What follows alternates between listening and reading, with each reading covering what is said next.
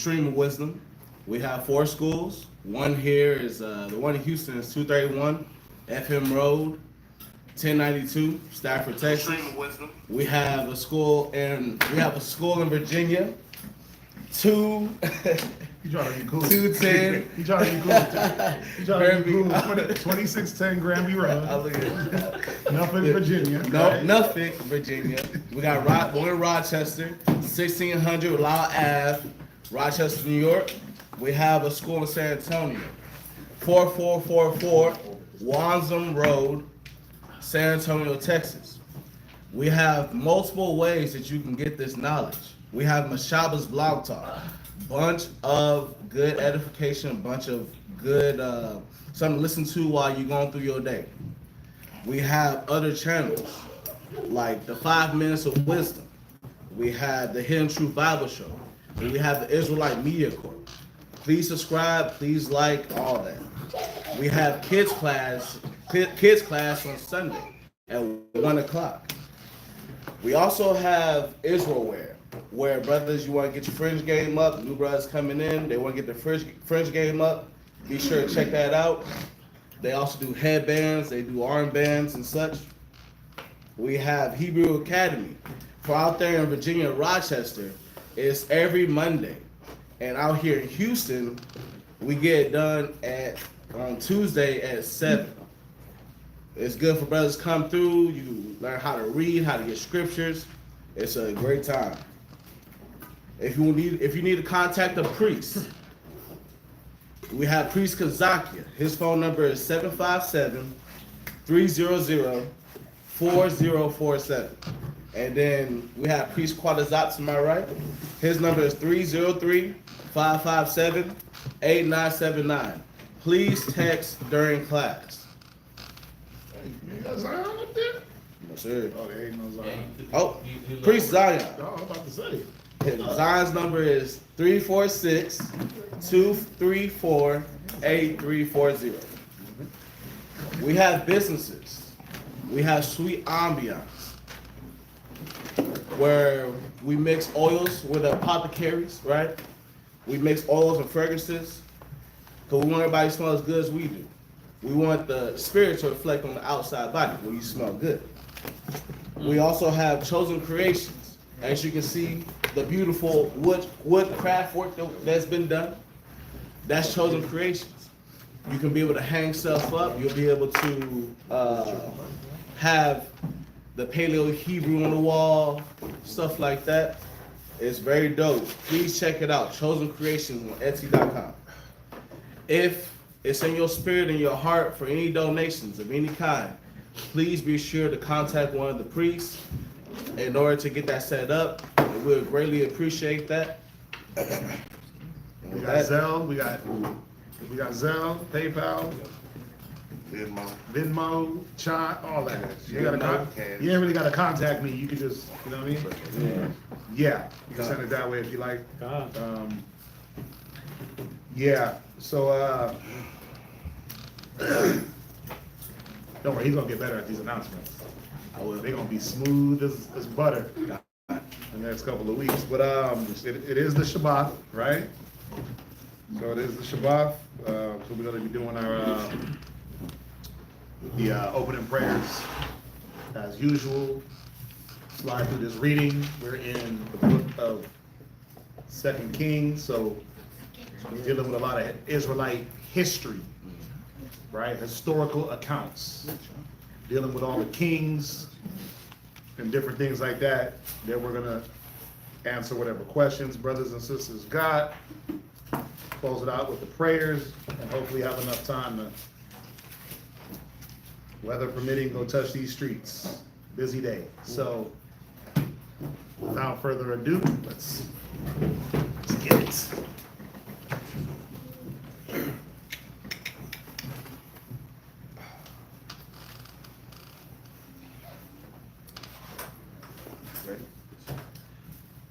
Barakatah Yahweh. Barakatah Yahweh. Bahashem Yahushai. Bahashem Yahushai. Ahawa'ah. Ahawa'ah. Nathalanawa. Nathalanawa. A war. Zayawam. The water? All mine. That's blessed you, Yahweh, and Yahweh Shai, that gives us the light this day. Thank you, so be it. The light represents our wisdom, knowledge, understanding that we obtained through the scriptures. I definitely messed that up. Salat. Barakatah Yahweh. Barakatah Yahweh. Bahashem Yahweh Shai. Bahashem Yahweh Shai. Ahawa'ah. Ahawa'ah. Latolanawa. Latolanawa. Rayach. Rayach. Nayachacha. Nayachacha. The water. The water. Aman. Amen. That's blessed you, Yahweh, and Yahweh Shai, that gives us a sweet Savior. Thank you, so be it. The frankincense and myrrh represents our prayers going up to the Most High as a sweet savor.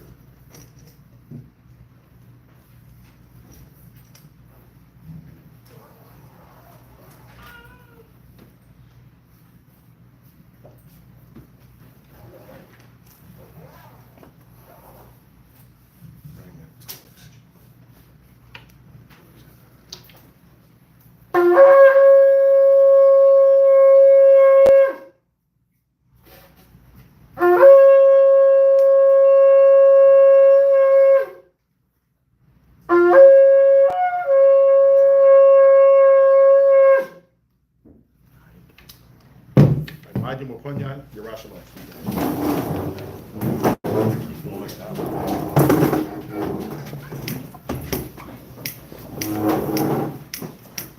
You got it. Where's the other? Where's that torch at? Yeah. AC might be blowing it out.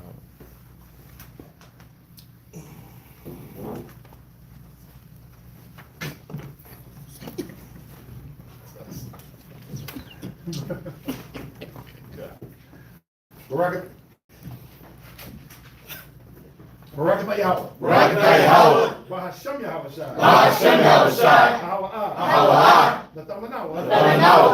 Hashabbat. Hashabbat. Hashalom. Hashalom. The water. The water. Aman. Amen. That's blessed you, Yahweh, and Yahweh Shai, that gives us the Sabbath and peace. Thank you, so be it. This is Psalms 121. Aina Shah. Aina Shah. Ayayayah. Ayayayah. Al-Haharim. Al-Haharim. Na'ayah. Na'ayah. Wabawa'ah. Wabawa'ah. Isaiah. Isaiah. Isaiah. Wabawa'ah. Yahweh. Ma Yahweh. Ma Yahweh. Sha'aisha. Sha'aisha. Shemayim. Shemayim. Wa'aratazah. Wa'aratazah. La'ah. La'ah. Lanathan. Lanathan. Lamawat. Lamawat. Regalia. Regalia. Yala'ah. Yala'ah. Nawam. Nawam. Shashabamar. Shashabamar. Yasharala. Yasharala. Yahweh. Yahweh. Shemaria. Shemaria. Yahweh. Yahweh. Zalia. Zalia. Al. Al.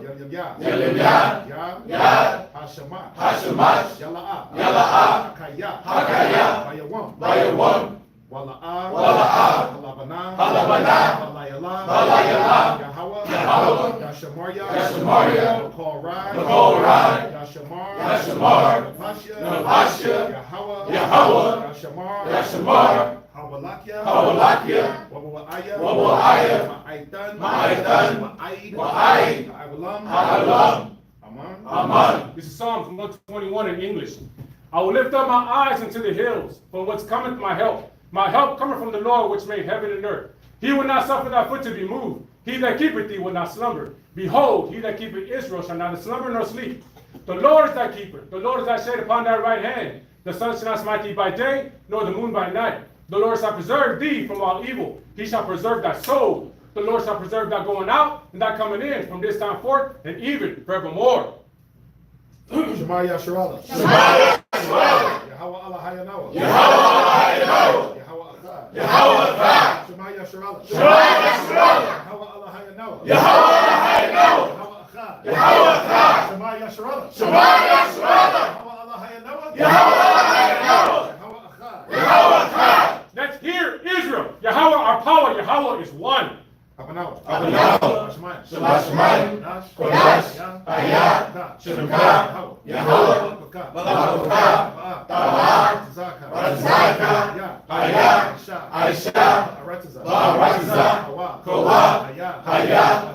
Washamayim. Latolanawa. Lacham. Kol. Yawam. Wasalachnawa. Kabawachnawa. Chasalachnawa. Chawawathinawa. Wala'ah. Yanawa. Sayawan. Abol. Abashaynawa. Mayan. Rai. Kaya. Laka. Amalakwa. Wa'atha. Aman. This is Matthew 6 and 9 through 13. Our Father, which art in heaven, hallowed be thy name. Thy kingdom come, thy will be done in earth as it is in heaven. Give us this day our daily bread, and forgive us our debts as we forgive our debtors. And lead us not into temptation, but deliver us from evil. For thine is the kingdom, and the power, and the glory, forever. Amen. Amen. Ha'ashara. Ha'ashara. Matazawa. Matazawa. 10 Commandments. La'a. La'a. Haya. Haya. Laka. Laka. Alahayim. Alahayim. Haryim. Aharyim. Al-Panya. Al-Panya. Thou shalt have no other gods before me. La'a. La'a. Aisha. Aisha. Laka. Laka. Asal. Asal. Wala'a. Wala'a. La'ibadam. La'ibadam. Thou shalt not make unto thee any graven image. La'a. La'a. Talaqua'a. Talaqua'a. Sham. Sham. Yahweh. Yahweh. Bashawa. Bashwa. Thou shalt not take the Lord's name in vain. Zakar. Zakar. Hayawam. Hayawam. Hashabat. Hashabat. Laquadash. Laquadashwa. Remember the Sabbath day and keep it holy. Kabad. Kabad. Abaka. Abaka. Wa. Wa. Amaka. Amaka. Thou honor thy father and thy mother. La'a. La'a. Taratazat. Taratazat. Thou shalt not murder. La'a. La'a. Tana'a. Tana'a. Thou shalt not commit adultery. La'a. La'a. Tagana. Tagana. Thou shalt not steal. La'a. La'a. Ta'ina. Ta'ina. Shapur. Shakur. Thou shalt not bear false witness. La'a. La'a. Bachamad. Bachamad. Kol. Asherah. Asherah. Lara'ika. Lara'ika. Thou shalt not covet anything that is of thy neighbors. Bahashem Yahushai. Ba'ashem Yahushai. The water. Tam Yad. Amen. Yeshavium, which means to be seated.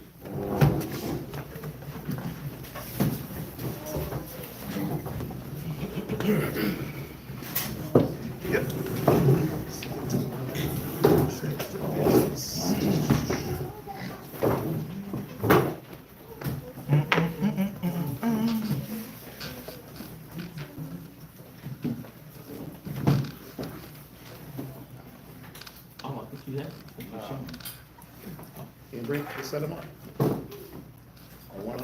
That one and one. Yeah, that's what makes two.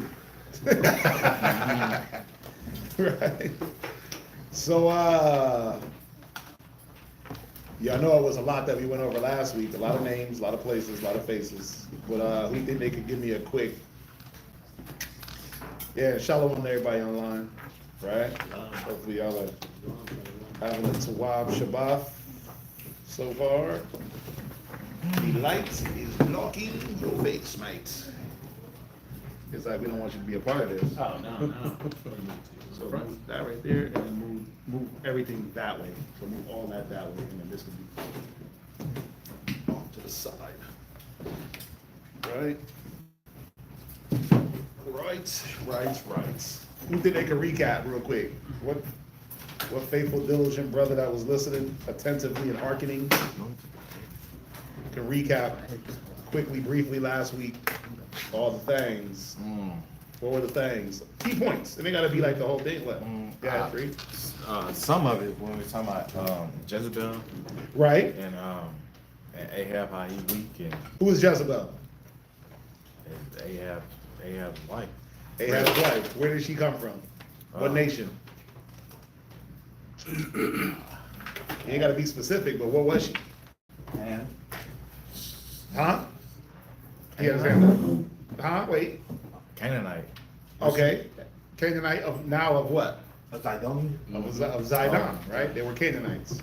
Okay. She was a Hamite, Canaan, Zidon, right? Which we know they were heavy into idol worship. Right. Who was Ahab? Oh, Ahab. Yeah, and what does Ahab mean? Weak. Love. Love. Yeah, it means lover boy. No, it means love, right? Ahab, love, Means love. right? But he was like too in love. Yeah. He was in love with the wrong things, obviously. So, what? He marries this woman, and what is her MO? She was trying to kill off all the priests in the land, and then she was writing letters out to the different. I know it. She was writing the letters, and she was basically forging them and using his signature making them think that that Ahab was the one that was writing his letters, that was putting out the decree to. But did she need to forge a signature, or was he just Well, a consenting individual? I believe it was a consenting individual. Right. She was her MO was to usurp the authority. Right. Right. What else? So she did kill the priests and the prophets, the majority that the Most High was sending out. But what was kind of the saving grace? So she's killing priests on one side. What's the Most High doing on the other side? Somebody else pops into the scene. Name starts with up. And Forgot. he brings out He who? Elisha, Okay. and basically he goes up under Elijah's wing. Right. Okay. Something happened before that. Something happened before that though. Remember, she's killing prophets, and then who saves some of the prophets? And you start with an O. It's really like an Israelites' I. favorite chapter. Not the man, Obadiah. but Right. Okay. Obadiah, right? He preserved some of them priests, hid them up in a cave. And then what? We go through the story. Elijah puts the mantle on Elisha, anoints him, the up and coming student, right? So we know that that prophethood is going to keep going on with Elisha, even though Elijah's around teaching them. So we got a few different things happening, right? We got the kings of Judah, because Lahab is the king of what? What nation? And I'm saying that with all confidence. What nation was Ahab the king of? Y'all acting like it's a trick question. Israel. Right, he was the king over Israel, which was its own nation. Okay, because the Most High said that it was its own nation. Right? How do we know that? How do we know that? What scripture tells us that Judah, or the southern kingdom, and Israel, the northern kingdom, were looked at as two separate nations?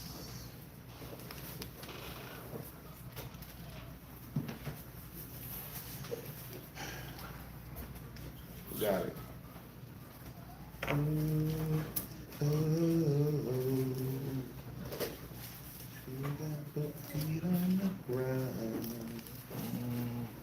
It's in the book of. Can I give you the book? Sure. I'll take a hint.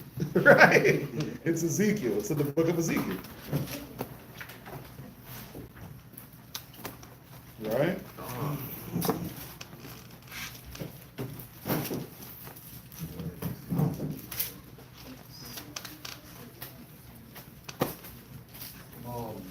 Ezekiel 37:22. Read it. Ezekiel chapter 37, verse 22. And I will make them one nation. I will do what? And I will make them one nation. Right. So we know this is in Ezekiel's time. The kingdom had been way split. Right? This is going to help you with a lot of New Testament. This right here is going to help you with a lot of New Testament understanding. You have to understand that the northern kingdom was looked at as a separate nation from the southern kingdom. And this in Kings is where it starts. Go ahead. And I will make them one nation. Read. In the land upon the mountains of Israel. And one king. So why would he have to say, I'm going to make them one nation? Because at this time, we two nations doing two different things. Right now, Judah, they kind of chilling. Right? You have Jehoshaphat come down. And he's rocking with Ahab a little bit, fighting kings, going to battle for this guy. But guess what? He gets hit for that. Right? The Most High didn't look at that like, oh, that was a good thing. Because why is a wicked dude riding with a righteous dude? Right? So and Jehoshaphat's going to learn a few lessons. And when we get into Chronicles and we read more of the acts of Jehoshaphat and Ahab and these different men, you're going to see there's a lot of consorting. Even though they're two different nations, you're going to see how we were still trying to help each other out to win certain battles. Even in this reading, we're going to read about the kings teaming up. Read on. And one king. One king. Why? Because now you got two kings, right? Ahab's dead. You got his son, Ahash. What's his son's name? Oh, I'm gonna just call him Wicked Nigga number 2. Right? But his son pops up on the scene, and they say that his son, damn, worse than him. He's a mixture of Ahab and Jezebel. Yeah, he's the amalgamation. He's the blending of the two, right? Right. He's the abomination. Right? He's abominable as hell because of the things that, watch, right when we get into the damn third verse of this reading, you're gonna be like, wait a minute, this cat was way off. But it's two kings in two nations. Go ahead. And one king shall be king to them all. Go ahead. And they shall be no more two nations. They shall be no more what? Two nations. Right. So the Most High looked at the prophets, the people looked at themselves as two nations. And this, in this history that we're reading, we're understanding why. So this is very important, right? So, you know, we understand that as far as the recap. Again, if y'all are missing class, it's on the replay. It's on the YouTube to go back and rewatch. I know it's long, but do your due diligence and just read it yourself. Come back with your questions. But yeah, let's get into it. Let's get into the reading. So we're gonna be in 2 Kings chapter 1. Who's the first reader? First victim. Oh, wow. Off my bad Rams on low. Of course, look at that. No foul. No problem.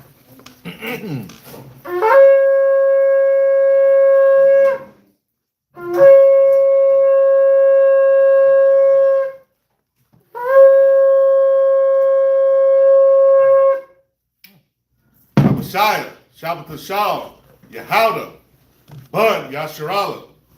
Abishai, Shabbat Shal, Yahawada, Slack. Let me do it again.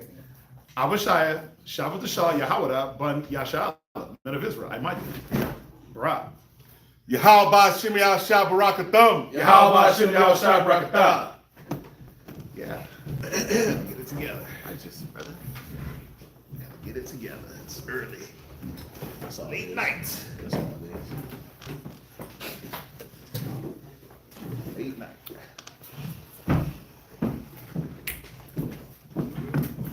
Yep. All right.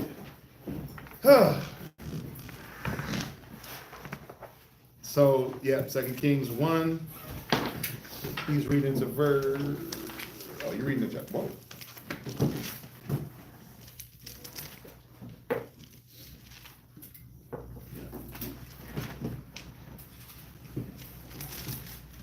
Okay, I get it. You're reading the chapter 2 and verse 3. So, chapter 1 is a short chapter. Okay. All right. Shalom, Israel. Shalom. Oh.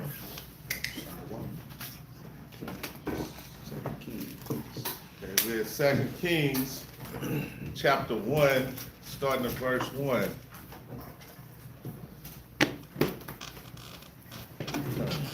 Then Moab rebelled against Israel after the death of Ahab. Right, because Ahab had the Moabites paying tribute, basically.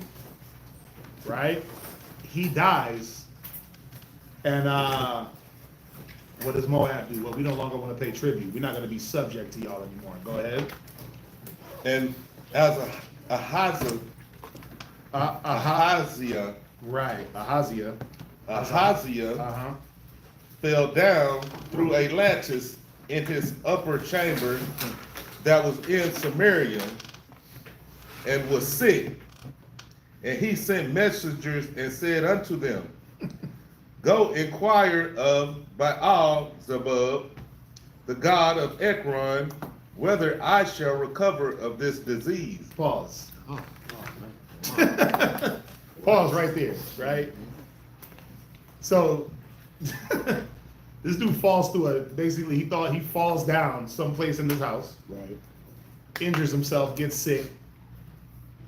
And the first mind that he got is to go call for the god of Beelzebub. Or excuse me, the gods of Ekron, who is Beelzebub. Who is Beelzebub? The Lord of what? Flies. You gotta raise your hands. Okay. The Lord of the Flies. This is crazy, man. Right? You call for the Lord of the Flies. That's your These first. niggas land on doo-doo. Cause Lord of They land on doo-doo and play on it and lay eggs in it and contaminate things. And the first thing you do is say, wait a minute, let me go see if the Lord of the Flies can give me a prophecy. Right? Think about it. See, we laugh and be like, oh yeah, this nigga was off. Con. But just because he's not called Beelzebub in your mind, don't mean that you're more on point when you decide to do what? Call on whatever God you see fit. We can criticize, but remember, the things written aforetime written for our learning. But also to illuminate the things that we deal with today. A lot of us be calling for Beelzebub, but in a different name. Yeah. Right? You call for Asmodeus. Right? He's the god of lust. Right? You can dive into him. You call on Bacchus. You call on Hermes. You call on Gucci. You call on this. You call on that. Whatever you decide that your God is, whatever you put in your mind, go to Isaiah 30. Okay. Damn. I like that. Read in my mind, see? But whatever you decide your God is that day, because Israel be having God's day today. Let's not cap and act like we any better than Ahaziah. At least he had one God. He was dedicated. At least he was dedicated to the Lord of the Flies. At least he said, you know what? This fly nigga gonna help me. Right? In today's society, man, cats be so damn wishy-washy. 1 minute the book of Enoch is your God. The next minute Islam is your God. The next minute Christianity is your God. The next minute you an Israelite. The next minute you an OT Israelite. The next minute you a this Israelite and a that Israelite. Now you a vegetarian Israelite. You a like, come on, right? So we ain't really know better, right? At least he acknowledged what he was worshiping. What do you worship? What do you turn to? Right? And it just shows you, man, that when we get into these situations, physically and mentally, it's easy to turn to some garbage mentality. The Lord of the Flies. I'm guarantee if you do a deep Google search on the Lord of the Flies, you come up with so much just nonsense. Could you imagine like the idol that they got constructed to him? Right. Just big ass eyes. You ever see a fly in a microscope? It's wild, bro. It looks like some type of demon. Yes. Look at when you ever get a chance, look at a fly in a microscope. Like, just look it up. They got pictures. It's crazy. Right? But this is what this dude was giving his time to. This is what he believed was gonna give him a proper word or a prophecy concerning his health. Right? Read Isaiah 30 and 1. Isaiah chapter 30 and verse 1. Woe to the rebellious children. Woe to the what? Rebellious children. Yeah, this man was already destroyed, but what is the rebellion that the Most High is talking about? Go ahead. Saith the Lord. Read on. That take counsel. That do what? That take counsel. That do what? That take counsel. See, this dude was trying to take counsel, but what? But not of me. Yeah. This nigga wants to get counsel from the Lord of the Flies, the doo-doo god. The doo-doo god, bro. God. That's crazy. The Lord of the maggots. Right.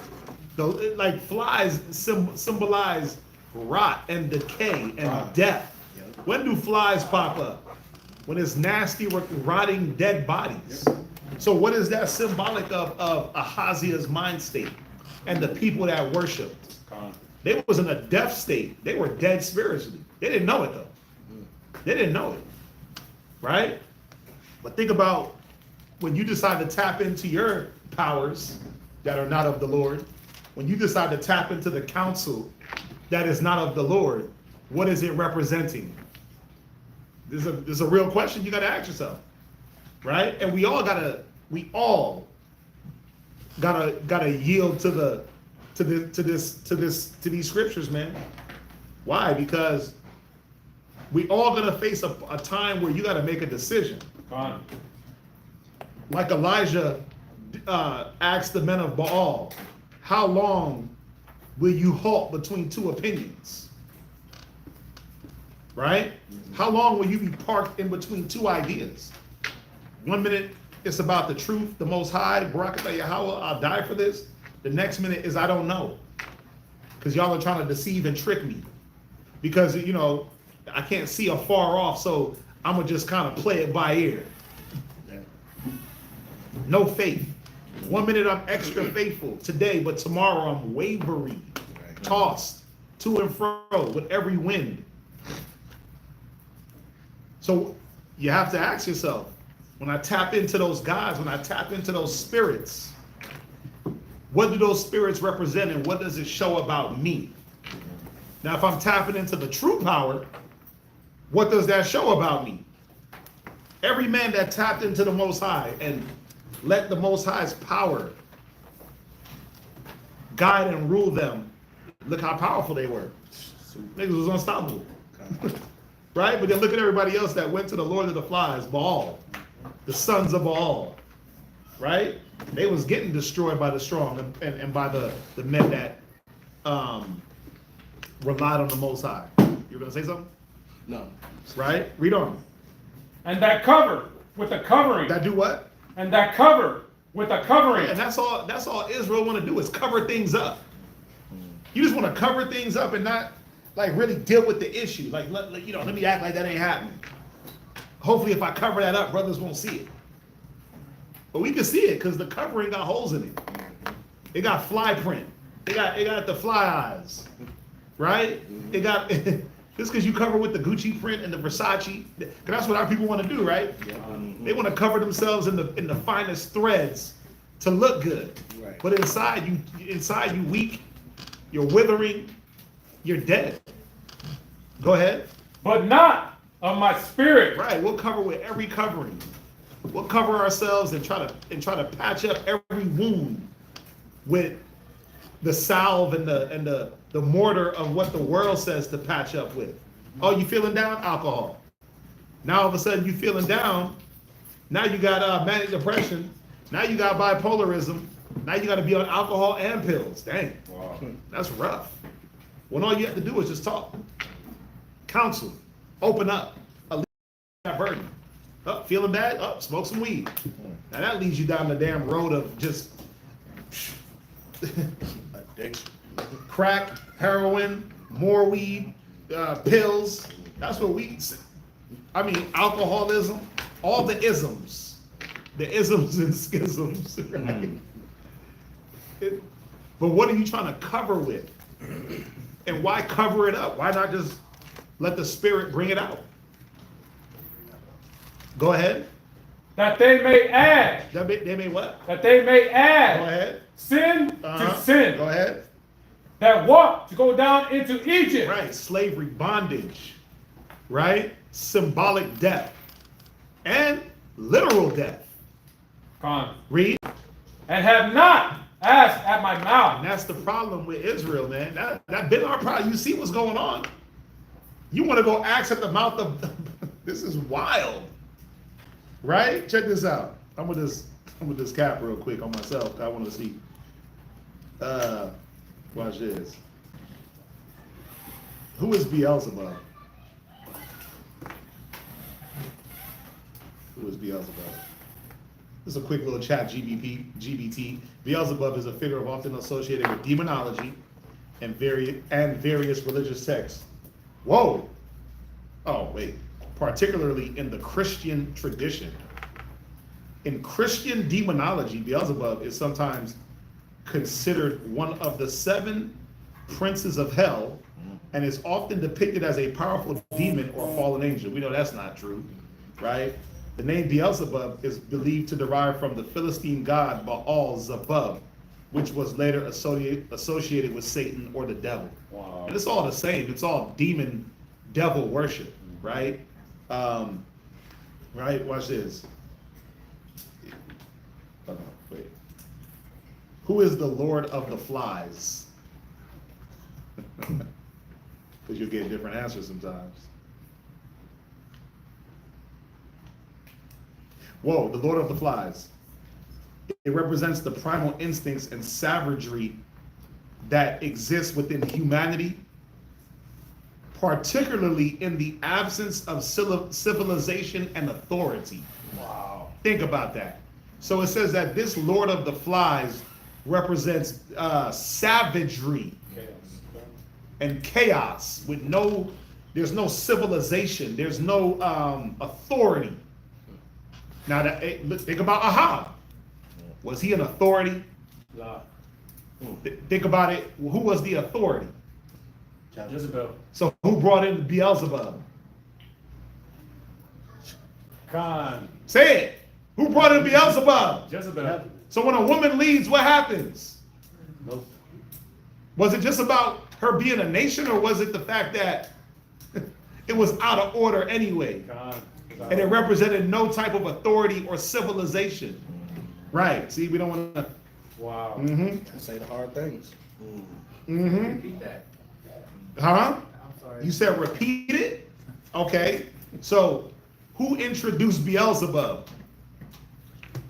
Jezebel. Right. So if Beelzebub represents a lack of civilization and a lack of authority, what does that mean when a woman is in the lead? Regardless of nationality or belief, what does it mean when a woman is in the lead over her man? It's a lack of authority Out of order. and a lack of civilization, right? And it's out of order, right? So what does it bring in? These demons, right? It brings in that decay. Think about it. When you read in Lamentations, right? Jeremiah, when he was talking about the decay of Israel, right? And it was no different than what was going on now. It was just that they were in actual captivity with Jeremiah. But when he's talking about the decay of the people, when you read through Lamentations, one of the things that he was talking about was how the women were a vocal part in the decay of the children and of the society, because they were in the lead. You see that? Because they compassed the man. Isaiah, he spoke about it. Children will be your oppressors and these different things. So I'm not trying to bang on the sisters and say that y'all are Beelzebub. What I'm saying is this: if there's no order and structure, what spirits come in? Right? And we see that with Ahab, Jezebel, the order and structure, it was out of order. So what did he allow to come in? This God that represented, it represents primal instinct. So going off your instinct, your emotion, and savagery, particularly in the absence of civilization. To be civilized, like when you say, man, you uncivilized, that means that you're unordered, undisciplined, unruly. So to be civilized means what? There's order and discipline. Right? The Most High gives the order. Right. So what are you allowing to come in when the order is flip-flop? The fly guy. Right? The fly guy. The name Lord of the Flies is a translation of the Hebrew name Beelzebub, a demon mentioned in the New Testament and in the Old Testament, further symbolizing the descent into chaos and evil. Wow. Right? And that's just a brief. Like if I start asking GBT questions, he gonna give me all the bars. That's just a brief overview. If I say give me more, he gonna go in. He gonna give me books. He gonna go in, right? He gonna start going all the way in, right? Jump back to Kings. So what are we understanding? What is Ahaziah? He's the king, right? Go to Ecclesiastes, Sirach 10. Go to Sirach 10. So if he's relying openly on Beelzebub, the Lord of the Flies, and he's the king of Israel, well, he's the representation of the nation, correct? And if we know that this God represents chaos and lack of civilization and savagery, well then what can we say about the rest of the people? Are they not the same? Are they not just falling in line? That is correct. Read it. Ecclesiasticus, Sirach 10. Ecclesiasticus 10 and 1. Ecclesiasticus? Yep. Ecclesiastes. Right. Sirach 10 and 1. Sirach chapter 10 verse 1. A wise judge will instruct his people. Right. A wise judge will instruct his people in righteousness. Go ahead. And the government of a prudent man Right. is well ordered. Right. Or the civilization of a prudent man is well ordered and structured. Meaning what? Well, how does the Most High give us the order and structure? Read. As the judge of the people lives. Well, you know what? I'm sick. Let me go holler at Beelzebub. As the manner of the what? Go read it again. As the judge of the people As is. he was the judge of the people. Go ahead. Himself. Right? So are his officers. So are the people underneath him. Read. And what manner of man the ruler of the city is, Right? such are all they that dwell therein. Right. So if this dude is calling on Beelzebub and he's the example, what's everybody else doing? Same thing. Same thing. And furthering that chaos and that confusion and that idol worship. Now you see why I said that this dude was worse than his dad. Con. He was the mixture of his mom and his dad. So just imagine the confusion. He was weak and simpish, but also he had that brutal streak of his mom, that underhandedness, Pettiness. that pettiness. But he could fall back in a situation and act like, it wasn't a big deal, and then he could strike at any moment. He was that passive aggressive type of dude that just wielded his power in the wrong ways, right? Because you can see that with Jezebel. Ahab was passive aggressive. He was just passive. Jezebel's the aggressor. You mix the two together, you got the passive aggressive, right? She was the murderer, the deceiver, and he was the one that just laid down and took it. Con. Now imagine you put all that in one man. This nigga had demons on him. Yep. He was bipolar. He had manic depression. He had all types of things. Schizo. Emotional. Yeah, emotional as hell, crying. Everything was a slight. Everything was, disrespect. everything was disrespect. He probably had little man syndrome. Con. Oh, wow. He had little Caesar syndrome. Who knows? I'm making things up, obviously. It didn't say that. But you can imagine if you look at the characteristics of his mama, Con. and you look at the characteristics of his daddy. That's correct. Daddy in the bed crying because he didn't get what he wanted. He pouting. I don't want no snacks today. You don't want to Leave me alone. Lock himself in the room. Put the sheets over his head crying. Yep. What's wrong, baby? Yep. Mama got you. Right? He was like the baby boy. He was Jody. Jody Con. Yeah. Right? He was Jody. Jody. Right? Using the pen, I make you fix it. Yeah. I don't even know what that means, but I got an idea. Those prison. That's that prison talk. He That said, "Use the prison pen, talk. I make you fix it." Like, what's that Nigga, mean? though? muffin cap back blue. Yeah. Right. Jody. Right, and Jezebel was his mama. Con. That's true. Right? What's that? I have scripture with it. What you got? It's actually Proverbs chapter 29 and verse 12. Mm-hmm. If your ruler hearken to lies, all his servants are wicked. Yep. And that was going on. Come on, bro. But watch, the next question that's about to be asked is a good question. Right? So drop that, Elijah. Right?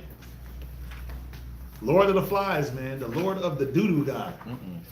The Lord of death, chaos, destruction, no morality, and savagery. Think about it. When you see flies, the way they be moving, right? When that pile of doo-doo hits the ground, and they just like buzzing, zzz, they just everywhere all on it. Yep. It's crazy. It's like chaos. They love it. They love the smell. Normal people run from the smell, and they're like, "Yo, we love this. Yep. We're gonna grow our children in this." That's what they do. They're laying eggs in the poop. Yep. Then Then they fly around, land on the lip of your cup. That little thing. And while they're, because if you look up a fly, what they do, while they're shooting germs and all types of crap into whatever they're putting their little thick mouth on, they're sucking things up too. It's just like a mosquito. While a mosquito will inject you and numb the sight, and then they'll pump like an anesthesia into you, and then they'll suck your blood right after. Right? It's not enough anesthesia for you not to feel it because you feel it, but they pump something into you and then they suck the blood out to thin your blood. Flies, they land on you, right? And they just sucking things and inserting things. Yep. They're little egg larvae, right? That's why they'll get like the bot fly larvae inside their skin, and you'll have this big ass bump, and you're like, wait a minute, what is that moving around? And you can literally, right? You see a lot of dogs, a lot of puppies. They'll have like these big lumps all over their bodies, and you can just go, and it's the bot flies using animals as hosts. They just pump that little egg right into it, and it grows, and you can push that thing right out. It tries not to come out, but you can squeeze it right out, and it's a larvae. Right? You got to be careful. Big old flies, man. Bot flies are nasty. They'll lay an egg in your skin if you let it. Right? So think about it. They jumping all over the doo-doo, and then what are they bringing? What does doo-doo got? All them contaminants, diseases. They landing on your unleavened bread. Fresh baked unleavened bread. All of a sudden, let the doors open. They land on that. That boy is bad now.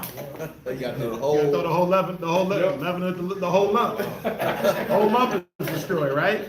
They land on the lip of your cup. They landed on stuff. They're disgusting. They carry disease. Right? But think about it. They're attracted to death. Flies only come around when there's things that are decaying. That's it. Right? That's it. So you got to be careful. Out of nowhere, too. Out of nowhere. In the middle of nowhere, not a fly around. Yeah, it's As soon like, as you bust something out, there you go. it's like where the flies come from.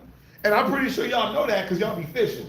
Right? Yeah. And you be out on that water and it's like, wait, how the hell did a fly? I think you had said that one time, like how did a fly get all the way offshore or something like that? When you ever wonder, like, yo, we all the way out on the water and you crack that fish open and it's just flies? Yeah. Like they come out of nowhere. Because them demons be everywhere. They just manifest. But that's what you call on, my guy? That's what you wanted to see if you was going to get a good word? Right? It's no different than Saul. When he went to the soothsayer and was like, let me go see what the Lord got to say. You're going to die.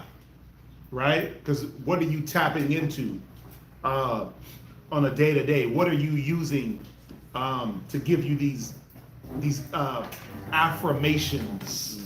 This is what he wanted. He wanted an affirmation of health. He wanted a positive affirmation. But how can the Lord of the flies, how can the Lord of chaos and death give you anything positive? You can't. No, it can't. It can't give you anything positive, right? So let's jump back. So let's go back. All right. Read, now you have verse 3, right? Right. We're in the second book of Kings, chapter 1, verse 3. Yep. But the angel of the Lord said to Elijah the Tishbite, Arise, go up to meet the messengers of the king of Samaria, and say unto them, Is it not because there is not a God in Israel, that ye go to inquire of Beelzebub, the god of Ekron? Right. So you see that? So Elijah's like, wait, there ain't no power in Israel. The Most High ain't in Israel that you got to go get Beelzebub. Of course the Most High was in Israel. But guess what? Israel rejected the Most High. Right? They did what it said in Isaiah. They covered with a spirit, but not of the Lord. They went and inquired of a different spirit. The Most High was there. Right? The Most High was there, but the people decided, we ain't dealing with you today, Lord. We're going to get the doo-doo God.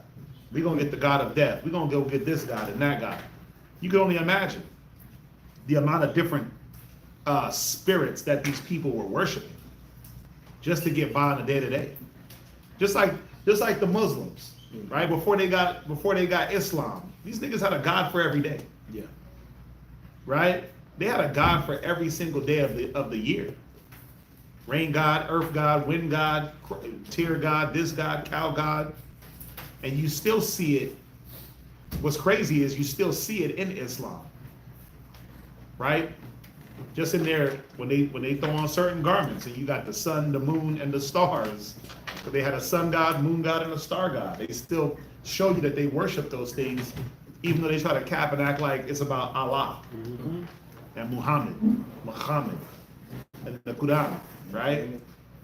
They try to cap, but no, they still worship those things. They still give more credit to those things than they do the Most High. Power of Abraham, Isaac, and Jacob. You see that? So the Most High is there.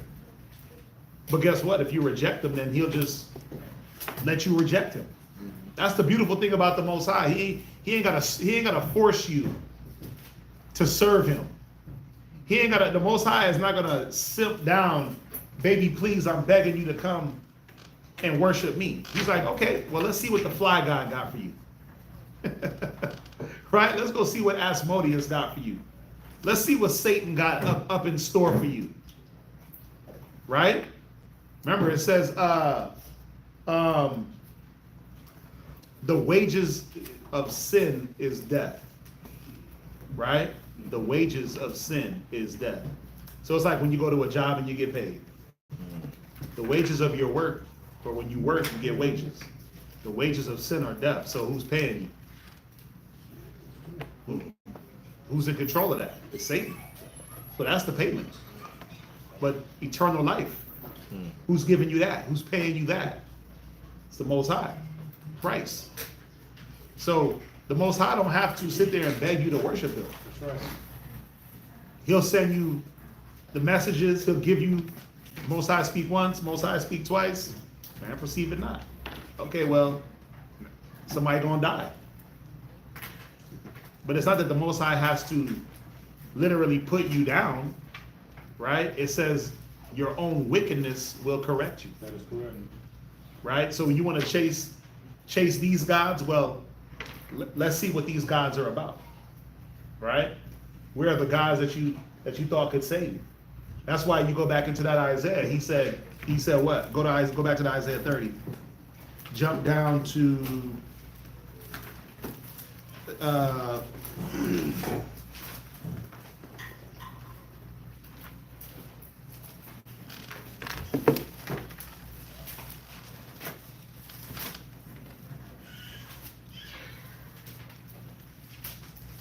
Isaiah 30 and verse 5. Isaiah chapter 30 and verse 5. No, verse 3, Salaki. Verse 3. Therefore shall the strength of Pharaoh be ashamed. Go ahead. And the trust in the shadow of Egypt, your confusion. Yeah. You think about it like this. Our belief and obedience to the Most High is a destruction. Just think about it. Ride with me on this.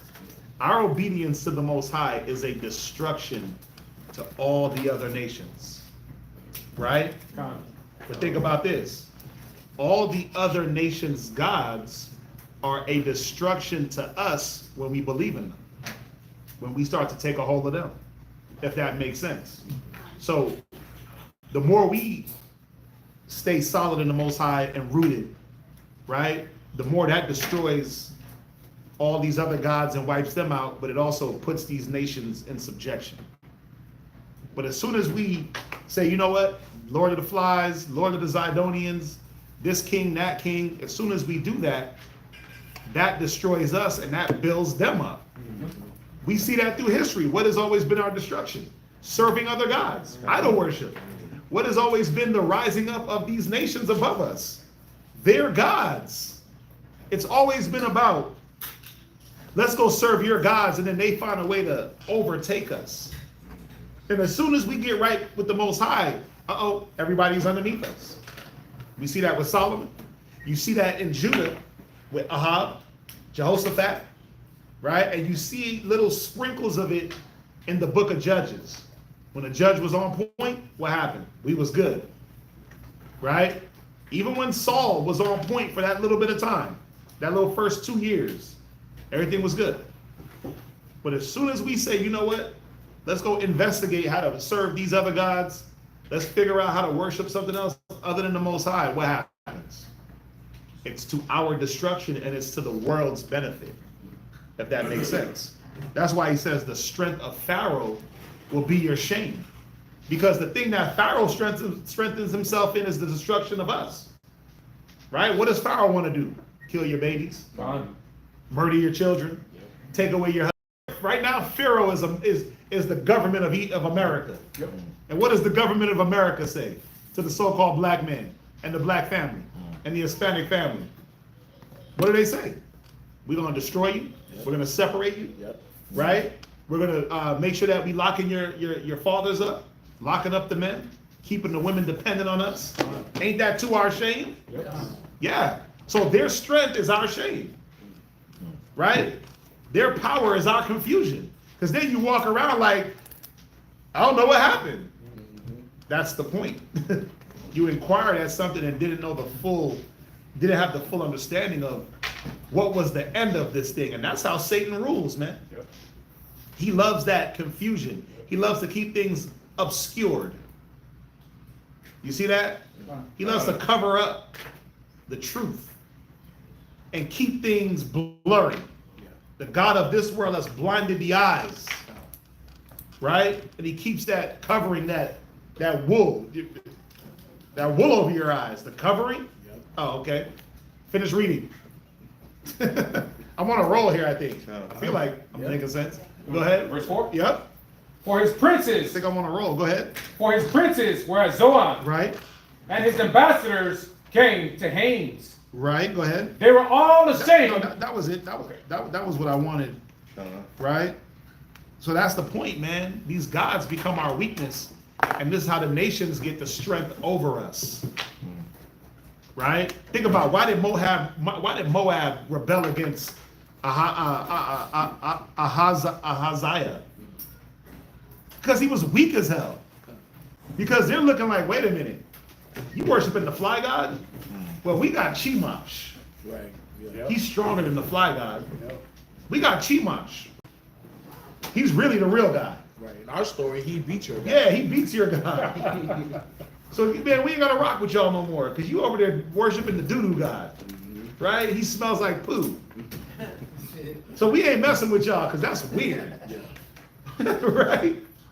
The whole time they battling over what God is the strongest. But the point is, our weakness is when we tap into these other ideologies. No matter what you think. Why you think we can't get it together? Because most of us want to be Muslims. Right? Most of our people want to be Muslims. Or just spiritual. Right? Or they want to tap into Christianity by way of atheism. Excuse me. Reverse that. They want to tap into atheism by way of Christianity. Because we know that the modern day Christian of today, they can't sift through this Bible and really teach you nothing. God is love. Paul came and overwrote Christ to save everyone. I don't know no prophecy. I don't know no history. Ain't no church going through history like the way we going through it. There's a reason why you got to dive into this so you can even understand Galatians, Colossians, Philippians, Acts, Matthew, Paul, Peter, John. Like, without this, those books are useless. That's true. Ain't no church bringing you through the history, regardless if they teaching Israel, blacks or Israel or not. Ain't no church bringing you through these histories to show you how to really go through the Bible and understand the latter books of the Bible, right? They'll take out the whole Apocrypha, especially that Maccabean time, and then we got a problem. Because in Daniel's, it tells you about a beast that you can't find nowhere in these books right here. You can't find them nowhere in these books, in these 66. Hey, so where do I read that? Where do I read about that beast? Right. Those Greeks. Yeah, we got a problem. But now we get to just make things up. Right. Now we come up with another. Now we come up with preterism. You ever heard of a preterist? Preterism is everything happened in 70 A.D. Yeah. That's what a preterist is. Wow. They believe everything happened in 70 A.D. and we're already in the kingdom. This ain't my- But the kingdom is in the sky, in the heavens. It's weird. It's a crazy doctrine. It's a crazy doctrine, but that's the only way to reconcile that Greek captivity, that Greek history not being in the Bible. It's one of the only. That's the only way they can do it. The only way I can reconcile Mary and the understanding of a virgin shall be with child is that angels came down and had sex with people in Genesis 6. So an angel came down and had sex with Mary in the book of Matthew and Luke. Right? You come up with these strange Greek doctrines, Greek philosophy. Right? It sounds like Marvel. Yeah. Right? It sounds like Marvel. They turned the Bible into the Marvel universe. Right? But that's our weakness, man. That's what destroys us because some of our people really believe it. They really believe in this nonsense. But instead of going through and investigating and just reading and saying, let me let the history speak for itself. And then all the history does is repeat. And repeat. And repeat and repeat and repeat up until this time. And you're like, oh, that all makes sense. It just repeated from the beginning of time. You had your hand up. Yes, sir. Right, what you got? I have 2 Peter chapter 3, verse 1 and 2. It says, this second epistle, beloved, I now write unto you, Right? in both which I stir up your pure minds by way of remembrance, that ye may be mindful of the words which were spoken before by the holy prophets, Right. which is the Old Testament, and of the commandments of us, the apostles of the Lord and Savior. Right, because all the commandments that the apostles spoke were the law. Christ taught the law and the prophets, and the apostles went out and taught the law and the prophets. Paul said it, I spoke of nothing but the law and the prophets. Right? But see, nobody's teaching that. Nobody's saying, oh wait, let's look at what Paul was really teaching. Let's go back to the quotation that he quoted in Hosea or Ezekiel or this book or that book. It's like, oh no, he just, he came with a whole new doctrine. Right? I call them Paulites. You got them Paulites, them Galatianites. Let's go to the book of Galatians. Let's go there. Let's go there. That's like a Christian's, bro. Galatians and like that's where Christians go to die. Yeah. But for them, they did. But for them, they think they in there living because why they don't have none of this. Right. They don't have none of this, right? And y'all are getting a lot of bars. So I hope y'all are linking up these precepts and really getting the understanding of history. You don't need names and you don't need a lot of dates, but you need to know what was happening with the people, right? I'm gonna keep saying it, and I've been saying it. This is the start of why the New Testament, the narrative of the New Testament, and I'm talking about from Matthew on, right? This is the narrative of why the things played out the way they played out, why there was so much obscurity. And, when you read the New Testament, it's very ambiguous, right? What do I mean by that? Well, because the way it's written, but think about it. How do you uncover the way it's written? What do you always got to go back to? The original source, the history. So if you understand what's happening here in Kings, Chronicles, man, wait till we get in Chronicles. Chronicles goes even more in depth into like how wicked niggas were. And some of the things that they were really doing, right? This is like Kings is like it's like a slight touch. But we get in Chronicles, you're gonna be like, whoa, yeah, these cats was really off, right? It really goes more in depth, and then you get to really put these pieces together, right? Where we at? Con. So yes, the Most High was in Israel, but Israel rejected him. Read verse 4. Verse 4. Now therefore, thus saith the Lord, thou shalt not come down from that bed on which thou art gone up, but shalt surely die. And Elijah departed.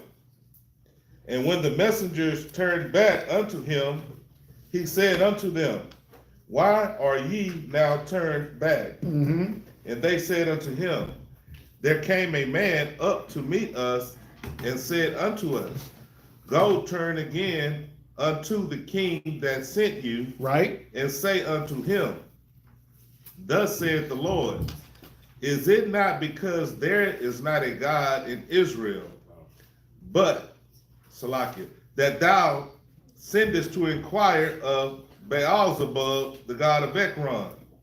Therefore thou shalt not come down from that bed on which thou art gone up, but shalt surely die.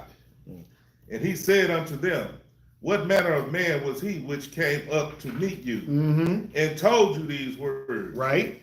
And they answered him, he was an hairy man, and girt with a girdle of leather about his loins. And he said, it is Elijah the Tishbite. Yeah, he knew who it was. Why? Because Elijah was going at his pops the whole time. Elijah was going at Ahab and Jezebel the whole time. So Ahab was like, oh, I know. There's only one man that can drop them type of bars Walk away. and walk away. Now, let's go back to something. It said he was a hairy man. So,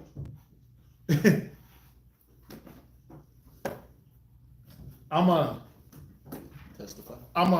man that read Genesis 25 and 25. And I read this and I'm like, see, Elisha was a white dude.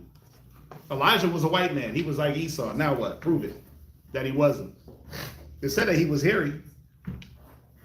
And you know when the Bible describes something as hairy or dark or this, that means that he was hairy. See, he was an Edomite. Who can prove me wrong? Who can give me the understanding of, and he was a hairy man. What y'all got? I'm reading this like, man, Elisha, Tishbite, well, you know, Tishbe, but he's an Edomite, see? He was a hairy man. He was hairy all over like Esau. What y'all got? Who got me? Who got something? Y'all online, what y'all got? I'm sticking with Genesis 25:25.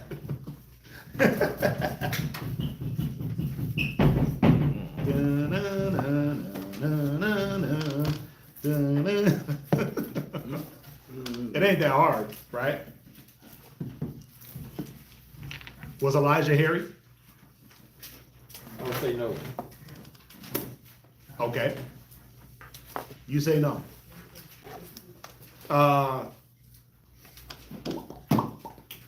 Did he have a beard? Gone. Okay, so we know that Elijah had a beard. More than likely, did he have some type of hair on his head? Gone. Was he out in them streets? Yeah, Elijah was out in them streets, like heavy. He wasn't just chilling. He wasn't, what I'm saying, out in them streets, like he was out and about. Remember, He was working. he took a 40-day journey. Right? He took a 40-day journey. So you could imagine shaving up beards and looking all buttery wasn't like the first priority when I got to get enough to eat to take a journey 40 days to go handle some business and show up to the Mount Hebron and do all these different things that Elijah was doing. Go over here and deal with these cats in the way. Go over here and do this. Go over here and do that. So was looking crispy and buttery. A priority, edged up, beard looking groomed up. Was that a priority for, truthfully, was that a priority for any man in the scriptures? The only cat that you really heard about grooming up year to year was Absalom. And he did that once a year. You hear about when they had to shave up Joseph, present him in front of the Egyptian king. But you don't hear about, and and he, you know, once a week on a Saturday, he pulled up to the barbershop. Got that fade package, you know, give me a number one. You know what I'm saying? With the steam wrap. You didn't hear that. You gotta get right. Yeah. Before I make these prophecies, I Yeah, before I drop these bars on y'all, I gotta make sure I look the part. Yeah. Now you had your hand up, Ashama. You had your hand up also, sis. Ashama, what you got? I was just gonna say, like, to prove that he wasn't an Edomite, would it be like his genealogy, like his father? Wasn't his father an Israelite? It don't say that. Yeah.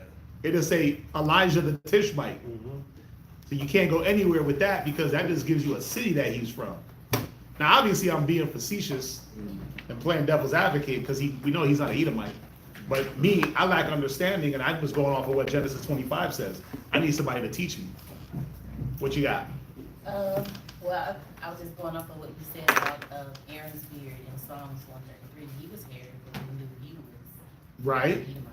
right. When the Edomite, right? I mean, for the most part,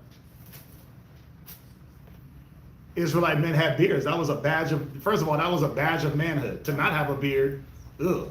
Right. You got to be careful. You were looked at a certain way. They side-eyed you, Yeah. right? And when a brother rolled up in here 2 weeks ago, we had to side-eye him a little bit. Like, wait a minute, what the hell? Like, damn, brother. Yeah. What happened? Right? You go from that roaring lion to that purring kitten. Oh, no. Yeah, bro. Cat's be looking like a purring kitten.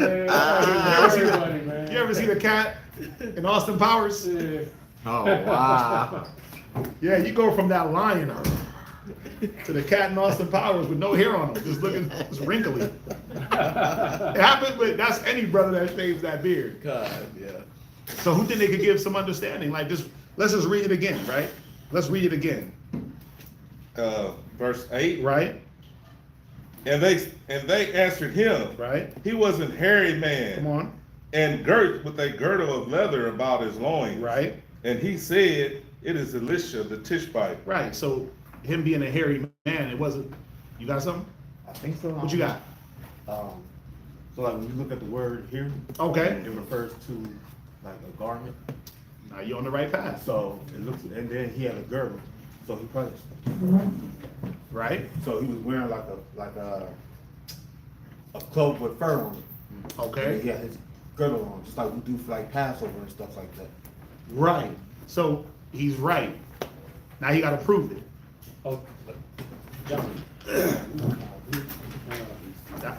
Now you got to prove it. Now, yes, when it refers to him being a hairy man, it was talking about his garment, right? Why was it significant? How did Ahaziah immediately? Oh snap! That hairy garment, dude. Well, you're gonna learn something that the dress code of the prophets of the day. It was rough. It was rough, right? So it was describing the garment he had on. Now, what? Does the script say in like Matthew that John wore Right, we're gonna go there. Matthew's 4 and 3. We're gonna go there. 3 and 4. Matthew 3 and 4. Salakia, right? Now, I mean, going back to the point that I was making about the garment.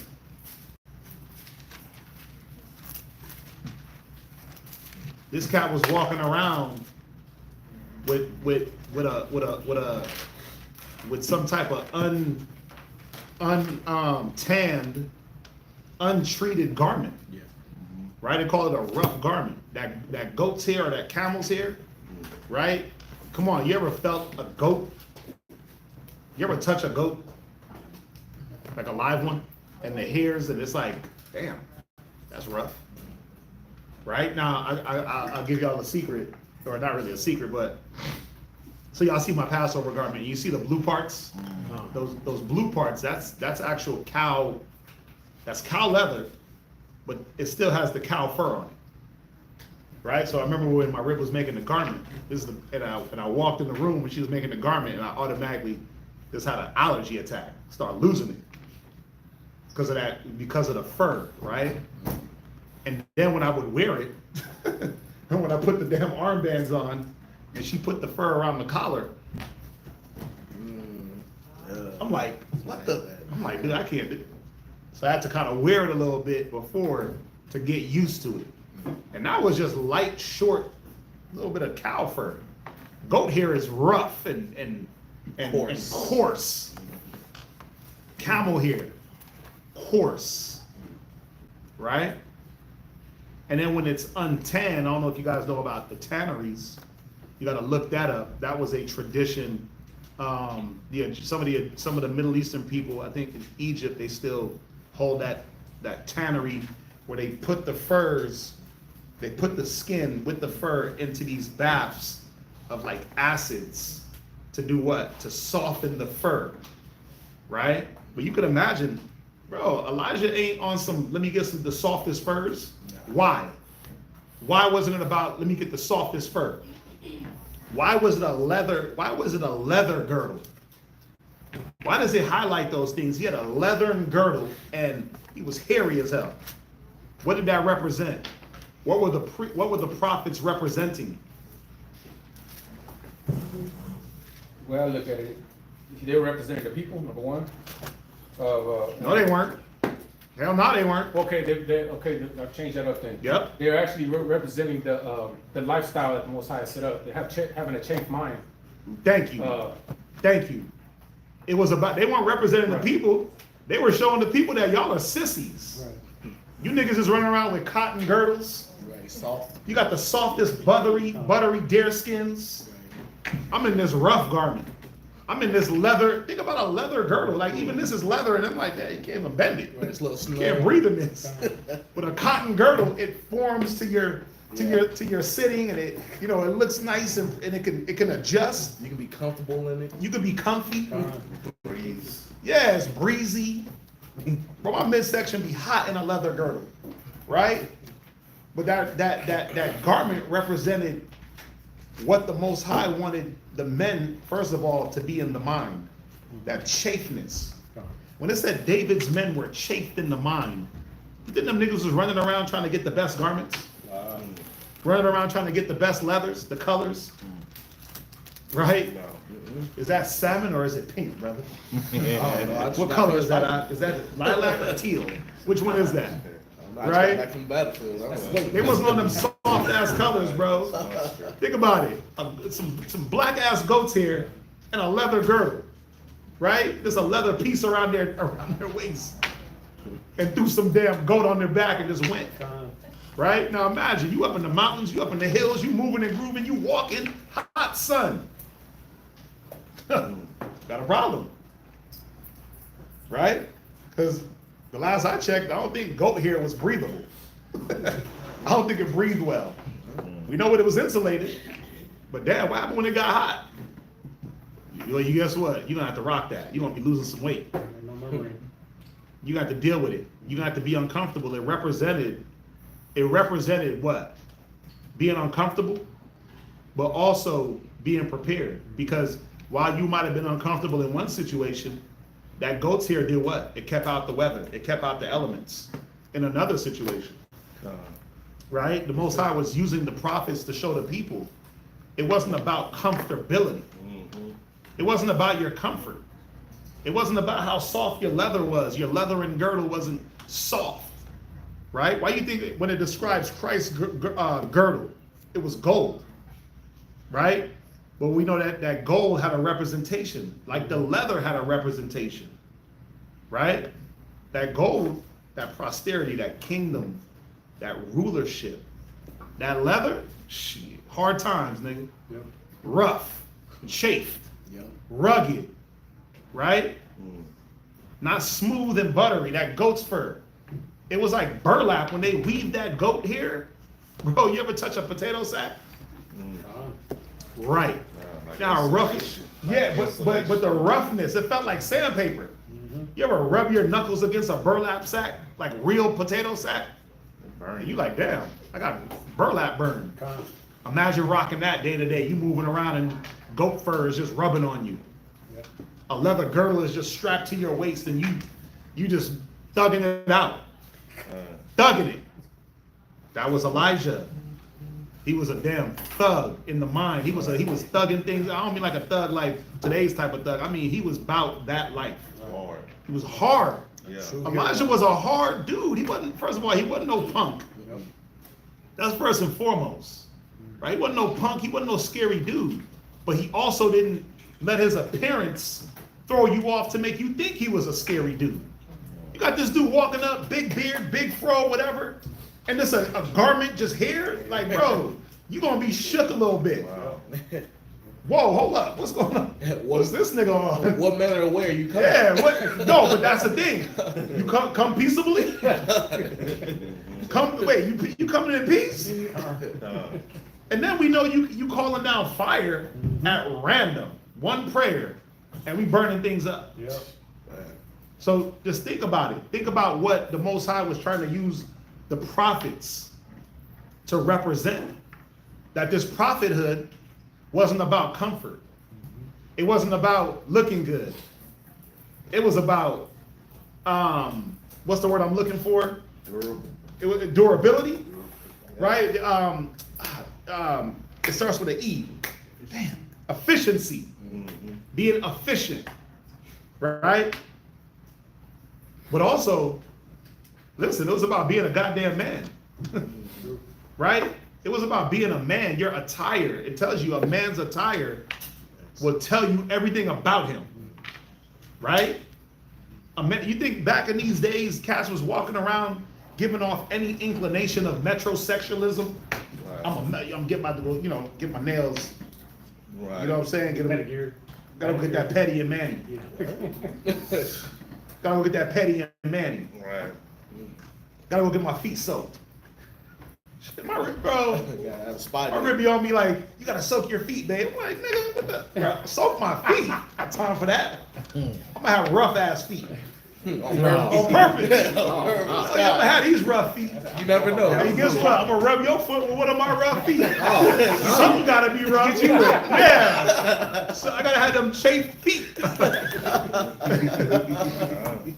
Come on, soak your feet, man. I'm a priest. A prophet. I ain't got time to be soaking my feet. Soaking? Soak. I don't even got time to sit there like that. Yeah, you do that? I'm like, no, I don't. Business to the I look like soaking my feet. Right? When cats was walking around the wilderness with damn goat and leather on, hot as hell, thugging it out. The least I can do is just have bad feet. Right? So the least I can do is have some bad feet, bro.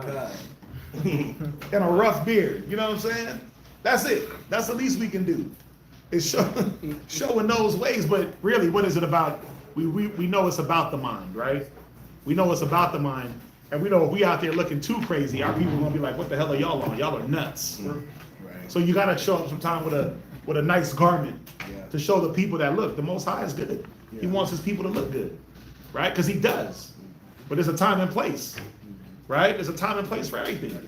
We know we go all out for the Passover and this, that, and the third, right?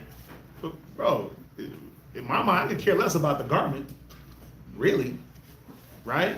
Because a lot of people get thought off with that anyway. You pull up with a nice tunic and wait a minute, you're supposed to be a priest. He ain't supposed to look like that. Da-da-da-da. It's like, wait a minute, but who said so?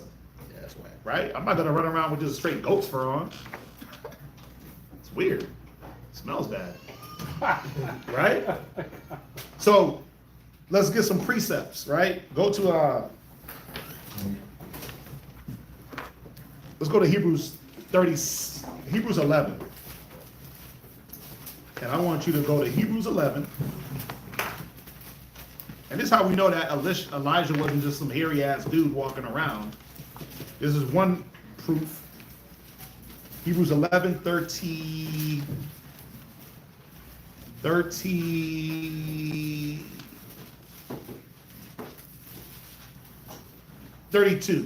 Hebrews chapter 11, verse 32. Go ahead. And what shall I more say? Right? For the time would fail me to tell of Gideon. Right? Right? And of Barak. Right? And of Samson. Right, so what is Hebrews 11? The faith chapter, right? And he's going in and showing about through faith this man and that man. And Moses, right? So he talks about Moses in verse 23. He talked about Rahab the harlot in 31. Now he's just going through all these prominent men up until the time, right? Go ahead. And of Jephthah, Go ahead. of David also, Right. and Samuel, Uh-huh. and of the prophets, Read.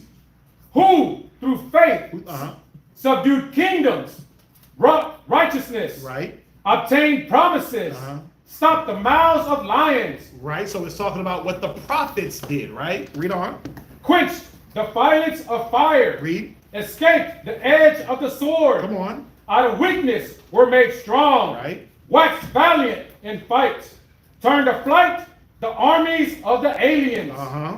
Women received their dead raised to life again. Right. We're going to read that about Elisha. He's going to do that. We know Elijah did that, right? We know Yahushua did it. Peter did it. Go ahead. And others were tortured, Right. not accepting deliverance. Paul, all the prophets, Jeremiah, Ezekiel, Isaiah. Right. Go ahead. That they might obtain a better resurrection. Go ahead. And others had trial of cruel mocking. Go ahead. And scourging. Yahushua, read. Yea, moreover, of bonds and imprisonments. Paul, read. They were stoned. Read. They were sown asunder. Come on. Were tempted. Read. Were slain with the sword. Read on. They wondered about the sheepskins and goatskins. No, read it properly. You missed the word. Read it again. Oh. They wandered about in sheepskins and goatskins. You see that? Read on. Being destitute, afflicted, tormented. Right. You see that? So it said they wandered about in sheep and goat skins. This is talking about the prophets. Right? So when it said Elijah was a hairy man, it's because he was wandering about in damn goat skin, rough and untreated, and a leather girdle on his waist. Right? What's that? Is that me? Mike Mocha? Like that? Oh, damn. Like that, huh? Go ahead. Right, jump from there. Let's go now.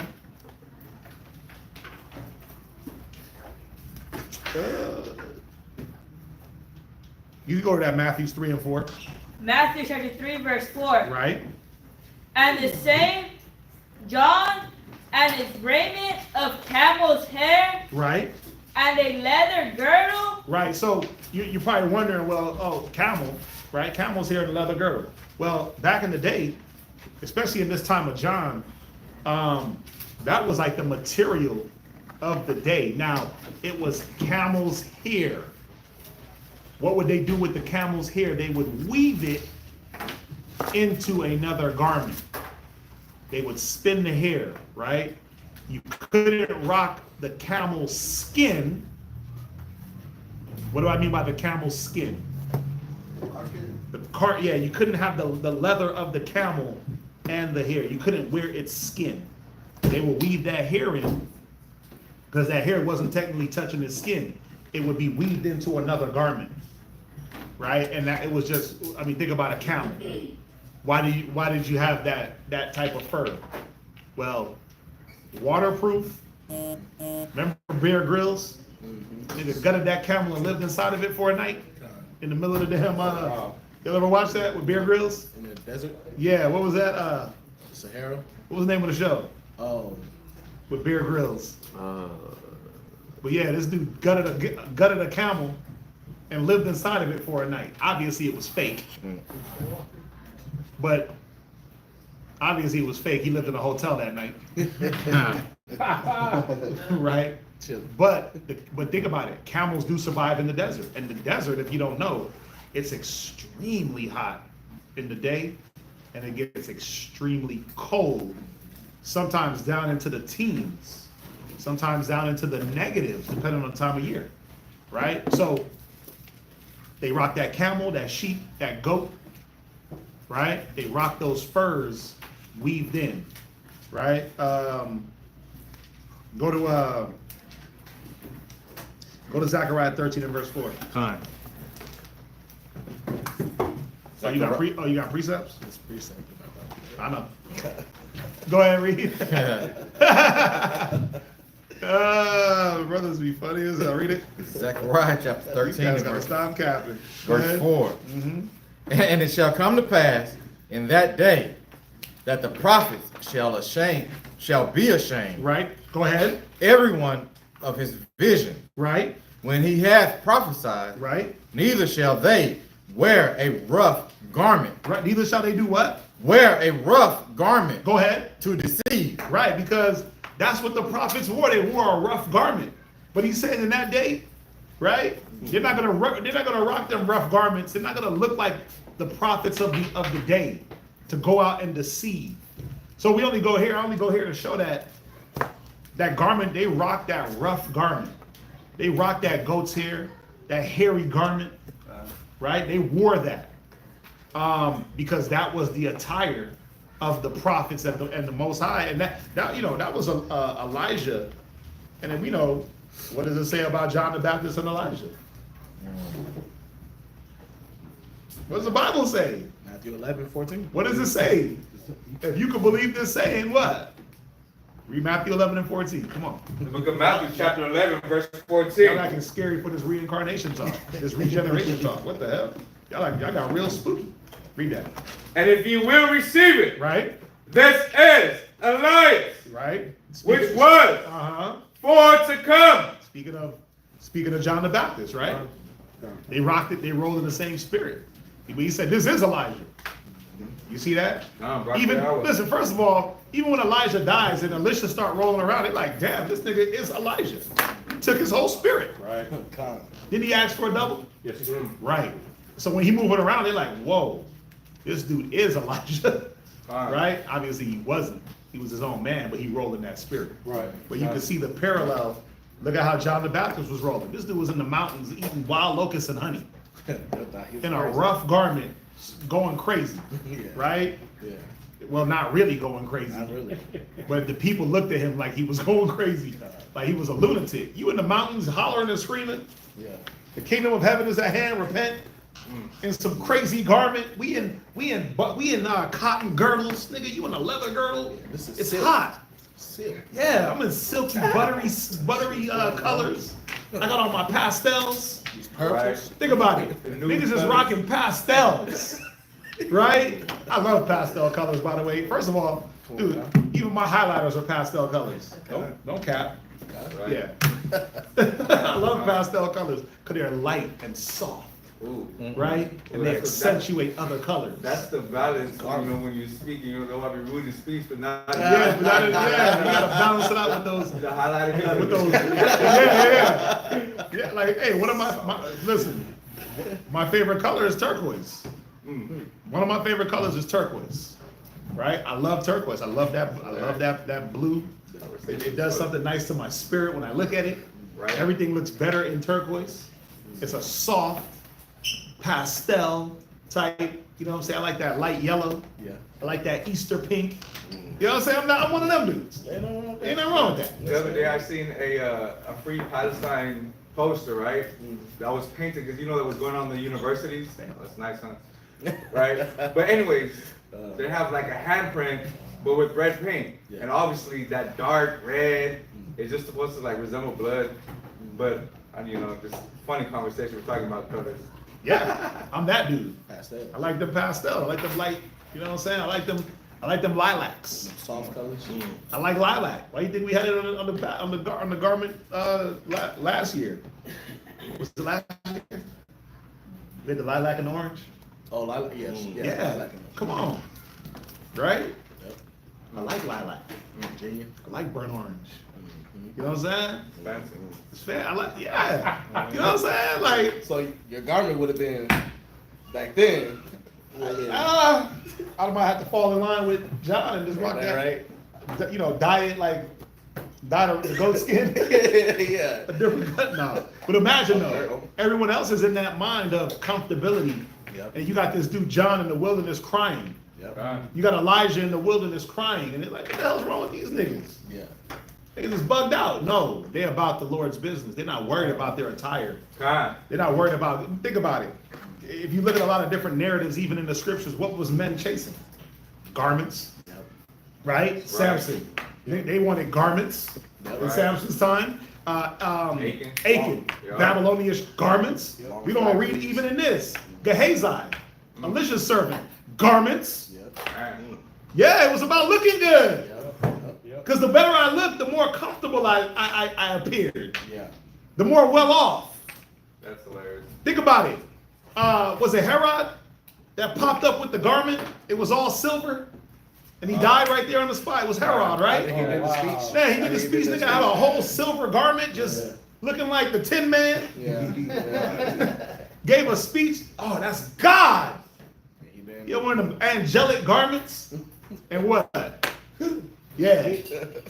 So think about it. Think about black people now. Time. Think about all of us. Nobody wants to look like Bummy, right? None of us, no matter how much money we don't got, Right. right? I'm broke as hell. Everybody, I'm broke.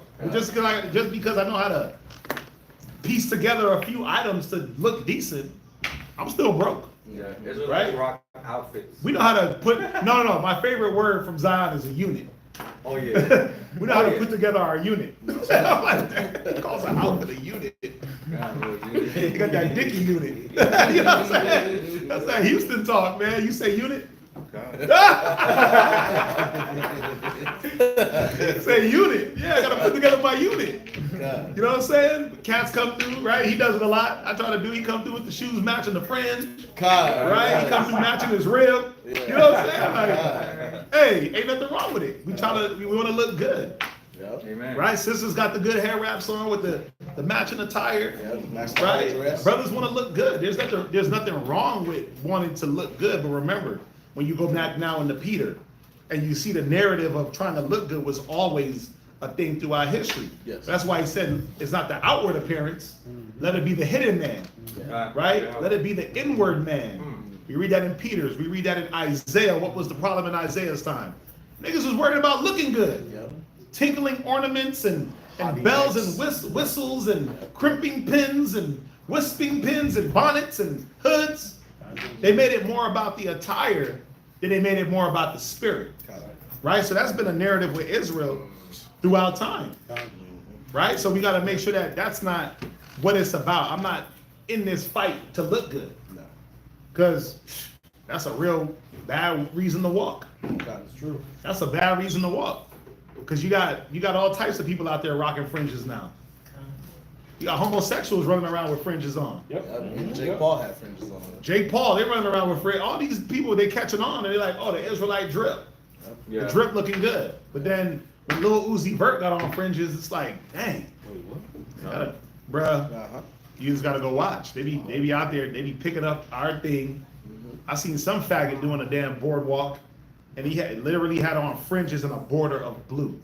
Nigga was gay as hell. Because he was voguing and doing all the, and just, it was something gay. No diddy. No diddy. It was bad, but they pick up on the drip. So can it be about the outfits anymore?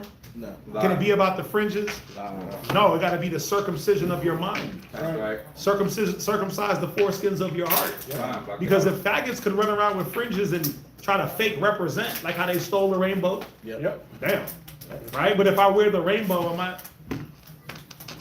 You know what I'm saying? If I said, look, our next garment is gonna have the rainbow colors in it, or now all of a sudden we that? Nah, Right. because our minds ain't that. Right. You see that? But we would never do that. Right. Saints for all appearance of evil. Yeah. We'd never. I wouldn't put brothers in that situation. I wouldn't put brothers in that situation to have a rainbow garment. That Water, is sir, wild. water. Why are you scared? That's wild work right there. That's what's up, bro. Yeah, bro. Nah. It gotta be rainbow, like with That the young- rainbow, but just have every color somewhere. That young Skittle garment. But you can't even do that. You can't do the coat that Jacob made. You can't even do that.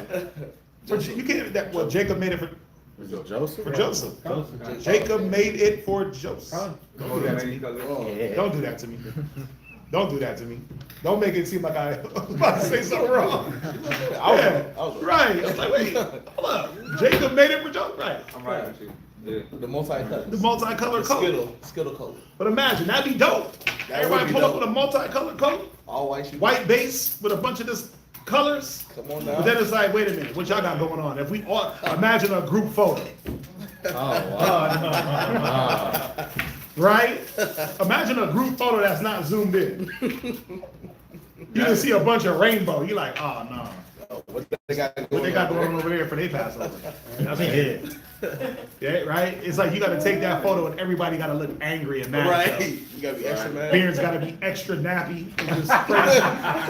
Extra long and just, yeah, knuckles gotta be dry.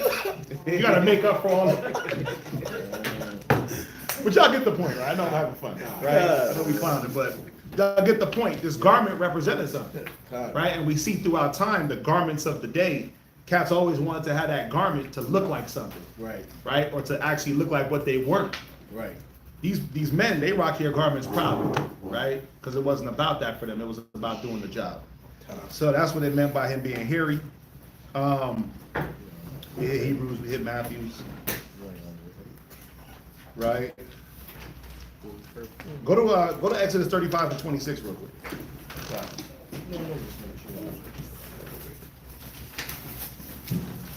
Con, Exodus chapter 35. Lift up your voice. Exodus chapter 35, verse 26. Right? And all the women whose was heart, No, read it again. All the women whose heart all the women whose heart stirred, them up in wisdom, right? spun goat's hair. Right. So what were they doing with the goat's hair? They were making garments. They spun goat's hair. We know at this time, this was during the construction of the tabernacle. So they were spinning goat's hair for the different materials, curtains, whatever they needed for the tabernacle. But that's how we would accomplish a garment. They would get the goat's hair and spin it on a spindle and stretch it out and then yarn it up. You could even watch like people do that with sheep's fur, sheep's wool. Excuse me. They shear the sheep, then they get that fur, they stretch it out, then they spin it and they make yarn. I seen a cat the other day make rope. They got these ancient tools, wood and hand, and they spinning it out, right? But the women, they would have the spindle. They step on it and they will weave it, right? Yeah, so that's just ancient sewing department, ancient garment department, right? So, but that's how that would happen. They would spin that wool or spin that hair and weave it into the garments, and then now you got a garment.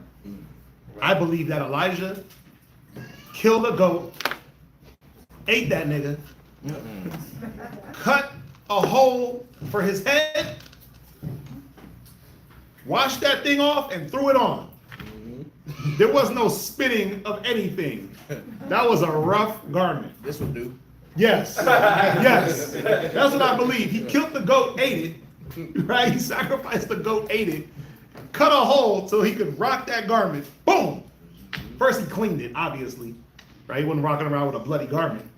But what I'm saying is, it was a rough garment. It wasn't, oh, let's get the inside with the buttery, soft leather so it's not too rough. Right. Cause that's how I am, right? I'm like, babe, you got to put soft leather inside the armbands because it scratches my wrist. Right. Takes my skin. Yeah, I be on that. I can't be out of Like my rib knows, bro. Like the inside of all my headbands got like a softer leather, right? Than all the other. If I had like the regular leather, she'll put suede on the inside, so it doesn't. So it just like lightly caresses my forehead. Right. I mean, I'm one of them dudes. Game was game. I'm taking Elijah wasn't one of them dudes. Elijah was like, bro, listen, that go ahead and put it on. wash him up, bam. Yep. Like you think his girdle was like all super just studded out and yeah, nah. Mm-mm.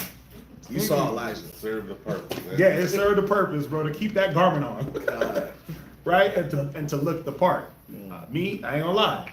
Like I said, a little bit more fine. This is time for peace.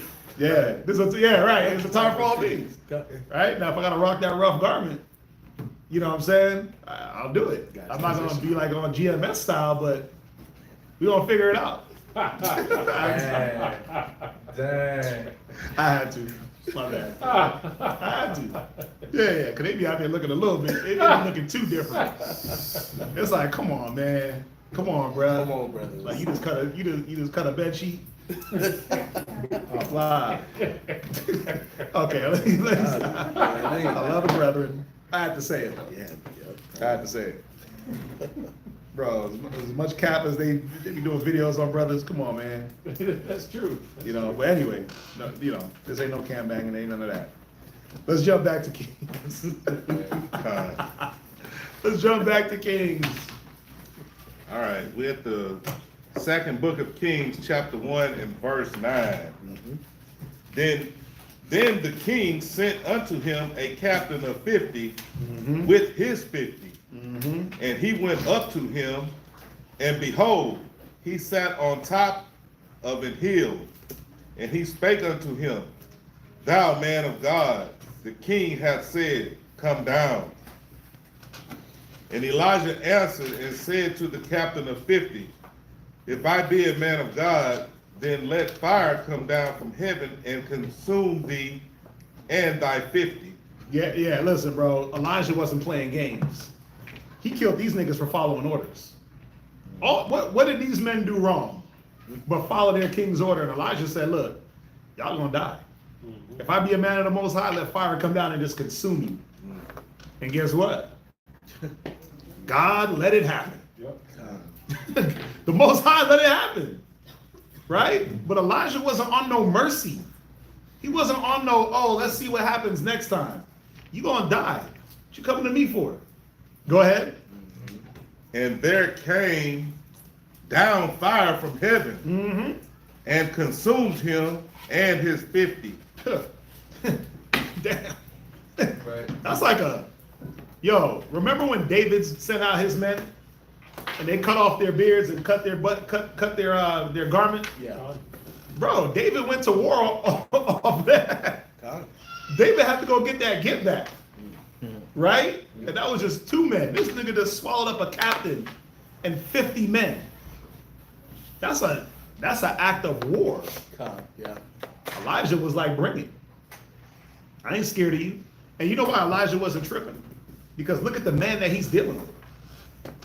Look at the man that's sending these messengers. Like, I'm supposed to bow to the nigga that's going to the Lord of the Flies. Right. That's true. I'm supposed to bow to your orders when you bow to the Lord of Doo-doo and chaos. I'm not bowing to that. I'm a man of the Lord, so I'm going to stand for something. Right? So we look and we see like, well, dang, this nigga was just consuming cats, burning them up. Right? Well, was he acting with no mercy? Meaning, was he just some rash dude just doing whatever he wanted to? No. Nah. Nope. There was a time. The time and place for all things. And who is it? Ahaziah. No. Ahaziah. Ahaziah. He needed to see, like, look, you even if your pops didn't recognize who he was dealing with, I'm gonna show you who you dealing with. I gotta get your attention. Right? So read on. Verse 11. And also he sent unto him another captain of 50. So so you didn't get the message the first time. Let's try it again. Go ahead. With his 50. And he answered and said unto him, O man of God, thus hath the king said, Come down quickly. And Elijah, like, come down quickly, hurry up. Right. Nigga, who's you? Be swift with it. Who are you though? Who are you? You are idol worshiper. You wicked as hell. And you soft. Right? And you a simp. You all these things. Why am I gonna bow to your logic? I got something better for you. Let's read. And Elijah answered and said unto them, If I be a man of the Most High, let fire come down from heaven and consume thee and thy 50. And let the fire of the Most High came down, Salakia, and the fire of the Most High came down from heaven and consumed him and his 50. And he sinned again. Pause right there. Go to Luke 9. Con. At 54. 51. Luke 9:51. Read it. Luke chapter 9, verse 51. Right. And it came to pass, when the time was come, that he should be received up, and he steadfastly set his face to go to the Jerusalem. Mm-hmm. And he sent messengers before his face, and they went and entered into a village of Samaritans, Right. to make ready for him, and they did not receive him, Right. The Samaritans did not receive him. Go ahead. because his Now check it out. Ain't we dealing with the Samaritans right now in Kings? Con. Damn. Ooh. Right? Now, obviously, the Samaritans of the time of Yahushua, it was a different, I don't want to say it was a different people, but there were more nations amalgamated into into Samaria. It wasn't just Israelites. Okay, there were by the time of Kings, 2 Kings, the 17th chapter, there was Africans and Ethiopians all up in the land. So in the time of Christ, you got a lot of Africans. You got a lot of Ethiopians in Samaria perpetrating. Right? So, and you had Israelites there also. Right. Right? But the majority was what? These Africans. Remember, the 9.5 was taken into Assyria, and then after that, they did not come back, the majority, into the land of Samaria. They went, according to 2nd Ezra, into the north, right? By way of ship. They went into slavery with ships. Damn. Right? So we know that there's a sprinkling of 9.5 in Christ's time. And the majority is the Samaritans. So of course they wouldn't receive them. Right? What does God have to what does the temple of the Most High have to do with Baal? Nothing. What does the lamb have to do with the wolf? Nothing. Two different agendas. So they weren't going to receive him. Go ahead. And they did not receive him because his face was as though he would go to Jerusalem. Go ahead. And when his disciples, James and John, right, saw this, right, they said, Lord, wilt thou that we command fire, right, to come down, from heaven, read, and consume them, even as Elijah? You see these damn two. You see these sons of thunder? These cats was like, look, we want to be on Elijah's tip. We just want to burn niggas up. We want to just wipe cats off the face of the earth. But why was that not the narrative in Christ's time? Well, he's going to tell us why that wasn't the narrative, right? Because this is the thing. When you pull up the tares, you're going to pull up some of the wheat, right? Because we know that when we get into John the 4th chapter, when Christ goes into Samaria and teaches, who's he teaching? The Israelites that were in Samaria. So, but if he start dropping fire down and thunder, and he try to come back through, that's going to cause some problems. They definitely ain't going to be trying to deal with him. Right. So he says it in this way. Read. Verse 55. Right. But he turned and he rebuked them. He did what? He rebuked them. Yeah, he had to rebuke them sharply, man. Go ahead. And said, ye know not what manner of spirit ye are of. Yeah, you don't even know what spirit you got on you. You don't even know what spirits are around you. Elijah knew what spirit he was in. Y'all don't even know what spirit y'all are of. You trying to call down fire from heaven, but you can't even cast out demons here on earth. Master, how does this one go out? You ain't fasting and praying enough, bro. You trying to call down heaven? Call down fire? You don't even know what type of spirit ye are of. You don't even know what type of spirit I'm in. Let me tell you, go ahead. For the Son of Man is not come to destroy men's lives. Right? I'm not coming here to destroy.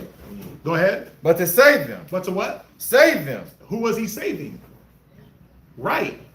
And he shall save his people from their sins, from their enemies.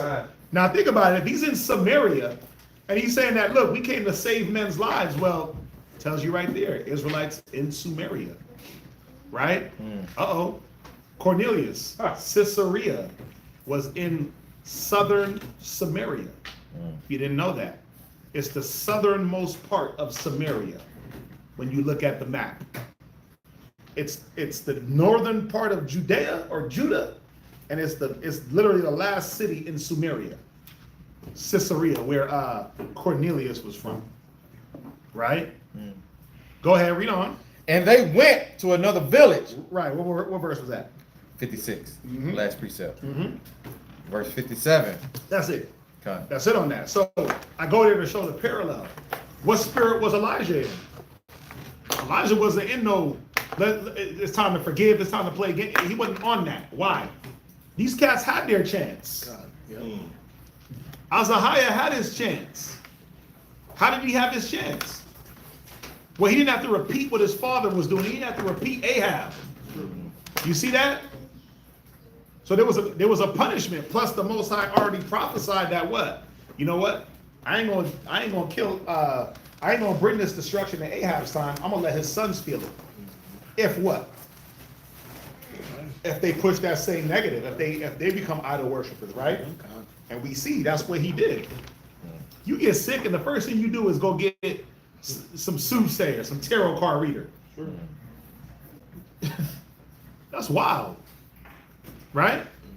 So the Most High wasn't taking kindly to that. So we see, and the Most High was with it. So the fire of the Lord came down and consumed these men, right? So it wasn't that the Most High was just letting Elisha wield power, just all cavalier and willy nilly. No, this was a controlled check to this king. How do we know? Well, let's read on in Kings. 2 Kings, chapter 2 and verse 13. Right? And he sent again a captain. Chapter 1 and verse 13. Salakia. Good. 2 Kings, chapter 1, verse 13. And he sent again a captain of the third 50. Go ahead. With his 50. Right. And the third captain of 50 went up. Right. And came and fell on his knees. He did what? Came and fell on his knees. So he showed some damn respect. Talking about, oh, the king demands thou. Hell no, he came and bowed down, right? Showing what? Remember Christ said it, the kingdom and nation that will not serve me, bring him hither. Like it's all representation. Like the Most High wants obedience on every level. Even he wanted the obedience to be shown to him through his prophets, right? Think about how they did Jeremiah. Think about how they did Isaiah. But then think about what happened to the people. They got destroyed, right? When they think about when a nation, think about when it was who was it, Hezekiah, right? He was doing some off stuff. Most High said you're gonna die. He repented, and Most High what? Gave him some extra years. That's right. Look at Ahab, right? Most High said, look, this is gonna happen to you. I'm gonna wipe you out. Things start happening. He repents. Then he start moving softly. Remember that last week? So then Ahab moved softly. Extra careful. He was extra careful. He started mourning, threw on the sackcloth, threw on his rough garment. Yeah. Most High said, you know what? Okay, look, I'm not going to destroy him, but I'll take it out on his sons because his sons is going to be wicked. Yep.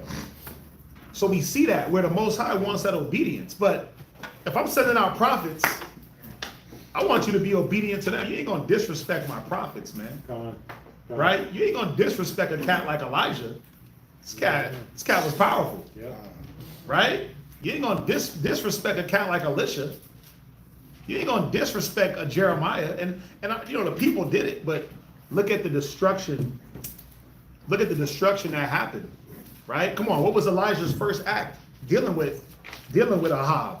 He cut the rain off. Yep, caused a drought. He caused a drought. Like you think that would make you obedient? You think that would break yourself? Nope.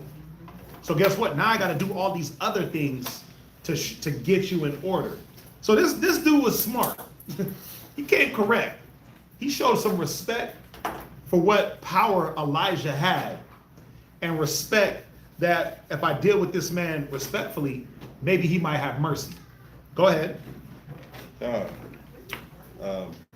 He came and fell on his knees before Elijah and besought him and said unto him, O man of God, I pray thee, let my life and the life of these 50 thy servants be precious in thy sight. Behold, there came fire down from heaven and burnt up the 2 captains of the former 50s with their 50s. Therefore, let my life now be precious in thy sight. And the angel of the Lord said unto Elijah, Go down with him, be not afraid of him. And he arose and went down with him unto the king. See that? And the angel of the Lord intervenes and says, look, he did it. He's right. He came respectful. He humbled himself. Right? Deal with him good. You ain't got to be afraid. Just go with him. Go ahead. And he said unto him, Thus said the Lord, For as much as thou hast sent messengers to inquire of Beelzebub, the god of Ekron, it is not because there is no God in Israel to inquire of his word. Therefore thou shalt not come down off that bed on which thou art gone up, but shall surely die. So he went and told him face to face the message. It's like, you did all that just to get told the same thing in your face? Damn. Just like Saul. You did all that, raised up Samuel's spirit just to get told to your face again? Right? Go ahead. Verse 17. So he died according to the word of the Lord which Elijah had spoken.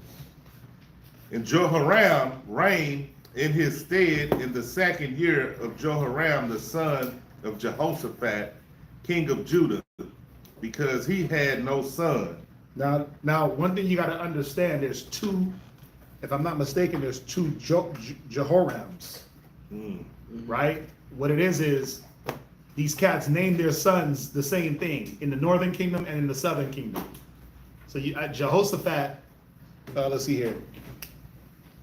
So Jehoshaphat, his son name was Joram, and I believe somebody else in the southern kingdom had, northern kingdom had Jehoram. But we ain't gonna deal with that right now. We're gonna deal with that probably in Chronicles. Just throwing that out there. And remember, we're doing this reading, and I tried to do as much chronology as possible, but dang.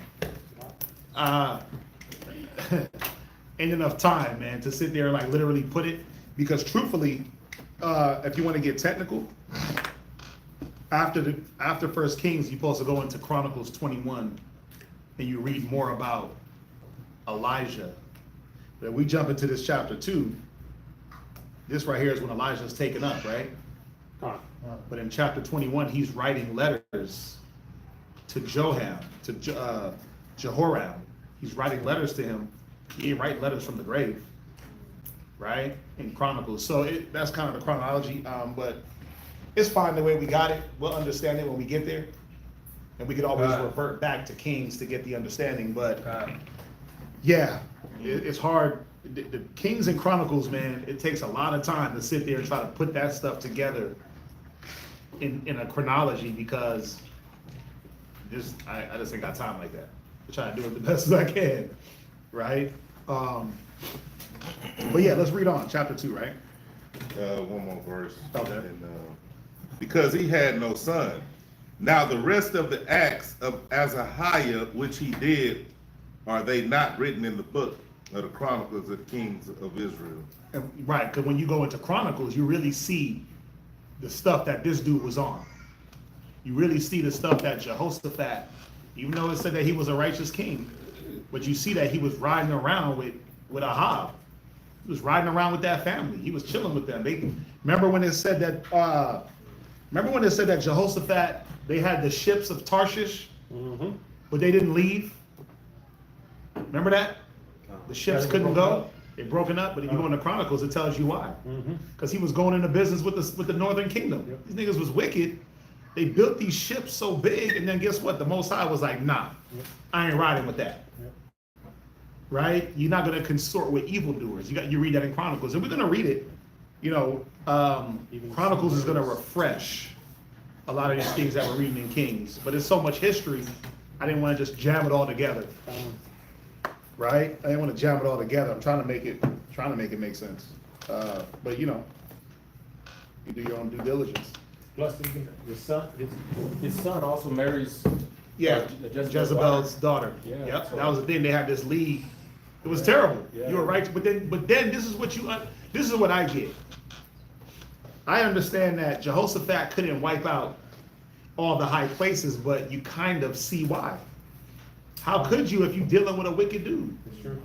Right? How could you wipe out all the high places when you riding around with a wicked king? Oh, he's openly wicked.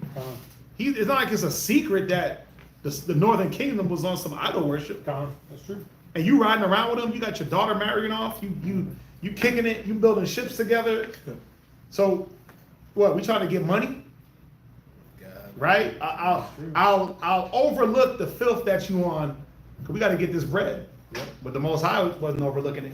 He said, hell no. Them ships ain't going nowhere. You're not going to make it to Ophir. You're not going to make it to Tarshish. You're not doing nothing.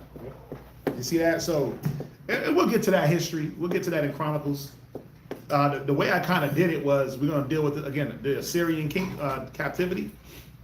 And then we're going to go into Job, Ecclesiastes, Wisdom of Solomon, Proverbs, Songs of Solomon, deal with those wisdoms. And then we're going to jump back into Chronicles, which is going to refresh the history and then deal with some of these other prophets. Isaiah. Yeah, I try to make it comprehensive because you got so many things happening simultaneously.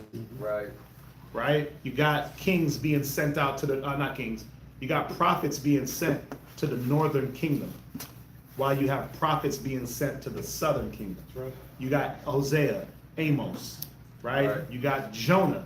He's being sent to a whole other nation of people.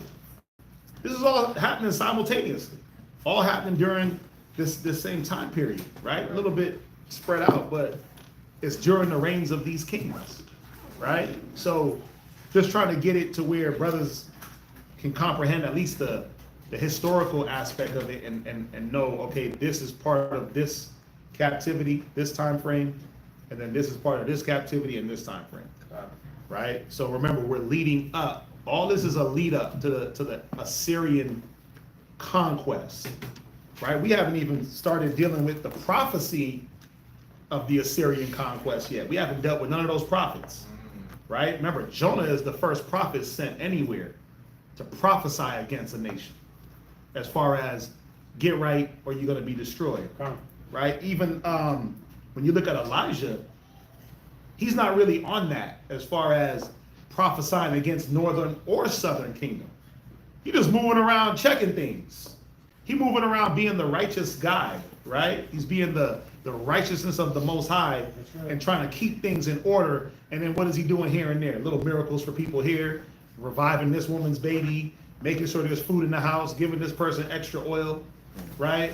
Doing all these different things and representing the Most High, showing that there are men of the Lord that haven't bowed, that have not kissed Baal, even though north is wicked as hell, south is wicked as hell, there's still a sprinkling of men that are about what the Most High is about. That's really what the mission is right now, right? He's not really, he's not prophesying against nobody except for the kings, right? But he's not saying, look, the Assyrians are coming. That's going to be Amos. That's going to be Hosea. That's going to be those prophets when they start going in to the people and saying, look, Isaiah, right? So just to kind of put it in a little bit of perspective. Yeah, you can read on to verse. Is this one verse here? No, you're going to read to verse 3. Okay. All right. When 2 Kings chapter 2 and verse 1.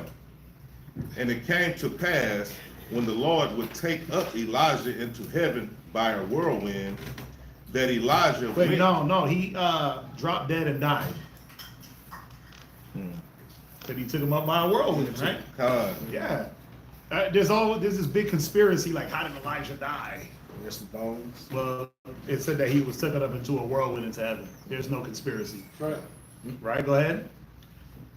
that he was taken into heaven by a whirlwind, that Elijah went with Elisha Right. from Gilgal. Go ahead. And Elijah said unto Elisha, tarry here, I pray thee, for the Lord hath sent me to Bethel. And Elisha said unto him, as the Lord liveth, and as thy soul liveth, I will not leave thee. So they went down to Bethel. And the sons of the prophets that were at Bethel came forth to Elisha and said unto him, knowest thou that the Lord will take away thy master from thy head today? And he said, yea, I know it. Hold your peace. Right. Questions, concerns? Next reader.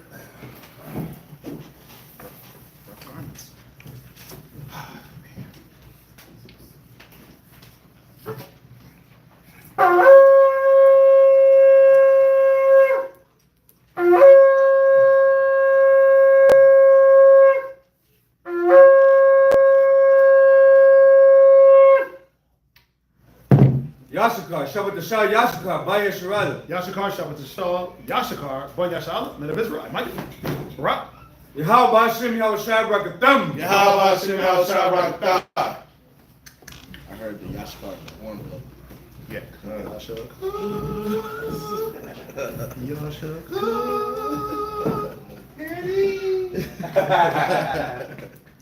Budos doses. Right, Budos doses. That's why I'm a fantasy team, Buddha. Stop. Don't do that. Don't talk about that right now. Don't bring that up. You're gonna get me started, man. Put it in the spirit already. Shabbat. Get that double spirit. Right. Yep. Shalomai, that's right on point. Yet I have left me 7,000. Yep. We read that last week. Exactly. Or the week before. Exactly. Exactly. Exactly. Right. Yeah. That's what Elijah, that's what these men were showing. That look, the Most High still got representation here on the earth. Yep. It don't matter what's going on. With you wicked kings or you halfway righteous dudes, there's gonna be men that gonna hold the standard all the way. Verse 3. You see that? 2 Kings chapter 2, verse 4. And Elijah said unto him, Elisha, tarry here, I pray thee, for the Most High hath sent me to Jericho. And he said, as the Most High liveth, and as thy soul liveth, I will not leave thee. So they came to Jericho. And the sons of the prophets that were at Jericho came to Elisha and said unto him, knowest thou that the Most High will take away thy master from the head today? And he answered, yea, I know it. Hold your peace. Yep. Second time. And Elijah said unto him, tarry, I pray thee here, for the Most High has sent me to Jordan. And he said, as the Most High liveth, and as thy soul liveth, I will not leave thee. And they too went on.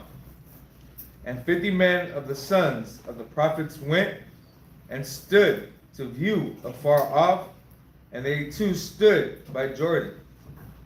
And Elijah took his mantle and wrapped it together and smote the waters. And they were divided hither and thither, so that they too went over on dry ground. And it came to pass. See that? So this is the third time you hear of a water being parted. First time, Moses, the Red Sea. Second time, Joshua, the Ark of the Covenant, and the priests. Remember when they stepped into the water? When they was crossing the Jordan, it said the water heaped up. It heaped up so much it flooded the cities that were upriver. And then when it came back together, it flooded the cities downriver. Yeah, and then now we see Elijah smote the waters with his staff, and it said they walked over on dry ground. Like, bro, powerful men. But it's just showing you that these things weren't one-offs, right? They weren't some one-off instance. The Most High was dealing with these men. This is the power he gave them. Go ahead. Verse 9.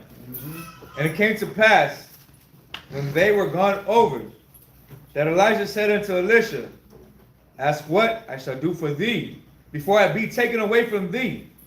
And Elisha said, I pray thee, let a double portion of thy spirit be upon me. Right, so just even think about it. Elijah is knowing that he's going to be taken. He said it. What can I give you before I'm taken away from you? So, did he die the natural death? No. No. It's like when the Most High said, Moses, go up in the mountain and die. Did he die the natural death? He said his spirit was took. Yeah. Aaron, take off your garments, go up in the mountain and die. Took off his garments, went up in the mountain and died. Did he die like some death?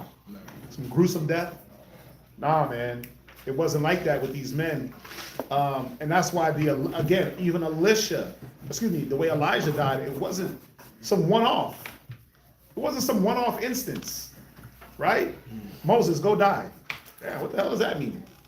Well, I'm going to take the spirit from you, and that flesh is no longer going to be animated. That's what it means. Now, you asked a question yesterday, Abishai, just about that, right? We didn't even mention Moses and Aaron. When the Most High told him to go die, right? And he just walked up into the mountain. He didn't kick, scream, oh my God, no! He went up into the mountain, saw the promised land, and gave up the ghost. Aaron, go die. Went up into the mountain, stripped off his garments, gave up the ghost.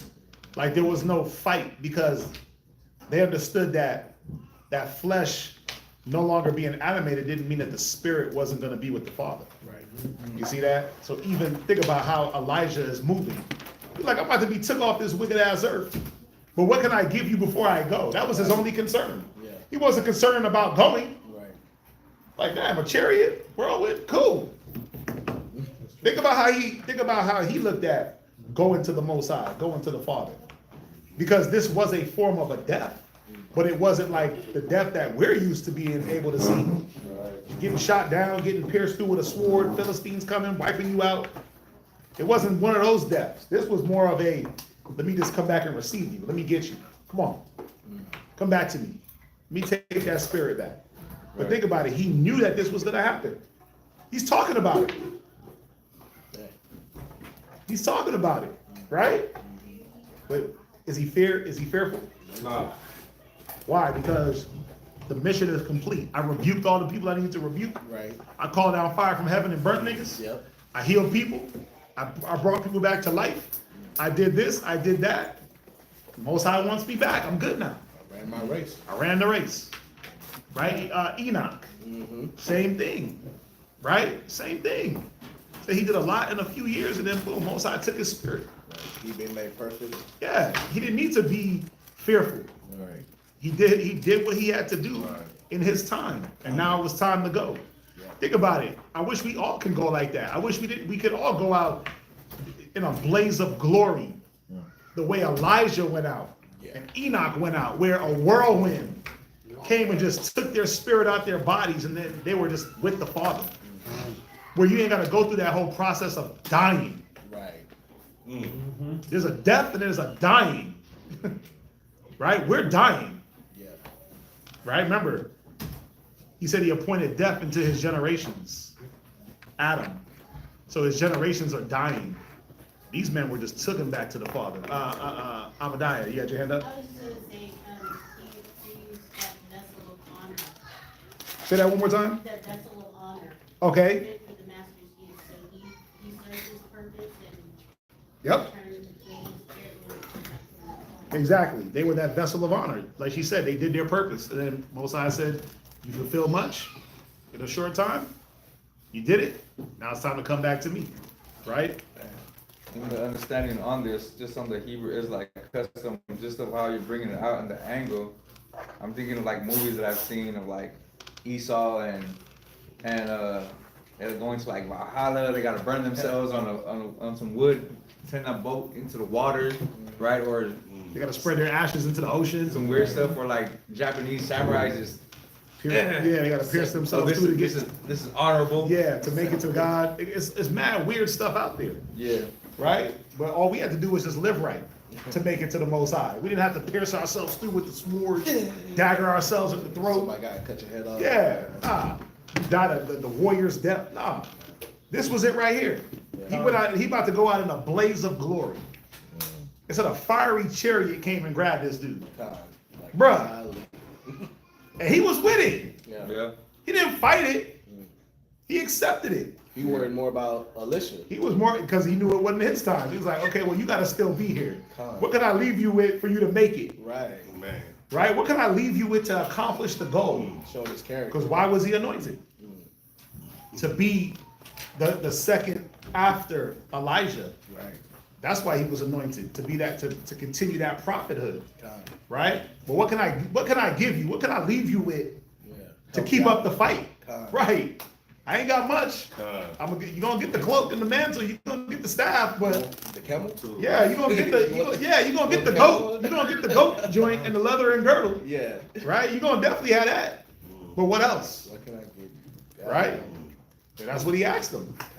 Go ahead. Let's see what goes on. Read on. Verse 10. And he said, "Thou hast asked a hard thing." He asked for that double portion, right? And he said, "Dang, that's a hard thing to give." Right. Go ahead. Nevertheless. You want two of me? Dang, you want double my spirit? I'm only one of me. Right. But hey, let's see. Go ahead. "If thou see me when I am taken from thee, it shall be so unto thee. But if not, it shall not be so." So, yeah. You know something dope about this is like Elijah didn't just give him an answer. He put it in the Most High's hand. Basically, that's all that was. Yeah. If you see me, then you get it. If not, I mean, I don't know what to tell you. Right. You have to figure it out. You have to just rock with your spirit. Right. That's putting you in the Most High. Pay attention. Mm-hmm. Be watching. Look. Go ahead. And it came to pass, as they still went on and talked, that behold, there appeared a chariot of fire, and horses of fire, and parted them both asunder. And Elijah went up by a whirlwind into heaven. Right, so we know that this is spiritual because ain't no horses. This ain't damn Ghost Rider. Right? The fire. Flame on, right? Nah, bro. He just stepped on the pedal and all of a sudden he turned into bro. Right? These chariots of fire, this was all now the spirit manifesting here in the earth, right? Remember we talked about it yesterday. The brother asked about the angels being around us. If they ever leave. No, they don't ever leave. The angels never leave. They're always around. Whether they be good angels or bad angels, they're always there waiting to do their job. Right? So the Most High sends this damn chariot on fire, horses on fire. It was already there though, right? Because as we go into 2 Kings 6, we're gonna see that Elisha is always surrounded by chariots of fire. That's correct. And he saw them, and normal men couldn't. Right? And that's pursuant to Psalms 34, right? He compasseth about his righteous with the angels. Right? The angels are always ministering for the Most High, protecting the righteous, but also the evil angels are sent, they're around to accomplish the Most High's vengeance. Right? So we can't be naive to think like, oh, again, this is just some one-off instance. Hell no, it's not. This ain't no one-off. Spirits is always moving. Right? It's just that it was now manifested for them to both see. Right? And Elisha saw this. It said the chariot parted them asunder. Elijah was taken up into the heavens. We see this with Yahweh Shai. Ye men of Israel, why you stand here gazing up into the heavens? Because what happened in Act, they see Yahweh Shai taken up into a whirlwind into the clouds, and they're like, dang, okay. But how come they wasn't like, what the hell's going on? Oh my God! God, wait, bro. Because they knew what was going on. We read it in Ezekiel.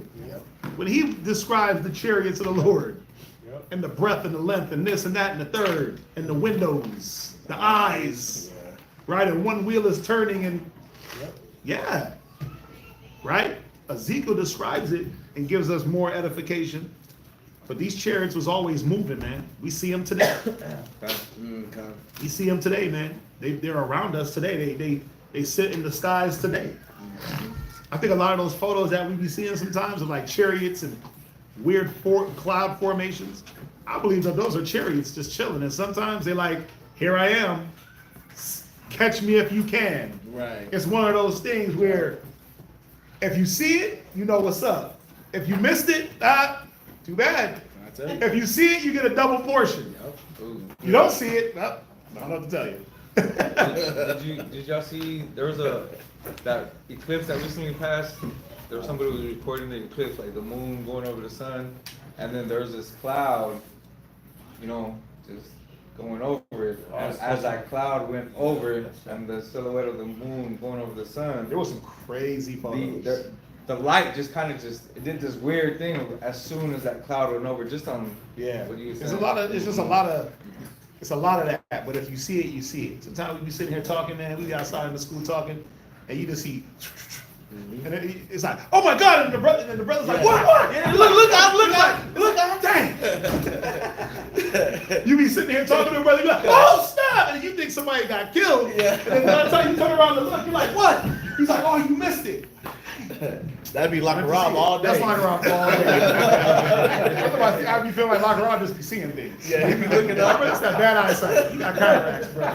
There's some cataracts kicking in, making you see flashes of light. But sometimes, but listen, sometimes, man, we standing there and you just be sitting there talking to a bro, and you look and you just see zip, zip, zip, and you're like, bro, I can tell you how.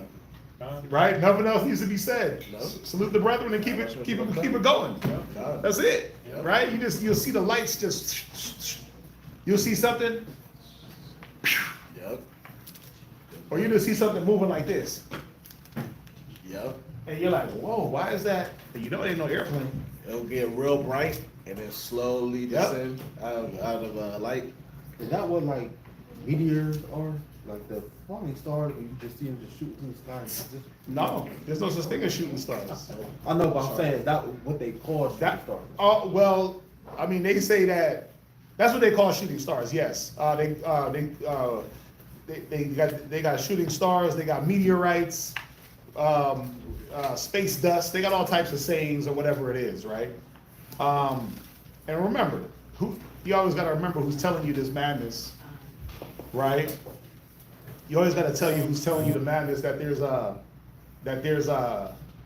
galaxies billions of light years away, and they got a telescope that can see into the time of Adam and Eve. Right. It's wild. They say they got the telescope that can see the Big Bang. Yeah, the Lucifer telescope. What? The what? It's called the Lucifer? No, it's not called the Lucifer. Is it? There's one called Lucifer telescope. That's the one that they have. The newest one that just got built? Like the $10 billion one that they just built? I have to look it up. You gotta look at, they got this big one, telescope, bro, they just built and unleashed, and they took photos of space. It looked like somebody took damn paint and just splashed it on a canvas from far. AI generated? It looked, basically. It looked like a kid just took paint and splashed it on a canvas. Different colors, and it was just like this. Right? But there's so many reasons to know that space, the final frontier, ain't real. Right? Because if the way they describe space and the sun, if it's true, then why is space always black? And the earth is the only thing that's illuminated. And the sun is supposed to be quadrillion times bigger than the earth. But how does this, just ask yourself this, how does the clouds shade the sun? That the sun is this powerful light that pierces through everything. How does the clouds shade the sun? How does the moon eclipse the sun? You ever thought about that? That eclipse they had the other day on the 8th, that was the moon eclipsing the sun. Sun's the greater light, moon's the lesser light. But in their times, the moon can eclipse the sun. Just think about it. So somebody's not telling the truth here, right? That is true. Somebody lying. Like how? So the sun is this big light that has a beam that just zooms onto the earth only, and the rest of space is just black. Black and gold. And then it's like minus a bazillion degrees, but the earth is warm. Right, anyway. Yeah, this is the James Webb Space Telescope. That's what it is. How far back in time? Webb is able to see what the universe looked like around 250 million years, possibly back to 100 million years after the Big Bang, when the first stars and galaxies started to form. Yeah, I'm out of here with that. Yeah. You destroyed me with a quarter of a billion. Billion. Like, You destroyed me with a quarter of a billion. how do you measure That's that? 250 million years? Right. I'm straight. Right. It studies every phase in the history of our universe. Right. I'm straight on that. I'm good with that line. I'm good with that one. It's a nice looking telescope. It's huge. It's all bronze and gold plated. It looked dope. Right. It looked like like a big toy though. It looked like a toy. You know what I'm saying? It's all cap. But anyway, let's jump back. Let's finish this up. Verse 12. 2 Kings chapter 2, verse 12. And Elisha saw it, and he cried, my father, Just a little bit. There you go. the chariot of Israel. This is Elisha. Go ahead. And Elisha saw it, and he cried, my father, the chariot of Israel, and the horsemen thereof. And he saw him no more. And he took hold of his own clothes, and he rent them in 2 pieces. He took up also the mantle of Elijah that fell from him, and went back and stood by the bank of Jordan. He took the mantle of Elijah that fell from him, and smote the waters, and said, where is the Most High Yahweh, power of Elijah? And when he also had smitten the waters, they parted hither and thither, and Elisha went over. So he had that power. Got the juice now. You get the juice. Get that glow. And when the sons of the prophets which were to view at Jericho saw him, they said, the spirit of Elijah doth rest on Elisha. See that? The spirit of Elijah is on Elisha. He got what he wanted. Go ahead. He got what he asked for. And they came to meet him and bowed themselves to the ground before him. And they said unto him, behold now, there be with thy servants 50 strong men. Let them go, we pray thee, and seek thy master, lest peradventure the Spirit of the Most High have taken him up, and cast him upon some mountain, or into some valley. And he said, you shall not send. So they're like, let's go try to find this. Let's go try to find him. He might have fell. He might have fell on a mountain or a valley. Verse 17, and when they urged him till he was ashamed, he said, send. They sent therefore 50 men, and they sought 3 days, but found him not. And when they came again to him, for he tarried at Jericho, he said unto them, did I not say unto you, go not? Elisha knew what it was. Go ahead. And the men of the city said unto Elisha, behold, I pray thee, the situation of the city is pleasant. This is crazy because the whole time these same prophets were like, your master's going to be taken from you. Yeah. So why the hell are you going out to look for him if you guys were telling me this? They didn't even believe their own talk. Right, they confirmed it twice. They confirmed it 2 times, and then when he's gone, they're like, you want us to go look? Nah, we good. Nah, I'm good. Don't go look. And they still go to look. He's on the mountain somewhere. Yeah. Like, come on. Crazy. Go ahead. Verse 19. And the men of the city said unto Elisha, behold, I pray thee, the situation of this city is pleasant, as my Lord seeth. But the water is not, and the ground is barren. And he said, bring me a new cruse, and put salt therein. And they brought it to him. And he went forth unto the spring of the waters, and cast the salt in there, and said, thus saith the Most High, I have healed these waters. There shall not be from thence any more death or barren land. So the waters were healed unto this day, according to the saying of Elisha, which he spake. And he went up from thence unto Bethel. So they were, it looks like this city was in a drought. You're like, look, the city is good, but bruh, the land is barren and we ain't got no water like that. So what did he do? What did he do? Well, we know that Elijah prayed and what? Caused the drought, prayed again and made it rain. Right? So he's going through now and he's performing these miracles. He's helping these people out.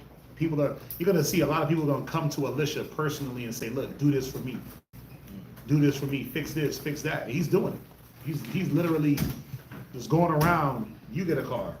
You get some rain. You get some oil. You get a son. You get this. You get that. You know, just healing the people, man. And again, a shadow of things to come. Every city where Christ went, what was he doing? Same thing. It said they brought all the sick to him of every city that he went to. He would just doop, doop, doop. Your faith touch this person, garment, loaves, feed the multitude. Like you're gonna see that. And it's not that I'm saying that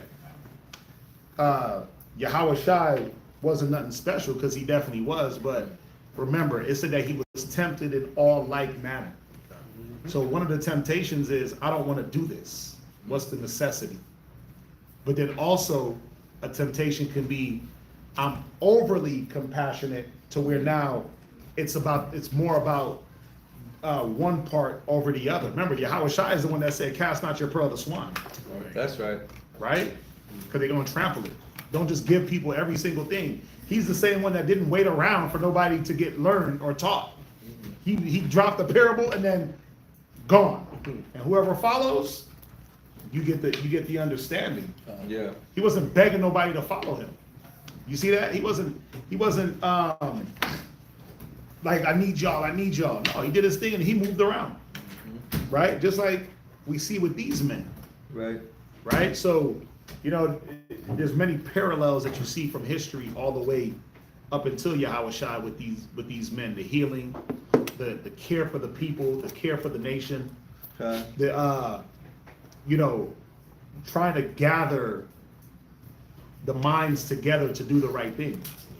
Right?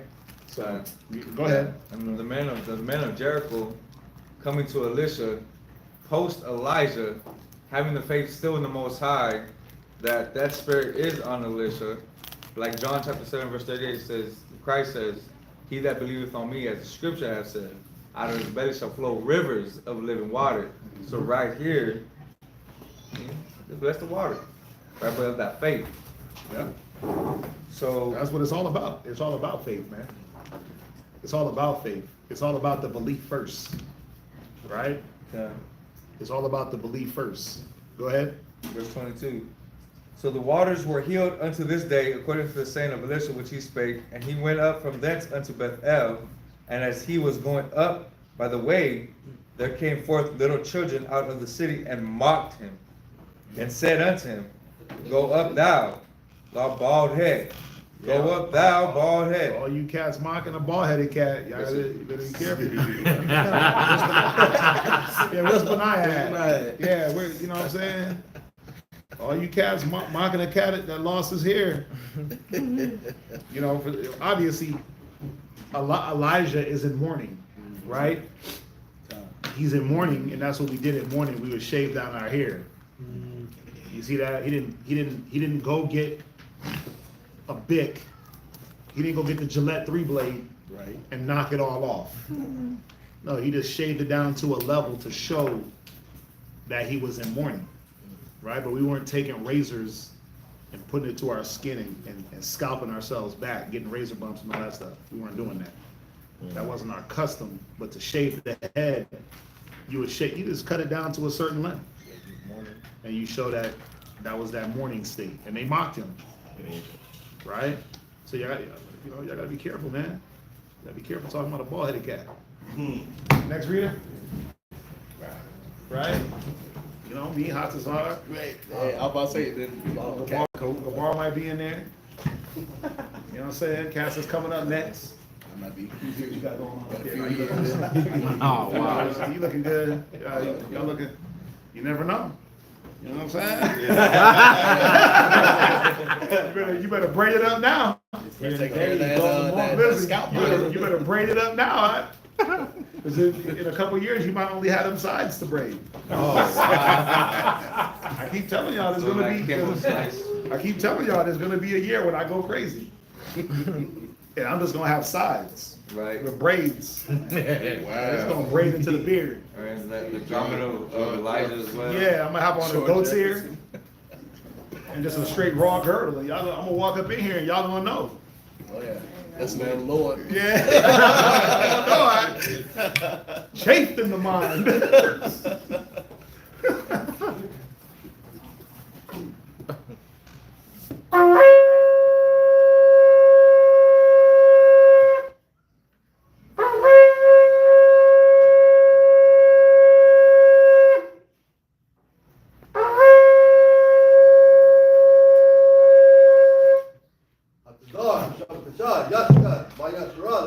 Hatazar, Shabbat Tashal, Yashakar, Bun Yashala, Metaphysical, Amagi, Rock. How about Shem Shabbat? How about Shemel Shabbat?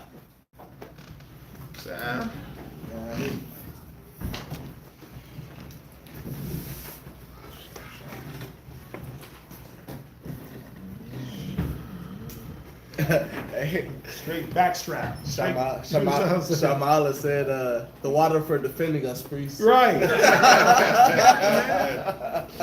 Hey, you know what I'm saying? He said, represent the ball. Yeah, bro, you got to.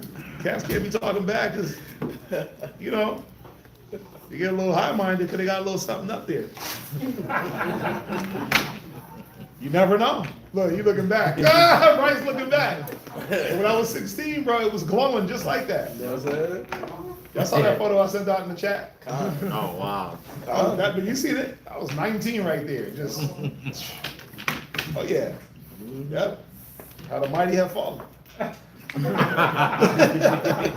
the mighty have fallen, right? Where we at?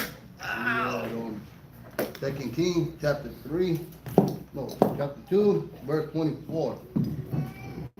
I read. Yep.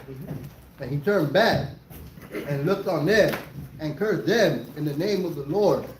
And there came forth. This is how you curse somebody, right? He cursed them to the point where death. He didn't curse them out. He put a curse on them. Go ahead. And there came forth 2 she-bears out of the wood, and tear 40 and 2 children of them. And he went from thence to Bro, Mount. no mercy. 42 children got ripped to pieces by 2 bears. What's that? That's that double portion right there. That's that. Yeah, bro. You can see like if Elisha was no mercy, or Elijah was no mercy, Elisha was no mercy. For the kids. Nigga had the kids ripped to pieces. But you ain't gonna mock me in my time in the morning, bro. I just lost my teacher, my brother. You know what I'm saying? And you gonna sit here and laugh like nobody didn't teach y'all no manners? Yep. Think about it. Think about it. When Isaac mocked, his ass got cast out. Ishmael, excuse me. Ishmael when Ishmael mocked Isaac, he got cast out. Right? We didn't play with that spirit, man. We didn't play with that spirit. So, you see, it wasn't a light thing. Let me get that light up. Please. Right? Mocking spirit. Yeah, that mocking spirit, man. You don't mock a man in the time of his mourning. You know, he was going through it. First, them dudes, a she-bear, bro, that's like the worst death. Angry she-bear. Robbed of her cubs. Robbed of her cubs, man. Yeah, go ahead. Verse 25. And he went from thence to Mount Carmel, and from thence he returned to Samaria. Chapter 3, 2 Kings, chapter 3, verse 1. Now Jehoram, the son of Ahab, begun to reign over Israel and Samaria the 18th year of Jehoshaphat, king of Judah, and reigned 12 years. So remember, the narrative is that the story is going to jump in between northern kingdom and southern kingdom, and sometimes it'll go back and show you, oh, okay, this king started reigning when this king was in his 5th, 6th year. So you kind of just got to keep up.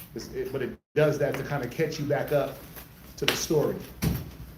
Go ahead. Verse 2. And he wrought evil in the sight of the Lord, but not like his father and like his mother. For he put away the image of Baal that his father had made. Nevertheless, he cleaved into the sins of Jeroboam, the son of Nebat, which made Israel to sin. Right. So you see, this is talking about Jeroboam. What chapter you at? 3? Chapter 3, verse Right. This is Jeroboam, son of Ahab. So this is what? Northern Kingdom. Go ahead.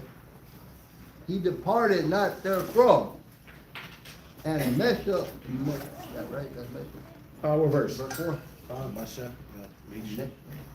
Misha.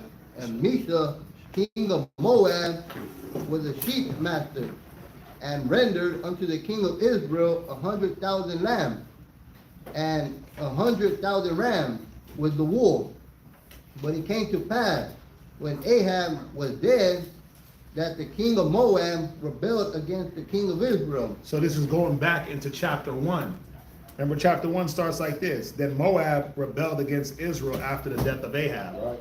So now it's recounting the story with a little bit more detail. So this Moabite king was responsible for giving up a lot of sheep skins. It said 100,000 rams with the wool. You see that? So he was giving up damn. He was giving up 200,000 animals, probably a year.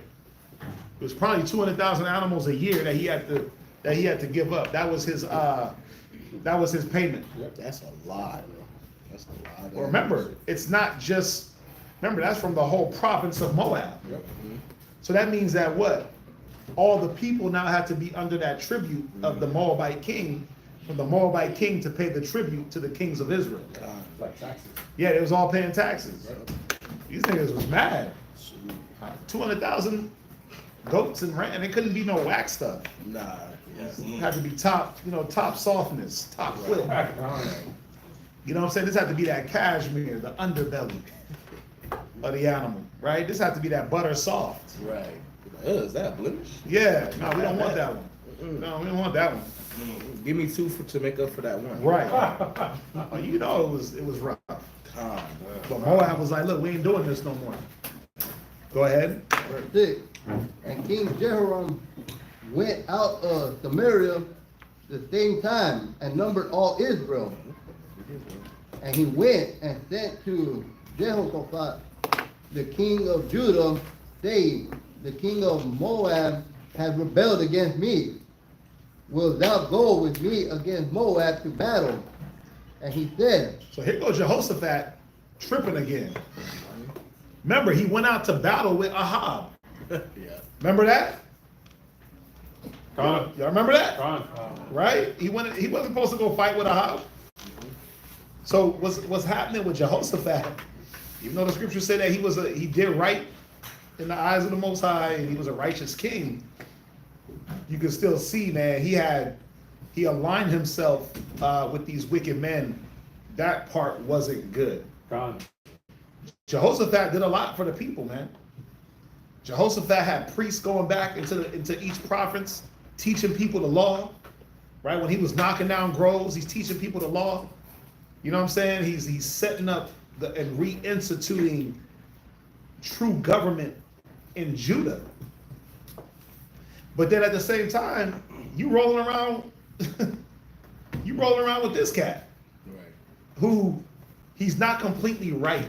He did a few things, but he ain't all the way right. You roll around with Ahab, who's totally off. You going to war with this guy on his behalf. Ahab was all the way off. So how does that look in the eyes of the people? Of the people that Jehoshaphat, how does that look in the eyes of Judah? Well, it can give mixed signals. Right. It's like you remember that Cat Williams interview that he did with Shannon Sharp? Oh yeah. And Cat Williams has said that you have an unnatural alliance to losers. Oh, God, you did say that. Yeah, and it's like you kind of see that with Jehoshaphat. Like he keeps aligning himself with people who are going against the righteousness. Yeah. But then you ask yourself this, can two walk together, at least they be in agreement. So, What darkness, even though, listen, said Jehoshaphat was a good dude, he wasn't perfect. What darkness was in him that he aligned himself with a wicked ass nigga like Ahab and with his son, who, Oh, shit. Yeah. or his grandson or whatever, or son of His son married their daughter. right, that's what it was. every single. But either way, it wasn't all the way right. These cats were still in the idol worship. They were still off. Yep. What was in him that made him align himself with these men, or with these men? That's same milk. You see that? Where we at? Verse 7, chapter 3, verse 7. See, it says it in verse 2, and he wrought evil in the sight of the Lord, and not like his father, not like his mother. So, let's make sure of something. Where am I at? 2 Kings, Second right? Kings 3. Chapter 3, verse Ahaziah was who again? He was the son of Ahab, right? Yes. He died. But Joram was the son of Ahab. Right, so these were his sons. Oh. Right. Okay, I'm tripping. I'm like, wait a minute. His son died. These are both his sons, right?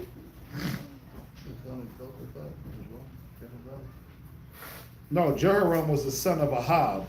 There's two Jehorams. Right. There's a Jehoram in Judah, and there's a Jehoram. Jehoshaphat names him his son after one of Ahab's sons. That's tough. Yes, that's what happens. So it gets confusing. There's two Jehorams. Right. Jehoshaphat has a son, Jehoram. Ahab has a son, Jehoram. Right now it's dealing with Ahab, the northern kingdom, his son. Right? It's Ahaziah was Ahab's son. Remember, one son dies, and then what's the next thing? Next son up, because he has sons in the lineage. That's wild. Right? One son dies, the other son comes up. Unless he has no son, what do? They'll throw in his servant. Yeah. You see that a lot. You saw that with Solomon. Rehoboam went to the Judah, his servant went to Israel. And you see Jeroboam. And then you see with Israel, their kings, they're not in a bloodline succession. Right. Jeroboam has a son, he's wicked, he's dead. And here comes another servant. And his servant has a son. They killed the servant, Omri, this, you see all this chaos. But Israel, Northern Kingdom's throne, the ascension, is not based off of bloodline. It's based off the next wicked nigga up. Right. And who's willing to kill for the throne. Yep. Right? We're more in Judah, for the Most High to keep his promise, we see what?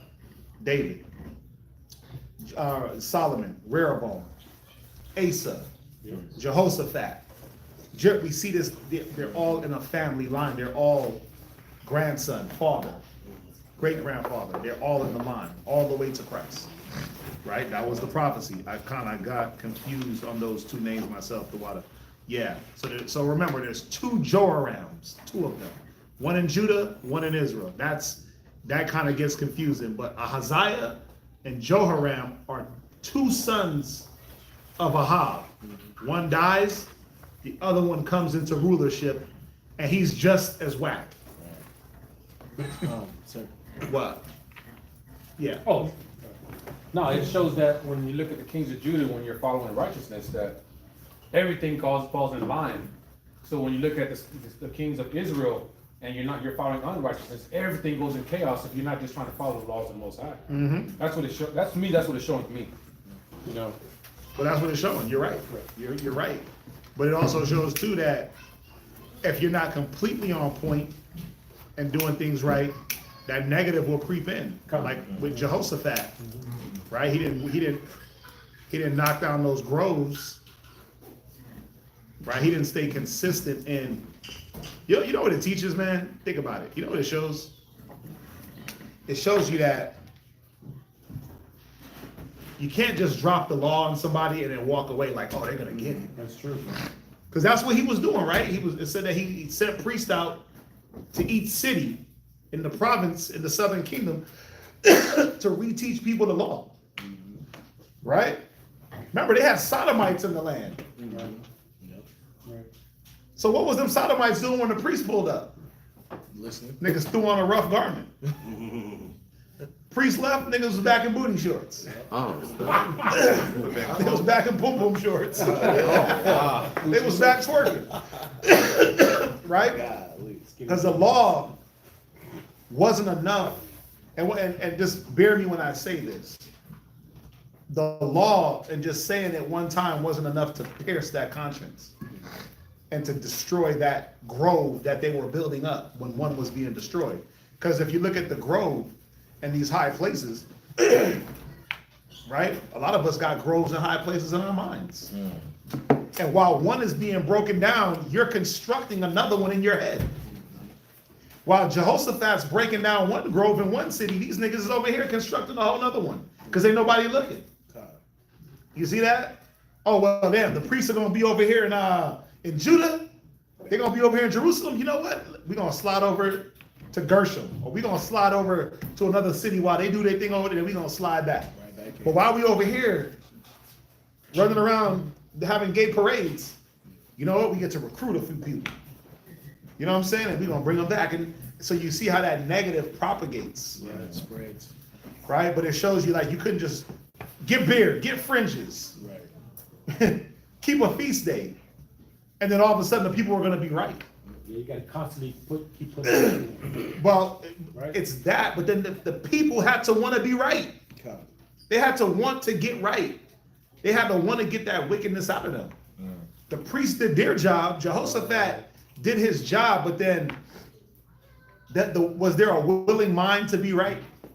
Or we were just hearing the words, letting the words fall on deaf ears. Deaf ears. Right? Or were the people closing their ears, like it said in Jeremiah? Yep. Were they turning their shoulders? Right? Were they listening? Oh, speak to us smooth words. Right? Or did they want to hear about themselves? Smooth. Were they casting it behind them? Yep. See, it's all these things, but then ask yourself this. Right, what the sister said it, having a willing mind. But then ask yourself this. Damn, threw my thought off when I read that. Right, was there a consistency? Was there enough consistency on Jehoshaphat's part to keep that wickedness, to get them groves up out of there? Right? Because sometimes that's what it is. It's about being persistent and consistent. And not just one aspect, but all aspects. Was there a constant checking? Was there a constant warning? Or did he feel like, you know what, we spoke the law, we warned them, next city? You see one of the best examples is Samuel. What did Samuel do? Said he went in a circuit around all the cities. And niggas was scary. Come without peaceably. Because Samuel was doing what? He was calling down fire and burning up fields, destroying crops, flooding the place. Just like how Elisha and Elijah was rolling, Samuel was rolling in that spirit. He was a seer. He got the word, he got the visions of the Lord, and he had the power to destroy you right there on the spot. Right? So he was the ultimate judge. When you look at all the judges, Samuel was the ultimate judge because he was righteous, he feared the Lord, and he had all the abilities of that high priest, right? He had all those abilities, and he rolled with the right spirit. He kept the people in order, and then he dies, and then what? His sons just topple into chaos, and Eli's sons, their stench is on the priesthood still, right? But Samuel did his best by going around and, okay, we're gonna get right. But he couldn't even eradicate all the negative out of Israel. You see that? Because where good is, evil is also present. It just is what it is. Where you can make a choice, that's what it is. People are gonna make a choice, right? So, where we at? Let's read it. Sir. Yeah. Real quick, just for your notes, just for the notes, right? That the other Jehoram, is 1 Kings 22 and 50, where it talks about Jehoshaphat dying and then his son Right. Jehoram reigned in his stead. Right. So just for the notes. Yep. So y'all see that? 1 Kings 22:50. The Judite, the king of Judah, Jehoram, is in 1 Kings. But you see, the story is just going back, forward, trying to keep us lined up with what's going on. Again, as we go through this, as I get more time and just do a lot more reading, being able to put together the Kings and the Chronicles to get this chronology on point, and then throw it together like that, it's gonna be a lot better as the years go on. Right? But the point is to just read the whole scriptures, and then what we gonna do? We're gonna come back and redo it. It's gonna take us some time. It's gonna take us some time to get through all this. We got that much Bible left. We got all that Bible left. Right? That's Apocrypha included. Right? We got all that Bible left. All that. We only read that much so far. It's been a year and a half. We read that much Bible in a year and a half. It takes about 6 months just to go, if you do it a few, 5, 6 chapters, it takes 6 months to read the first 5 books. You got 80 books. You got 80 books to read in the scriptures. Yeah, so yeah, well, you get a lot of history. Go ahead, where we at? 2 Kings chapter 3, verse 7, last 3. And he said, I will go up. I am as thou art, my people as thy people, and my horses as thy horses. Verse 8. And he said, which way shall we go up? And he answered, the way through the wilderness of Edom. So the king of Israel went, and the king of Judah, and the king of Edom, and they set a compass. Wait, the king of who? The king of Israel. Uh-huh. The king of Judah. Uh-huh. The king of Edom. Damn. Niggas went and got Esau involved in this. That's terrible. Yo, this is horrible. Wow. Yeah, like Esau was trying to kick your ass just a few years ago. Right? Esau was kicking Jeroboam's ass, bro. He was whooping on Solomon. Esau rose up and started whooping on Solomon. Now all of a sudden, a few years later, it's all gravy. That's wild. Yeah, remember, we brothers. Remember the brotherly covenant. Remember the brethren. Nah, bro, we ain't brethren here. So you got brothers fighting against cousins. Oh, if you want to get technical, right? You got Esau, who's Jacob's brother. Moab will be a cousin, right? So we about to go fight the cousins. So the two bros about to go fight the cousins. But think about it. You got Israel, Judah, and Esau about to go team up on Moab. This is a wild covenant right here. Man. I think like Esau was gonna get in the mix. I would think there'll be so much. Like right now today, if you see them in the car together, that's automatic pull over. Yeah. White dude's getting robbed. It's the white dude getting robbed. What did that white dude do to get those brothers respect? Yeah, man. You see that today. Now you see an Issacharite, you see a Judite. I'm saying Northern Kingdom, Southern Kingdom, right? And you see a white boy, you like, yeah, they robbing him. They robbing him, right? Something going on. Yeah.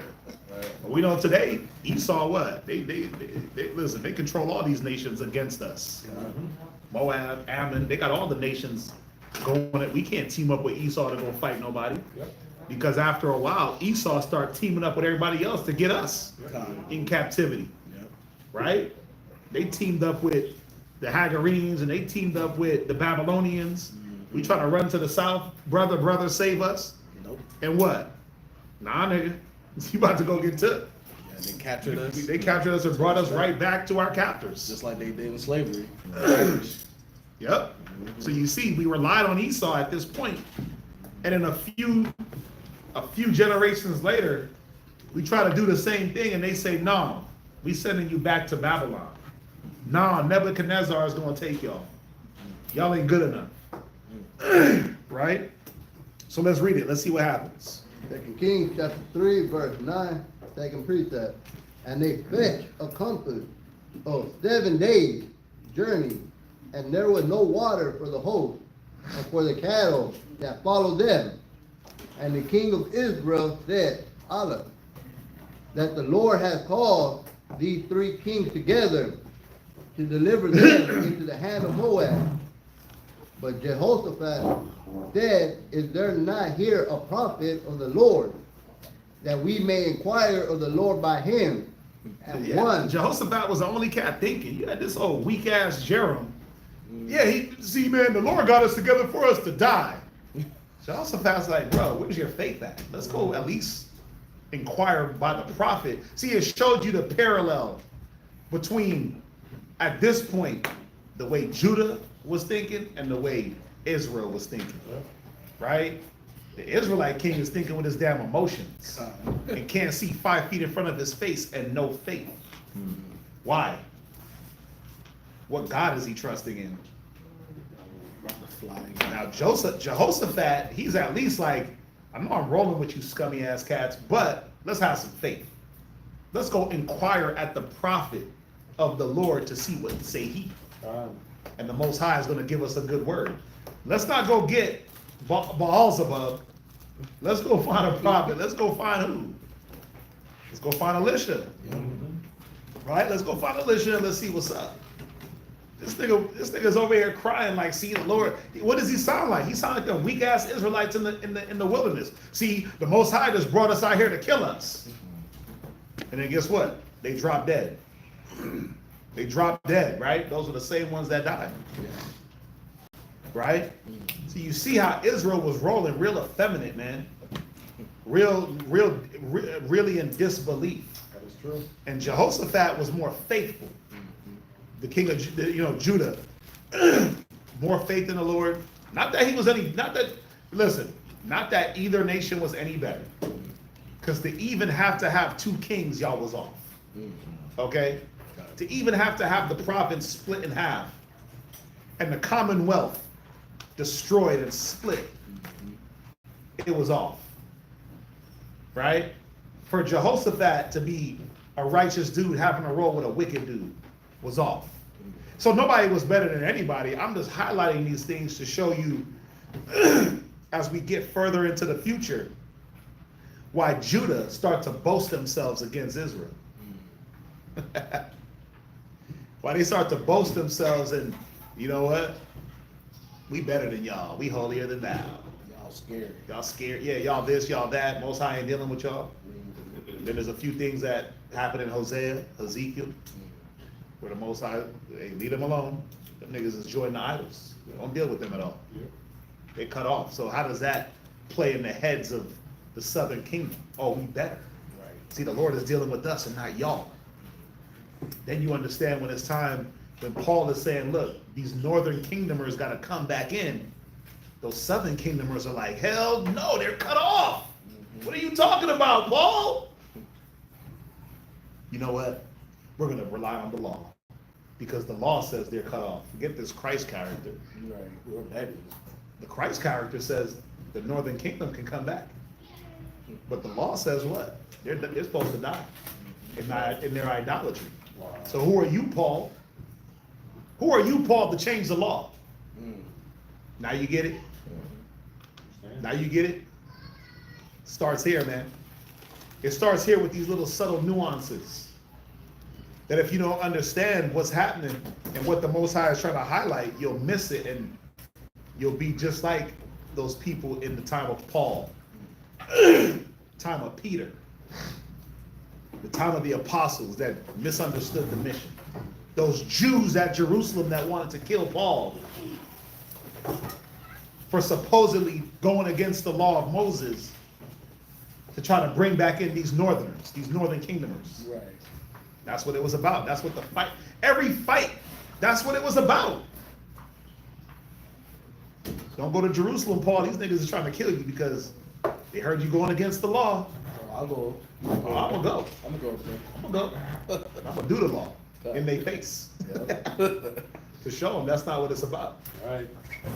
Right? So the mind state was that. I have a scripture. What do you got? Isaiah chapter 11, verse 13. The Okay. envy also of Ephraim shall depart, Right? and the adversaries of Judah shall be cut off. Right? Ephraim shall not envy Judah, and Judah shall not vex Ephraim. And that's the point. Ephraim and Judah, the envy, right? We know Ephraim, southern kingdom, northern kingdom, Judah, southern kingdom. And there was that envy there. There was that, oh, the Most High is dealing with us over y'all, right? Forgetting that one, just because you idol worship. Remember, that's why Romans 2 is so important. You over there sitting there banging on these cats because they idol worshipers, but you got sodomites in the land. Right. That's what he was highlighting in Romans, the 2nd chapter. You're inexcusable. Because while you point out the finger on this cat for doing this over here, what are you doing over here? Right. You boast in the law by doing what? Breaking the law. Right. You call out this fallacy and this thing, but you're being a hypocrite. That's what Paul was hitting these cats in Rome on. You looking down on your own brethren, but not looking at what you're doing. You see that? Because that big-headedness, that high-mindedness, the Lord is dealing with us. We know who we are, right? We know who He is. We know who. Yeah, look, I'm homeborn. I'm born in Jerusalem. Yeah. I was born in the temple. I knew Right? the law. I was born behind the veil. Like, that's how niggas was moving, though. I knew the law. They was moving like they was born in the holies of holies. And who was it? It was the Southern Kingdom. They was moving like, yo, the Most High they were better than everyone else of their brethren because they were homeborn Jews. And if you weren't born in the land, you was nothing. Right. But then they forgot what it says in Deuteronomy, Exodus, the law of the stranger. That if your brethren came back in as a stranger or a sojourner, if he did certain things, he was good to go. You treated him like as if he was homeborn. You didn't treat him like a damn Gentile of the nations. Right. A Gentile of the other nations, Moab, Esau. No, you treated him like a brother. Oh, you back? Yeah. Cool. Good to have you. Yeah. Right? Keep this feast day. Keep these laws. And let's do it. I know it's gonna take some time. Yeah. Yeah. But let's get it. You back. That's what's up. But nah, these niggas was on, they supposed to die. That's what they were on in the New Testament. Now think about it. Just think about it. If they were on that in the time of Rome, Colossians, Ephesians, what were they going off of? The Old Testament, right? Yeah. So even after Christ dies and resurrects and goes to the Father, what are they on? Old Testament law. They're not on, and Christ did away with that. He fulfilled. Nah. They was on the death of the law. Away with the law. They was on the death. They was on the Old Testament law, right? They was on that, kill them. Yeah. And we know that what? Paul had to show and teach. Well, listen, how about forgiveness? How about grace and mercy? How about not put them to death if they're repentful? Their actions are going to kill them anyway. Yeah. Right? Their actions are going to kill them anyway. Right? But let's give our brothers some grace and some mercy. Let's allow them to show if their godly sorrow is going to be real or not. Right. And then, who wrote 2 Corinthians 7? Paul. He was teaching them about godly sorrow because they didn't have it. They were ready to put niggas to death. But guess what? They were filthy in Corinth. You want to kill people, but y'all are doing things not even named amongst the Gentiles, like sleeping with your father's wife. Uh-oh. Damn. Oh. Thou art inexcusable, old man. Oh. See that? Gotta read. Gotta put it together. Right. Sister said it, no compassion. Who's this? Right. Kalaya. Shalom, sis. Right? Yeah, no compassion, still wanting to do it their way. Con. Yep. Exactly. Going about to establish their own righteousness, but not yielding to the righteousness of the Most High in Christ. Yeah. Yep. So we're seeing it here, though. I'm gonna keep saying it. We're seeing it here. The cause of the obscurity. We're seeing it here. We're seeing the reason for a Paul, a Peter, the apostles, and the way they had to move around. Right? Go down into the sheep, go down into the Gentiles, the way of the Gentiles, but go to the lost sheep. Go rather to the lost sheep of the house of Israel. Go there first. It was need that we preach the gospel unto you, but you rejected it, so now we go to the Gentiles. Right? He wasn't going to Gentiles to go to Gentiles. He was going to the people that knew who they were, and they rejected Yahushua. They wanted to stay Old Testament only. Really, that's what it was. No, we about this Old Testament. We about this death of the law. We about this letter of the law. Well, you reject. Okay, well, guess what? Now we got to go to the Israelites that don't know who they are. Maybe they'll receive Christ. That's it. Anyway, let's read. 2 Kings chapter 3, verse 11. Mm-hmm. But Jehoshaphat said, is there not here a prophet of the Lord, that we may inquire of the Lord by him? And one of the king of Israel's servants answered and said, here is Elisha, the son of Shaphat. Yeah, Shaphat. Shaphat, which poured water on the hands of Elijah. He was Elijah's servant. Pour water. He poured, washing his hands. He ministered to him. Yeah. Hell yeah. Man, that's so dope. Yeah. Go ahead. Verse 12. And Jehoshaphat said, the word of the Lord is with him.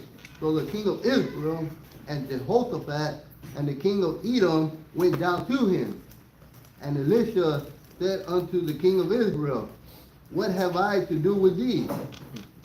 Get thee to the prophet of thy father and to the prophet of thy mother. Yeah, he's like, bruh, nigga, you better go get Beelzebub. Yeah, you better go call that fly. What I got to do with you? Like, what do you have to do with the Most High? Ain't Beelzebub your God? That's what he's saying to him.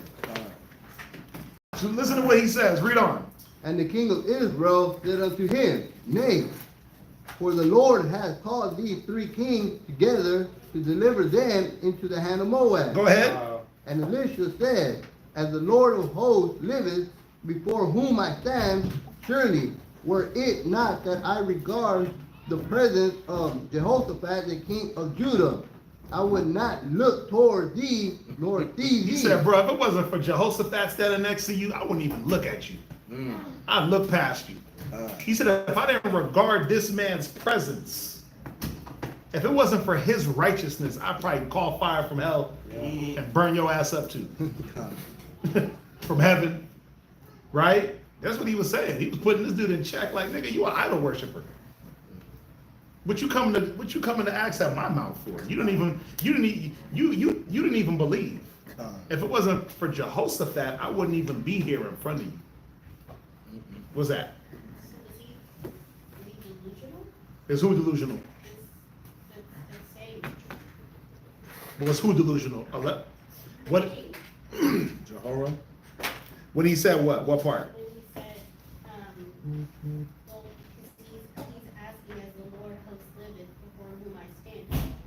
No, this was Elisha that said this. Right for that. When he No, what it's showing you is this. In verse 13, yeah. watch. And Elisha said unto the king of Israel, which is Joram, which is Ahab's son. So was he delusional? He was definitely delusional. Okay. He was definitely, but Elisha is checking him. Because he's like, all of a sudden, what are you doing here? Inquiring at me. Aren't your gods Baal? Isn't your God Beelzebub according to your mother and your father? He said, go get the prophets of your mother and your father. Who was his mother and father? Ahab and Jezebel, right? Ahaziah, who was his prophet? Well, I'm sick, I'm dying. Go inquire at the mouth of who? Beelzebub. Jehoram is his brother. So he's checking him. He's like, wait a minute, ain't the gods of Israel, the northern kingdom, Beelzebub? What you doing here? What you doing here with these guys? If it wasn't for Jehoshaphat, who believes in the Most High, I wouldn't even regard you. I wouldn't even look at you. So go get your gods, Beelzebub. Go get the Lord of the doo-doo. Right? And I'm going to deal with Jehoshaphat. That's what Elisha is saying.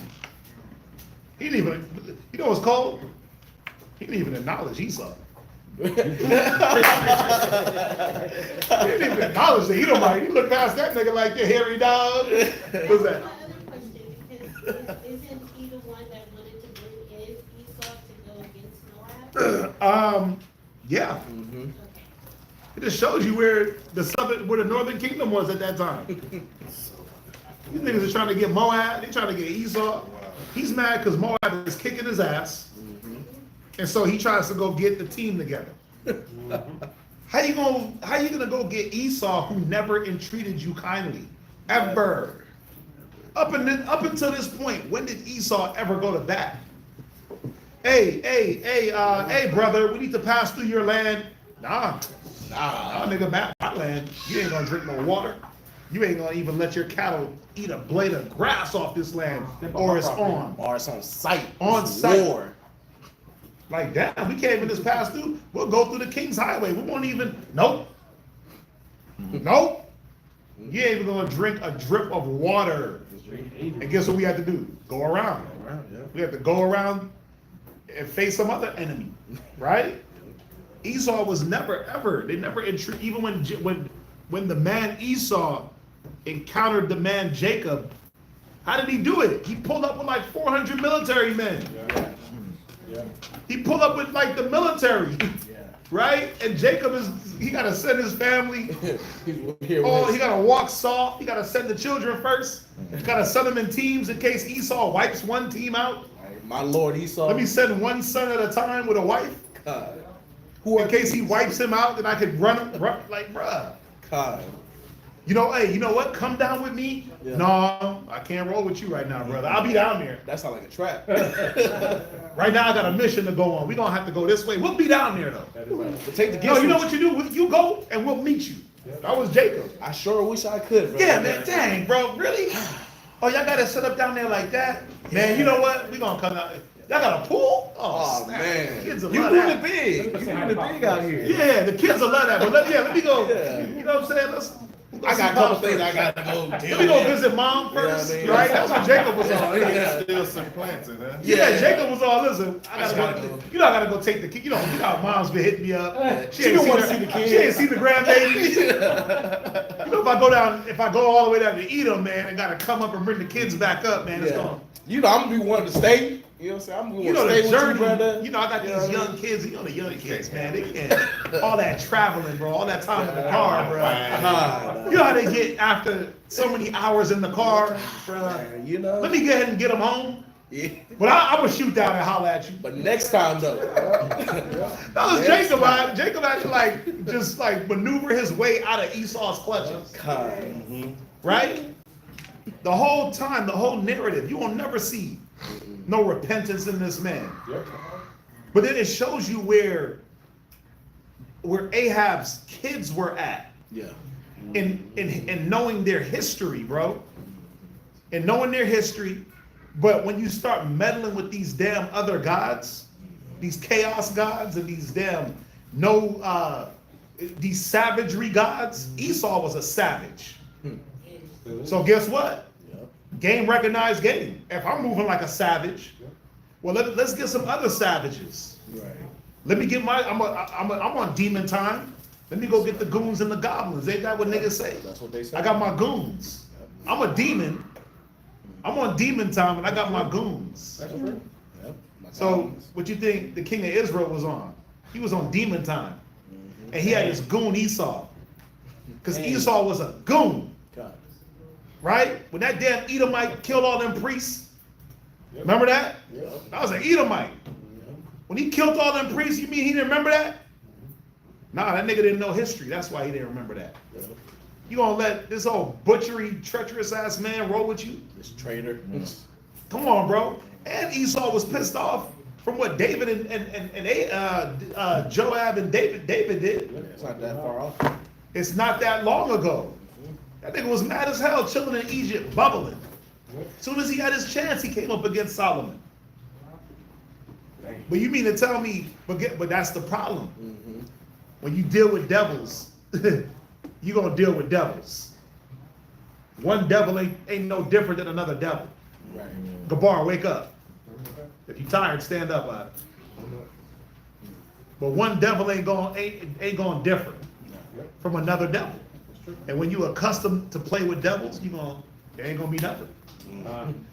Right? That's why a lot of our people move like Esau. And they'll go against their brother. Why? Because they used to playing with those devils. Damn. You play with them demons, you play with them devils, and then when it comes to wanting to save devils, you'll go to bat and you'll pull out scriptures to save the devil. Right. Every verse ain't what it says. Every verse ain't what it says. And Esau, listen, you got Old Testament only Israelites that will show you that they'll try to prove that Esau is going to be in the kingdom. That is terrible. It's like, nigga, what are you talking about? What? The Old Testament tells you his ass is wiped out. Forever. Isaiah, Obadiah, Ezekiel, Jeremiah tells you the remnant will be in slavery. Yep. Like, what are you saying? But then we trying to go to that, like, well, no, because they're going to be in the kingdom. Yeah. Negro Old Testament only niggas will go to bat for this damn devil. Right? But guess what? Is it something new? No. Because you've seen it happen here with these kings. Let's get the white man, the hairy boy. I'll show what's thinking about that too. We should get him. We should get him. He's treacherous. He got all the swords. Yeah, he cool with the sword. I've been seeing Sword it. game is up. Yeah, his sword game is cool. Yeah. He's vicious and ruthless, and surely, but let's rely on him and not the Most High. I heard he wipes the blood on them. Like he does like. No, like when stuff he kills at him, he night. licks the blood off his sword. I kind of want to see that low key. Yeah, he like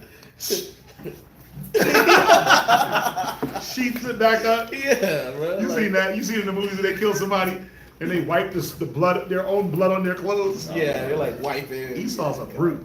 The whole month. So anyway, unless you don't even acknowledge this damn white boy. He don't say nothing about him. He barely acknowledges. Barely wanted to acknowledge the king of Israel. He was trash. Right? Where you at? Got a question. Who got a question? Oh yeah, I'm sorry. Why did they word this way? Right. It says in verse 10 and in the last verse we read, it said to deliver them into the hands of Moab. Right. And Because it this says, was the king of Israel's doubt. He was saying, "Oh, this is a setup for us to die by the hands of Moab. Us three coming together Right. is a setup for us to die by the hands of Moab." By the Lord. He was doubtful. But guess what? Guess what? Who's saying it? Ain't it the wicked nigga saying it? Why is he saying it? He ain't got no faith. Huh? He ain't got no faith. Because he ain't got no faith, but also what? A certain fearful, looking for fiery indignation. Oh, he looking for that. His conscience is checking him. Yeah. And he's like, surely this is it. Time has come. It ain't looking good, fam. Not looking good, bro. His damn doubt is killing him. Because why? The negative in him. Talked about it yesterday. He's over there fearing death. Because he know he doing wicked. And he's like, oh, this is it. Lord got us. But he's grouping in everybody with him. Nah, you the wicked one. Nah, he got you. Yeah, you off. But Jehoshaphat, but think about Elisha is confirming it. Yeah. If it wasn't for Jehoshaphat, I wouldn't even look your way, dude. I wouldn't even look at you. You're detestable in my eyes. You don't even acknowledge Esau. You don't even give him a shalom. Right. Do you talk to the dogs? Nah, he didn't even bark at the dog. Right? He didn't even throw the dog a crumb. He directed his energy towards, right, his brethren. Because they needed that check. The white man, he can go unchecked. Right. And he was probably off in the corner doing something weird anyway, chasing rats. Oh, wow. You know what I'm saying? Doing something weird in the corner, picking the bugs out of his beard and eating them. He's probably off doing something weird, bro. Skinny dipping in a pool somewhere. They try to get word of the Lord that he's off skinny dipping and jumping off mountains. So he probably wasn't even there for that talk. He probably dipped off to go hunt for something. Right? I mean, Saw a rat go by. think about it. What's Esau want to do? They want to be the rebellious anti anti-hero. Right? Y'all niggas come up with the plan. I'm gonna be over here skydiving off these cliffs. Like, break the rules to make the rules. Yeah, I'm gonna be over here chasing deers and eating swine. I mean, who knows? Yeah. Right? Anyway, let's bring up Like zoned out. Why y'all talking so bad about Esau? You over here eating juniper roots. Nigga picking lights out of his beard. Taste. Yeah. You can just imagine he just sitting off on a stone like then over there talking, they look over like, damn, that nigga is disgusting. Why did we bring him? Like, why did we bring him again? He knows the way around. Yeah. Cause that sword game is immaculate. Yeah. He saw the like. Yeah. Right? Okay. He got the Excalibur on his hip. This nigga's eating lice out of his beard. Right? That's nasty. And he smells like he hasn't showered in years. Some uncooked jerky. He's smelling like damn venison. No. Like raw goat hair. Stay over there. So Elisha got the goat fur on, but Esau is looking like the goat.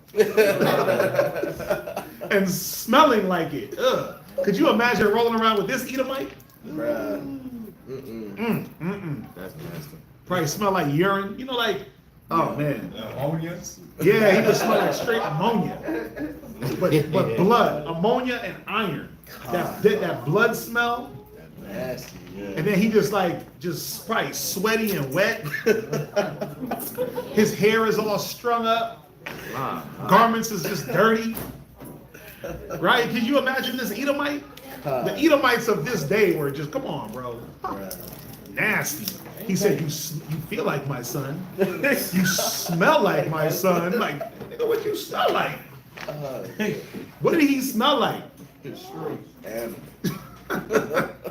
smell like goat, like farm. Like just dead animal. Oh man. Oh my gosh. They just think about it. For Jacob to slay a goat and then put it on himself. The smell that was coming off that where Jacob said, what was it? Isaac said, you smell like my son. Yeah. You feel like him. But the voice. Like, bruh, what smell was he smelling like after he put a dead kid on his body? Right. Even if you wash that fur a quick couple of times, You gonna need some. like you gonna need some tanner. That's why that's why they used to tan the skins. They put them in a tannery. They put them in these different baths, and they would soak them for hours to get that death smell out and to soften the fur. Jacob didn't do that. He didn't have time. He didn't have time to tan the dead goat skin, Make move. and make it soft and buttery and smell like roses. Put some oils on them. It smelled like the goat doo-doo and pee and blood. That's crazy. Yes, like raw flesh. And that's what you're known for? Like, that's the smell Like, that that's you're what you're known known for? to smell? Yeah. Like, you smell like my son. Like, that's Damn, all bruh. the time. That's wild. So imagine this nigga's rolling around with them and they're just looking over like, what's that smell? Oh, that's Oh, him. that's him. I know he's coming. You know, in tanning, they scrape that extra meat Off the meat off, excess yeah. skin. You're right. So he had pieces of meat still Flesh on just that hanging. skin. That Ah. flesh and it was stinky. Wow. Yeah, bro. He didn't have time to dress that up. Right. He had to And move make it quick. he had to move quick. He had to move He had to move fast. quick. Yeah. He didn't have days to prep for that. Mom's was like, yo, go do that. Boom, strap say it less. up. Boom. You're right, because in that tannery, they're scraping off the skin, the underside fur and then skin. And they're making that skin real thin. Right? And they put it in that tannery, they put it in the acid bath, they put it over here, they put it over here. What you gotta look up, that Business Insider. And they go into the tanneries, and they say that the men that do that job, they're dead by 50. Because the acid kills them. Yeah. The smell, there's so many fumes, and they're just stomping through that barefoot Yep. every day, to the point where they lose their sense of smell. Yep. Their skin starts to melt off. Yeah, and they're doing that. That's a real job. That's a job? It's a real job. Yeah, they got these tanneries. They're open, and the smell is so much stench. You just watch Business Insider and look at the tanneries. It's a YouTube.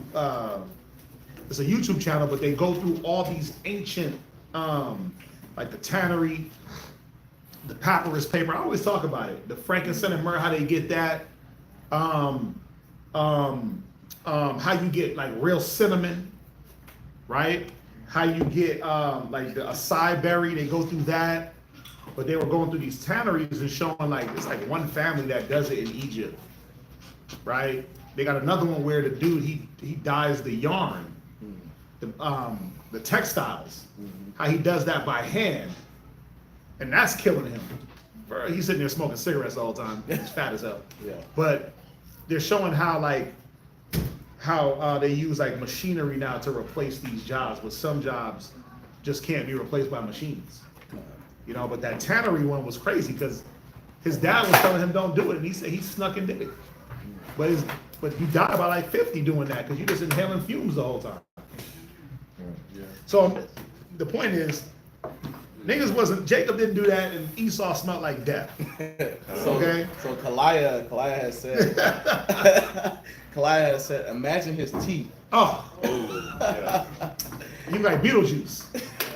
Beetlejuice, he was picking bugs and beetles out of it. Saving things for later.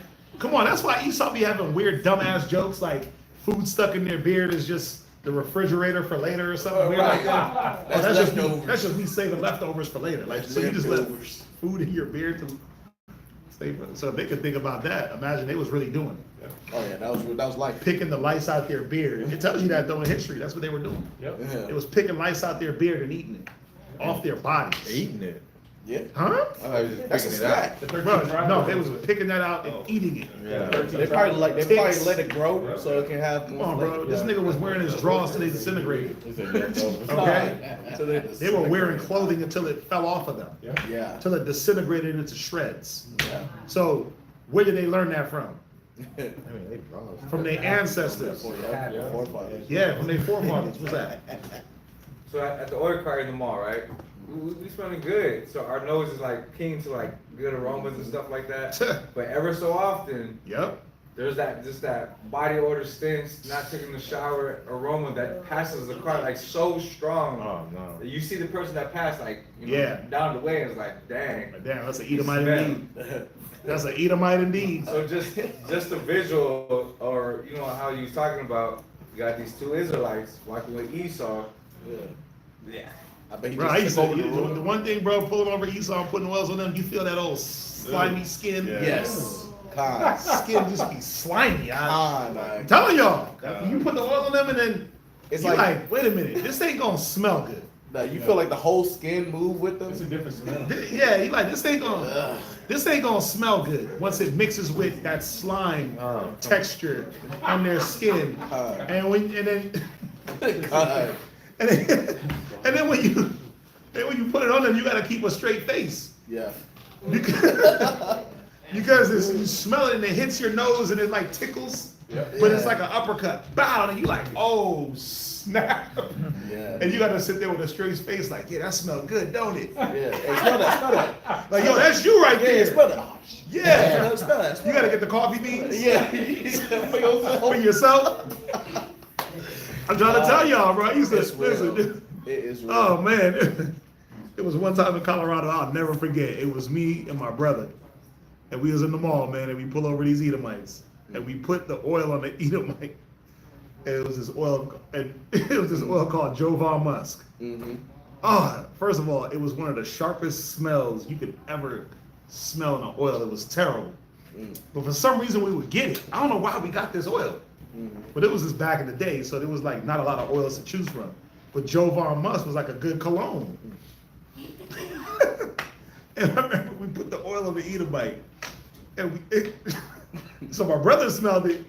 And he was like, the face he made. And he was like, yo, he's like, come smell this. And he's like trying to hold in his laugh in front of this Edomite. And when I smelled it, I was like, oh. And we were put it like this, we were in like full laugh mode, like, yo, smell like that's hot. That's it. But it smelled so rank. It smelled so bad. All we could do was laugh, man, because it was like so bad. Yo, I ain't never laughed so hard at the cart. The Edomite looked, and he was looking at us like, what the hell's so funny? Yo, I'm talking about, we died laughing. You know, like when you die laughing, we were literally on the floor dying, holding our stomachs. Like the scripture said, don't laugh a man to scorn. He got laughed to scorn that day. But we died laughing to the point where we laughed so hard, he just walked off. And we just kept laughing, and we couldn't stop laughing. It's funny today. Yeah. I wish y'all were there to see it, but it was just so hilarious. But that oil went on his skin, bro, and it was just not pleasant. It was so bad. So back to the point. Back to this point. This Edomite's filthy, nasty. He probably took Elijah ain't acknowledging him. He's checking Israel. But just to have this cat around, it's like, why? Why would you go to Esau, of all people, right? Why would you go to Esau? So go ahead, where we at? Kings chapter 3, verse 15. I'm talking about the Edomites, man. You cats is racist. Yes. Go ahead, read it. Kings chapter 3, verse 15. But now bring me a minstrel. And it came to pass, when the minstrel played, that the hand of the Lord came upon him. And he said, thus says the Lord, make this valley full of ditches. For thus says the Lord, ye shall not see wind, neither shall ye see rain. Yet that valley shall be filled with water. You're not gonna see some miraculous things, but because what did they need? They needed water for their animals, for themselves. So the Most High is gonna work on your behalf, but you're not gonna see it even coming. Go ahead. That ye may drink, both ye and your cattle and your beasts. And this is but a light thing in the sight of the Lord. Yeah, this ain't nothing. It's a light thing to give you rain, even though you niggas don't deserve it. Go ahead. Because Baal ain't never gave you rain. The Lord of the Flies, he ain't never gave you rain. Joram, Ahab, the Lord of the Flies, they never gave you nothing. He only comes out when there's duty. He only comes out when there's death. So imagine, they rolling around with Esau. This is the crazy part. You got Joram, you got the king of Israel, king of Judah, and Esau. And what's the king of Israel thinking? He's probably thinking like, yeah, but all is with them because Esau got flies. Surely this is a prophet. Surely we're gonna all die because Baal is here. Baal is flying around Esau because he smells like doo-doo. Oh, that's a chosen. That's wild, bro. He's been chosen by Baal is manifesting himself because he's flying around Esau because he ain't bathed in years. Dang. Esau trying to catch the flies. That's wild. Nasty. That's nasty work. Go ahead. Where we at? 2 Kings chapter 3, verse 15. Obviously, the Bible ain't saying these things. I'm just having fun. Just having fun with the things that we read, histories, and just putting it all together and just having a little fun, man. Go ahead. That precept. And he will deliver the Moabites also into your hands. That's it. Right. You see that?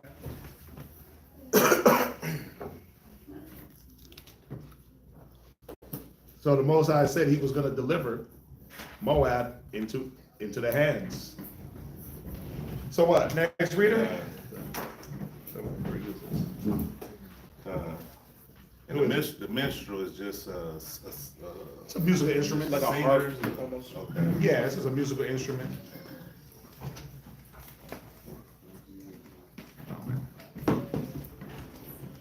Right, next reader, right?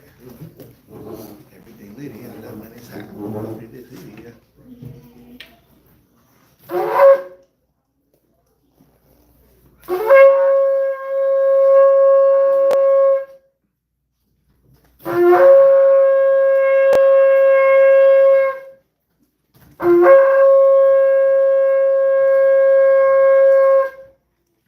Elijah Shabbat Yashikar Ben Yashala. Elijah Shabbat Yashikar Ben Yashala, men of Israel. Mike, we're up. Yahweh Shem Yasharak Thumb. Yahweh Shem Yasharak. This guy Elijah getting grown. Spit that gum out before you come up here, though.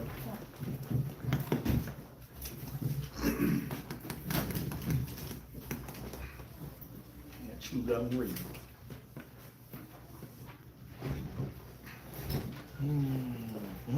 Good old Esau. It's always good to get a laugh off of Esau, ain't it? It's always good to get a laugh off that cat, because, man, funny as hell. So what reader are you, mate? Read. 1, 2, 3, 4. Correct. So you go in 319 to 411. My bad. 2 Kings chapter 3, verse 19. And this is but a light thing in the sight of the Lord. He will deliver the Moabites also into your hand. And ye shall smite every fenced city and every choice city, and shall fill every good tree, and stop all wells of water, and mar every good piece of land with stones. And it came to pass in the morning, when the meat offering was offered, that, behold, there came water by the way of Edom, and the country was filled with water. And when all the Moabites heard that the king were come up to fight against them, they gathered all that were able to put on armor, and upward, and stood in the border. And they rose up early in the morning, and the sun shone upon the water, and the Moabites saw the water on the other side as red as blood. And they said, This is blood. The kings are surely slain. And they have smitten one another. Now therefore, Moab to the spoil. And when they came to the camp of Israel, the Israelites rose up and smote the Moabites. So remember, this is the camp of Israel. It's not talking about both tribes, both nations. It's the camp of Israel. Moab comes through to the camp of Israel, thinking what? They see the water full of blood. They thinking, oh, everybody's dead. We just gonna ransack the place. Go ahead. So that they fled before them, but they went forward, smiting the Moabites, even in their country. So Israel's like, okay, got them. Chase them back into their country. Go ahead. And they beat down the cities, and on every good piece of land cast every man his stone, and filled it. And they stopped all the wells of water, and filled it, all the good trees, only in Ker Haraseth left they the stones thereof. Howbeit the slingers went about it and smote it. And when the king of Moab saw that the battle was too sore for him, he took with him 700 men that drew swords to break through even unto the king of Edom. But they could not. That he took his eldest son that should have reigned in his stead, and offered him for a burnt offering upon the wall. Yeah, this king of Moab was a damn nut. Nigga said he offered his son as a burnt offering. So what's going on here? Well, it's proving what I said earlier, right, about serving these other gods. So obviously the king of Moab, his god is Chemosh, right? So they're getting their ass kicked, and they think what? Well, let's sacrifice to get our god to entreat us, right? Entreat for us. Just like what we would do, right? We would sacrifice to the Most High to entreat, right? And then what would he do? He'd make it happen. Right. These dummies is thinking, let's sacrifice our kids, and then our God is going to work for us, right? So that's what he does. He takes his son that's supposed to be heir to the throne. And you know what's wild? You see this in Roman culture. They'll sacrifice men, right? They'll promise a man for sacrifice. You know, you watch a lot of if you watch a lot of these Roman shows with like a Roman theme, war and stuff like that. They what was the one where the dude climbed up the mountain? Oh no, what was it? It was Game of Thrones. Remember when he had to climb up the mountain, the side of the cliff, and then he had to sit in the room with all those weird gods and those weird old. It was a part of it. It was weird. But anytime it had something to do with some type of war, going to war, doing this, doing that, what was it? Some type of blood cutting, some type of sacrifice. Right. Promise to give up your kid, your firstborn. It was always something weird that you had to give up. Right? So this dude decides what? I'm gonna give up my firstborn, the heir to the throne. It's wild. But that's what Moab was on. Right? That's what Moab was on. Go to where do I want to go to? Go to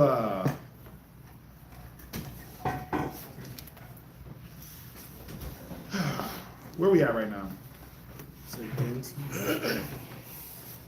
There's a scripture I want to go to real quick. We're at 2 Kings chapter 3. Yes, sir. There's a scripture I want to go to. Hold on, let me get it.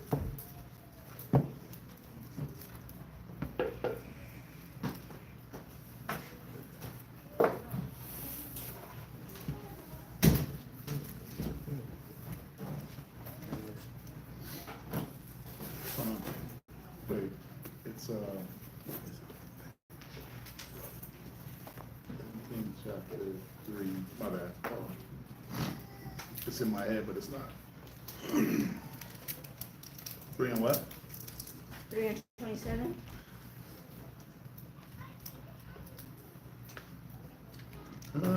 I mean, go to Psalms 106 real quick. Psalms 106, 35. Right, and then somebody else go to Micah 6 and verse 7. It was in my head, but I couldn't remember it. Yeah. Psalms 106, 35, Micah 6 and 7. Read the Psalms. Psalms 106, chapter 106, verse 35. Go ahead. But we're mingled among. You gotta read louder. But Read. we're mingled among the heathen. Right, that's talking about Israel. We were mingled amongst the heathen, the ungodly. Go ahead. And learned their works. Read and learn their works. Well, what were their works? Go ahead. And they served their idols. And they served their idols. And what do their idols want? Read. Which were snared unto them. Uh-huh. Yea, they sacrificed their sons. Oh, it's right here. And Read their it. daughters unto devils. They're written down. Go ahead. You see that? They sacrificed their sons and daughters unto devils. We see that in Moab. We see that in Canaan. Right? We see that. Listen, all the nations sacrifice their sons to devils. They do it now.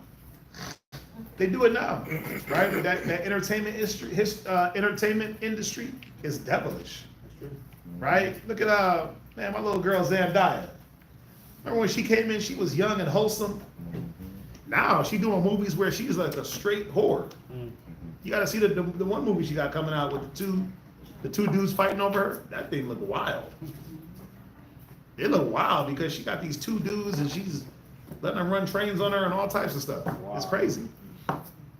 It's crazy. She used to be a wholesome young girl, and then they let her on Dancing with the Stars. She was like 16. And I'm like, damn, they got her dressing crazy. They got mad makeup on her.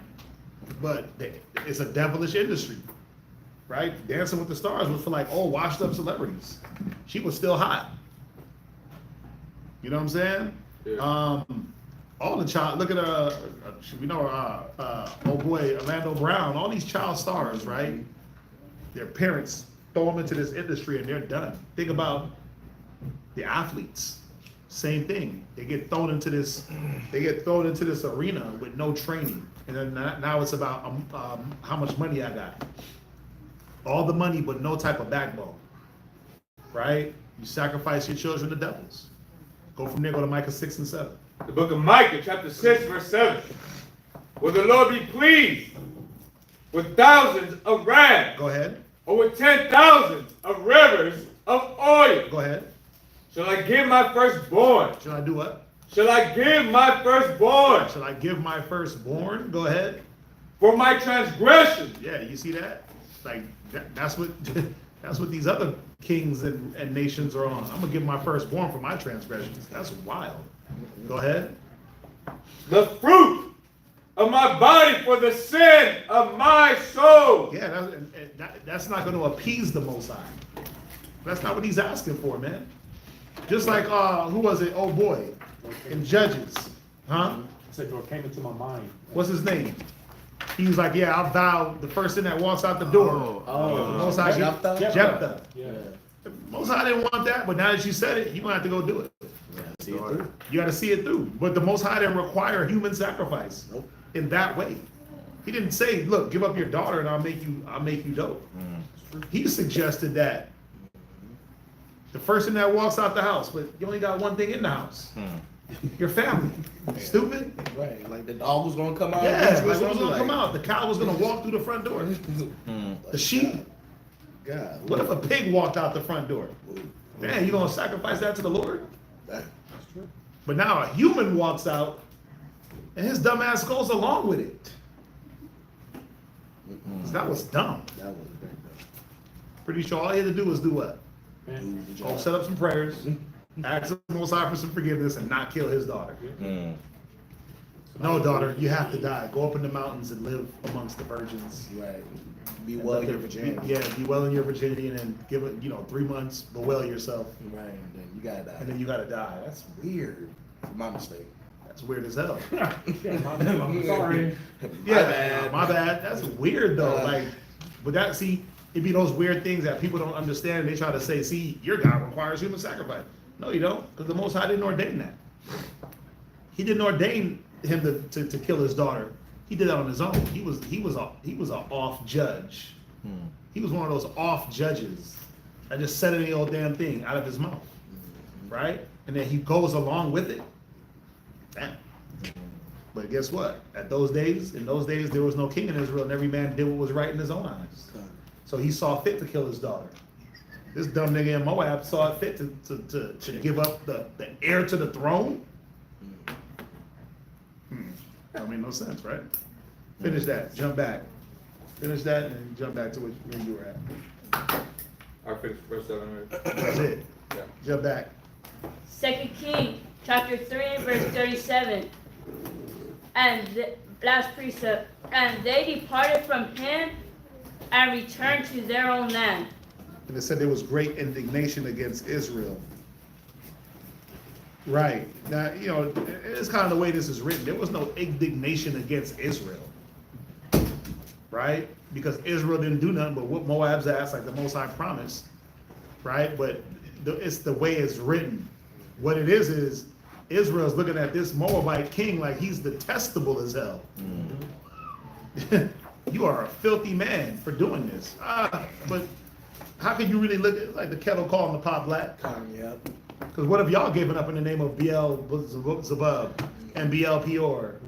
What have y'all done? What did Jezebel had you killing prophets? Stupid.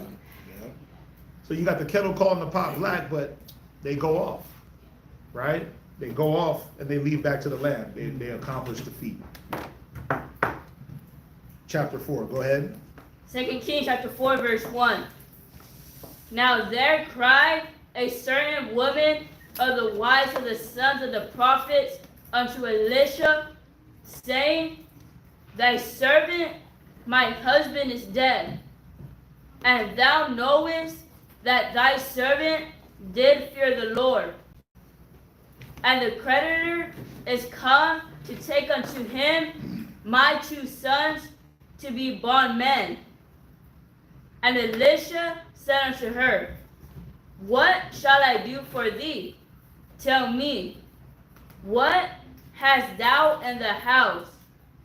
And she said, Thine handmaid hath not anything in the house save a pot of oil. Then he said, Go borrow these vessels abroad of all thy neighbors, even empty vessels. Borrow not a few. And when thou art come in, thou shalt shut the door upon thee and upon thy sons, and shalt pour out into all those vessels, and thou shalt set aside that which is full. So she went from him and shut the door upon her and upon her sons, who brought the vessels to her, and she poured out.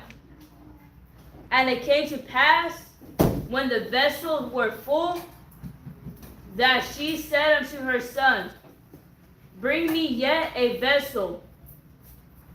And he said unto her, There is not a vessel more.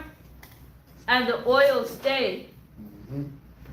Then she came and told the man of God, and he said, Go, sell the oil, and pay thy debt, and live thou and thy children of the rest. And it fell on the day that Elisha passed to Shunem, where was a great woman, and she constrained him to eat bread.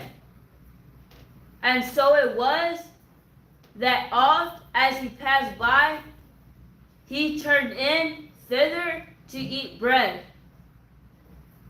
And she said unto her husband, Behold, now I perceive that this is an holy man of God, which passeth by us continually. Let us make a little chamber, I pray thee, on the wall, and let us set for him there a bed, and a table, and a stool, and a candlestick. And it shall be, when he cometh to us, that he shall turn in thither.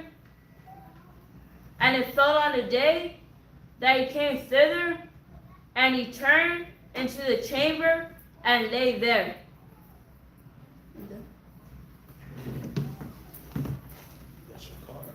Who was up here?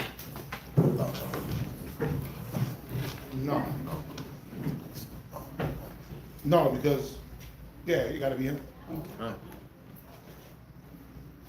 Right? Yeah. That's fine.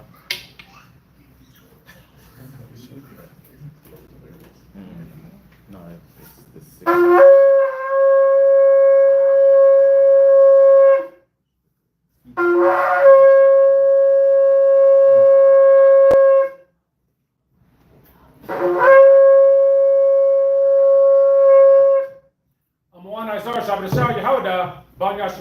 I'm a one Izar, Shabbat Tashal, Yahawada, Ban Yashal, men of Israel, Mike, Barak.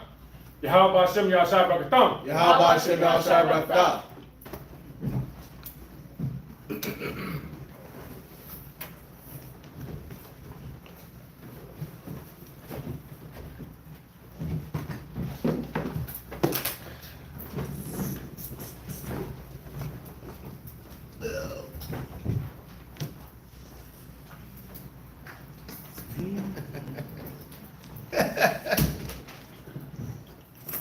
Why you gotta do me like that?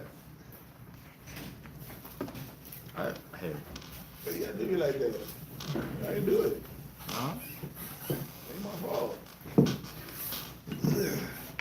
Number love.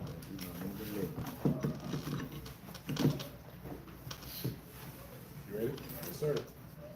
2 Kings, chapter 4, and verse 12. And he said to Gehazi, his servant, Call this Shunammite.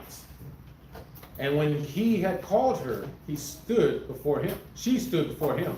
And he said unto him, Say now unto her, Behold, thou hast been careful for us with What? all. I thought we could stop at 27. Yeah, we did. 4:12. So we're supposed to start. No, we didn't stop at 27. No, I'm talking about, are we starting at, Where you at?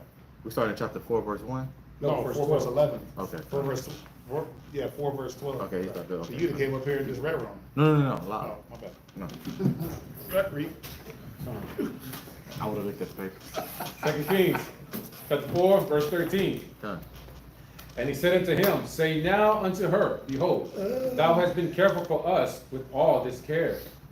What is it to be done for thee? Wouldst thou be spoken for to the king, or to the captain of the hosts? And she answered, I dwell among my own people. And he said, What then is it to be done for her? And Gehazi answered, Verily, she had no child, and her husband is old. And he said, Call her. And when he had called her, she stood in the door. And he said, About this season, according to the time of life, thou shalt embrace a son. And she said, Nay, my lord, thou man of God, do not lie unto thine handmaid. Why would she say that this was a lie? It says she was what? No, it wasn't that she was barren, she was old. Right? She was old. So guess what? Like Sarah.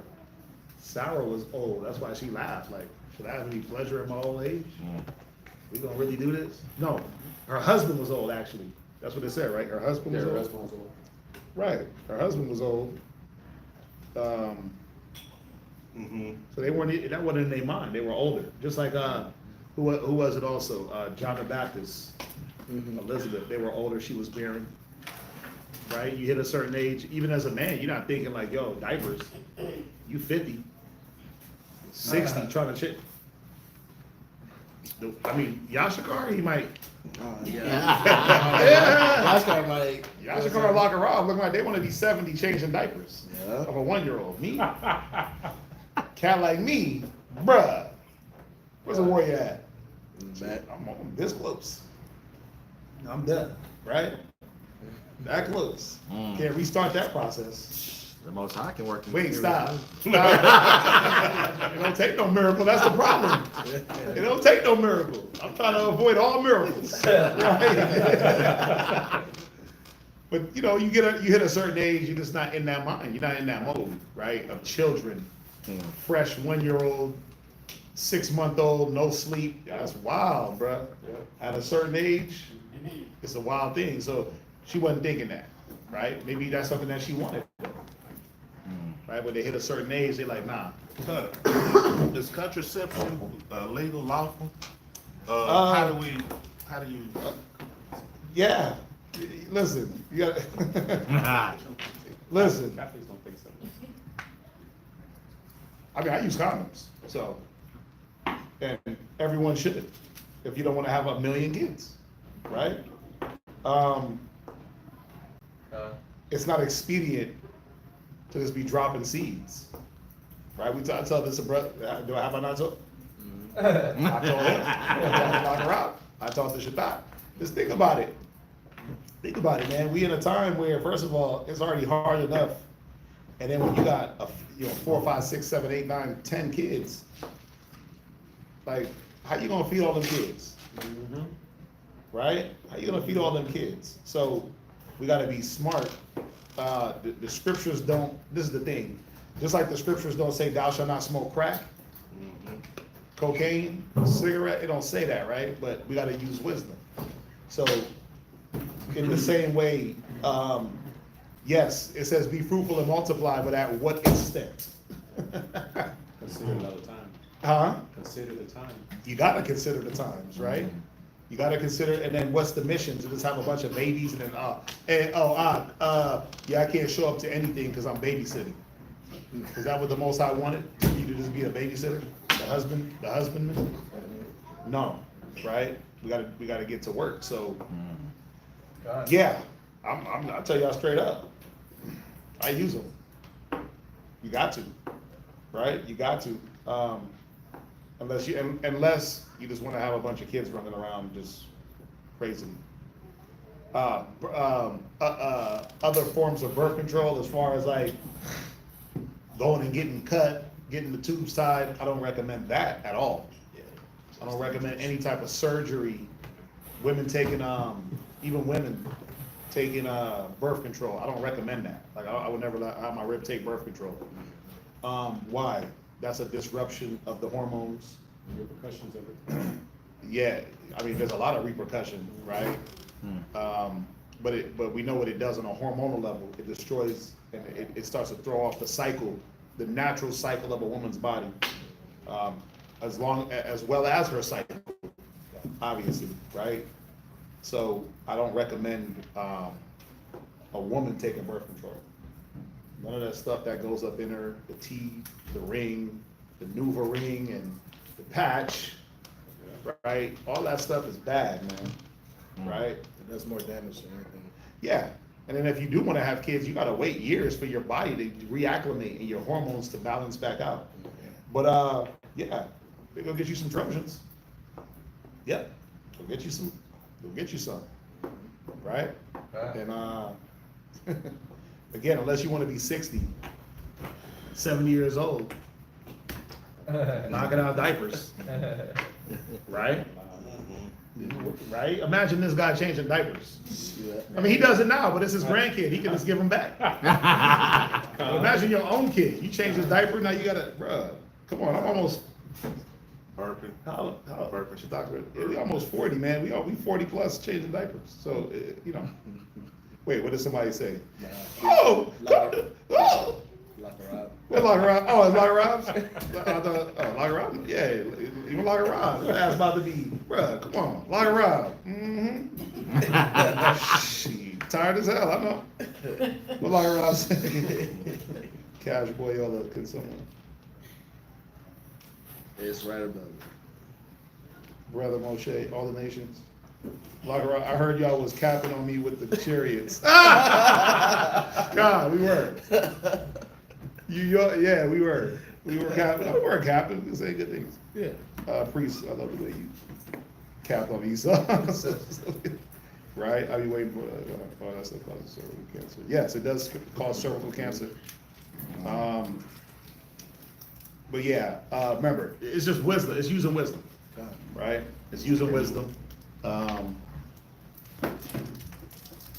Yeah. Let's see here. Yeah. Where we at? 2 Kings chapter 4 and verse 16. And he said, about this season, according to the time of life, thou shalt embrace a son. And she said, nay, my lord, thou man of God, do not lie unto thine handmaid.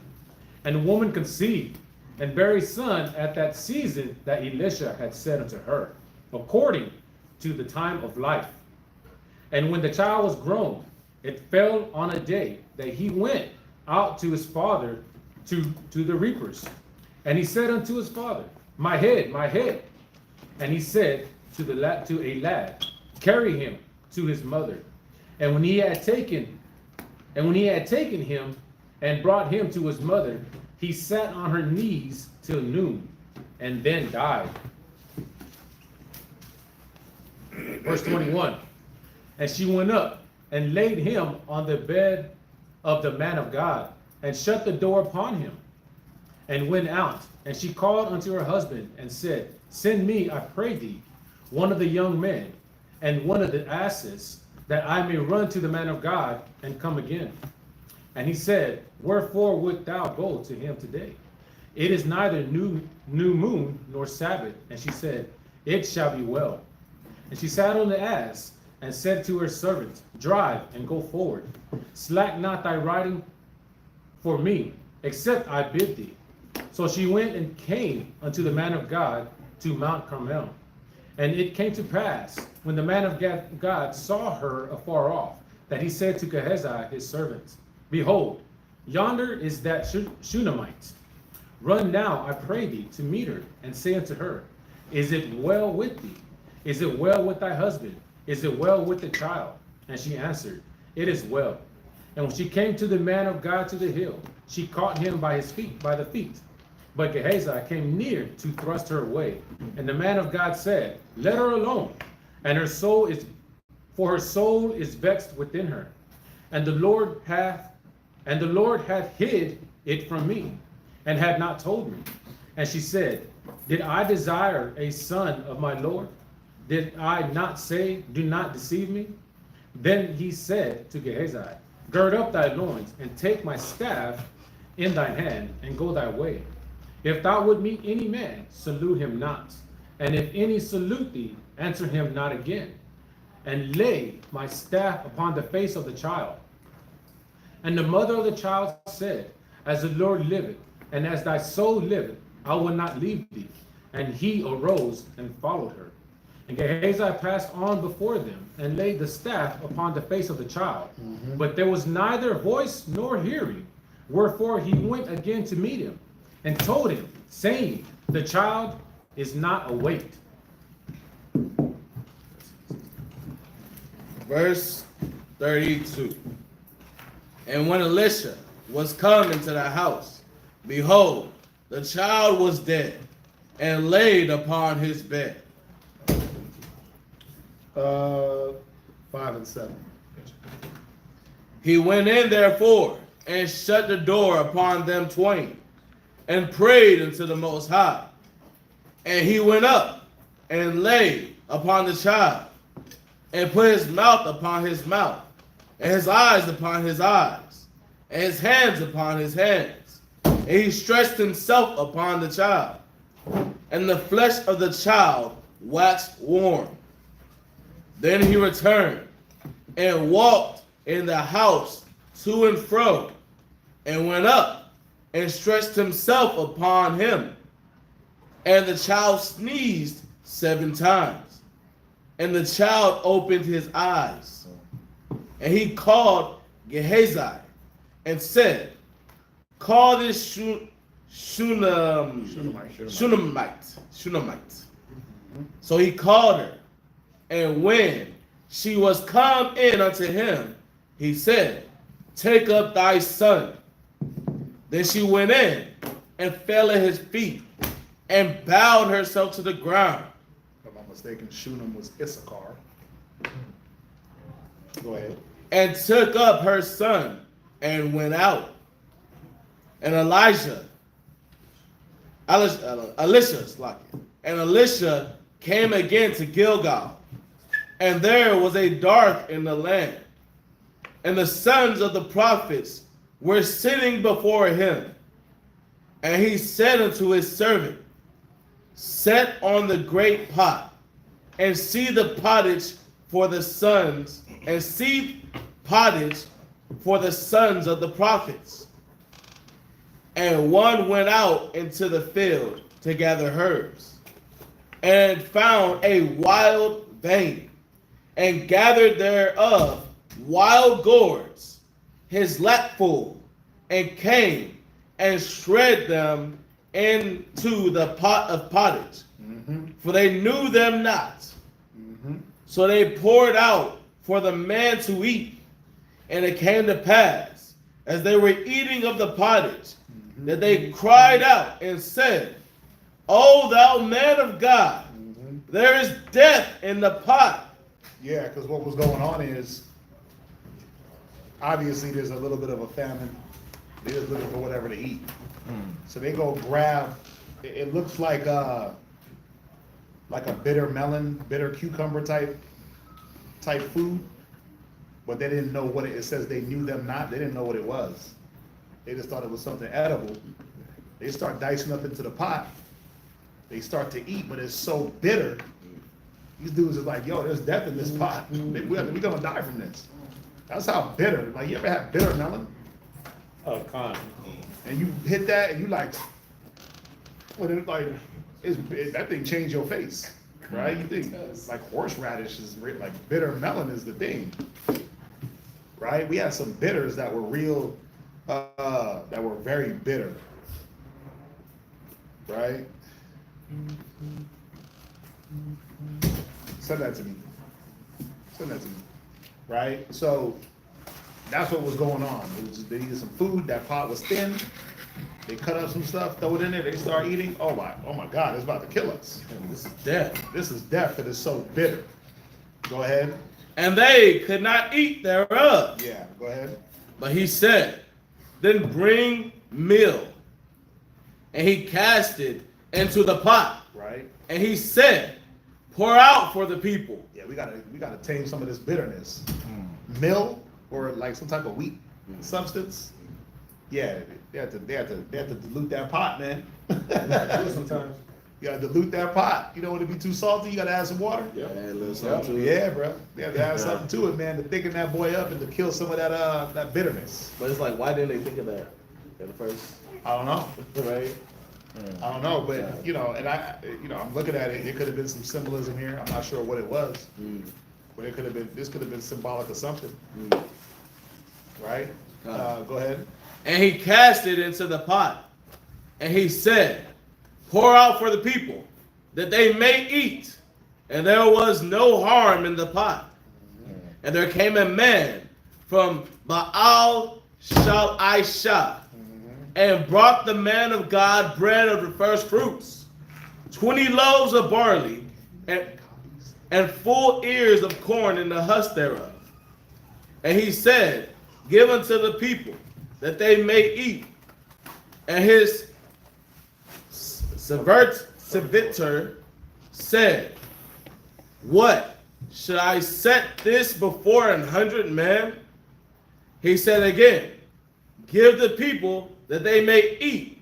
For thus saith the Most High, they shall eat and shall leave thereof." Where you at? Verse 44. So he set it before them, and they did eat, and left thereof, according to the word of the Most High. Chapter 5. 5 and 7. Right. 2 Kings chapter 5, verse 1. Now Naaman, captain of the host of the king of Syria, was a great man with his master, and honorable, because by him the Most High had given deliverance unto Syria. He was also a mighty man in valor, but he was a leper. And the Syrians had gone out by companies, and had brought away captive out of the land of Israel a little maid. And she waited on Naaman's wife. And she said, So you see the Syrians beating up on Israel, taking captives, right? Go ahead. And she said unto her mistress, "Would God my Lord were with the prophet that is in Samaria, for he would recover him of his leprosy." And one went in and told his Lord, saying, "Thus and thus said the maid that is of the land of Israel." And the king of Syria said, Go, and I will send a letter unto the king of Israel." And he departed and took with him 10 talents of silver, and 6,000 pieces of gold, and 10 changes of raiments. And he brought the letter to the king of Israel, saying, "Now when this letter is come unto thee, behold, I have therewith sent Naaman, my servant, to thee, that thou mayest recover him of his leprosy." And it came to pass, when the king of Israel has read the letter, that he rent his clothes and said, "Am I God to kill and to make alive, that this man does send unto me to recover a man of his leprosy? Wherefore consider, I pray you, and see how he seeketh a quarrel against me." Yeah, he's basically like, this is a setup. I can't heal no man of leprosy. Why is he asking? Why is he asking me to do this? Right? But you see how they dealt. There was some cordial dealings here. He sent some money, some clothes, some money, clothes, and hoes. All the nigga knows, right? Look, I got some gold. I got some changes of apparel. I got some talents of silver. Hook my guy up, man. Get this guy healed up. Yeah, he's a great man. This dude was like, "Man, my God, this is a setup." Because if I can't do it, he's thinking, if I can't do it, then now it's going to be a war. Right, it's a cause for war. Cause for war, right? Or if I reject it, it's cause for war. So what? I read? Yes, sir. I read. Chapter 2 Kings 5:8. Yes, sir. And it was so when Elisha, the man of God, had heard that the king of Israel had rent his clothes, that he sent to the king, saying, Wherefore hast thou rent thy clothes? Let him come now to me, and he shall now know that there is a prophet in Israel. So Naaman came with his horses and with his chariot, and stood at the door of the house of Elisha. Elisha sent a messenger to him, saying, Go and wash in the Jordan 7 times. Yeah, Elisha was a cold dude. He sent his messenger, like, yo, go tell him. Right? I ain't like dealing with this cat face to face. Go tell him. Mm-hmm. Right? You see things being done by proxy. Right? You see things being done in the representation. Same way the prophet's role is the way the Most High rolls. Most High don't do nothing. Surely the Lord will do nothing. Right? But he revealed his secrets to his servants. The Most High ain't coming down on the throne, but he's going to send the angels, Christ, men. Right? Elisha sent his messenger to him, saying, Go and wash in the Jordan 7 times, and thy flesh shall come again to thee, and thou shalt be clean. But Naaman was wroth and went away and said, Behold, I thought he would surely come out to me and stand and call on the name of the Lord his God and strike his hand over this place and recover the leper. So what did this man want? He wanted signs and miracles. He wanted damn Mount Sinai. But you know what's cold? That's how Israel be acting. It's like you give them the simple solution. Just stop. And it's like,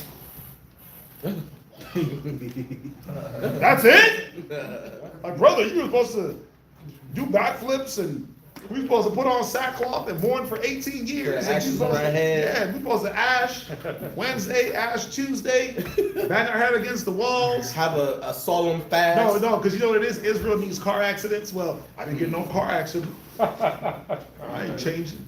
Most High didn't take my rib. I ain't changing. Ain't nothing strange happening to me. I ain't changing. Right? It's like, but what about those subtle things that are happening where the Most High is speaking to you subtly? Yeah. Right? Like what he did with Elijah in the mount. He said he rent the mount.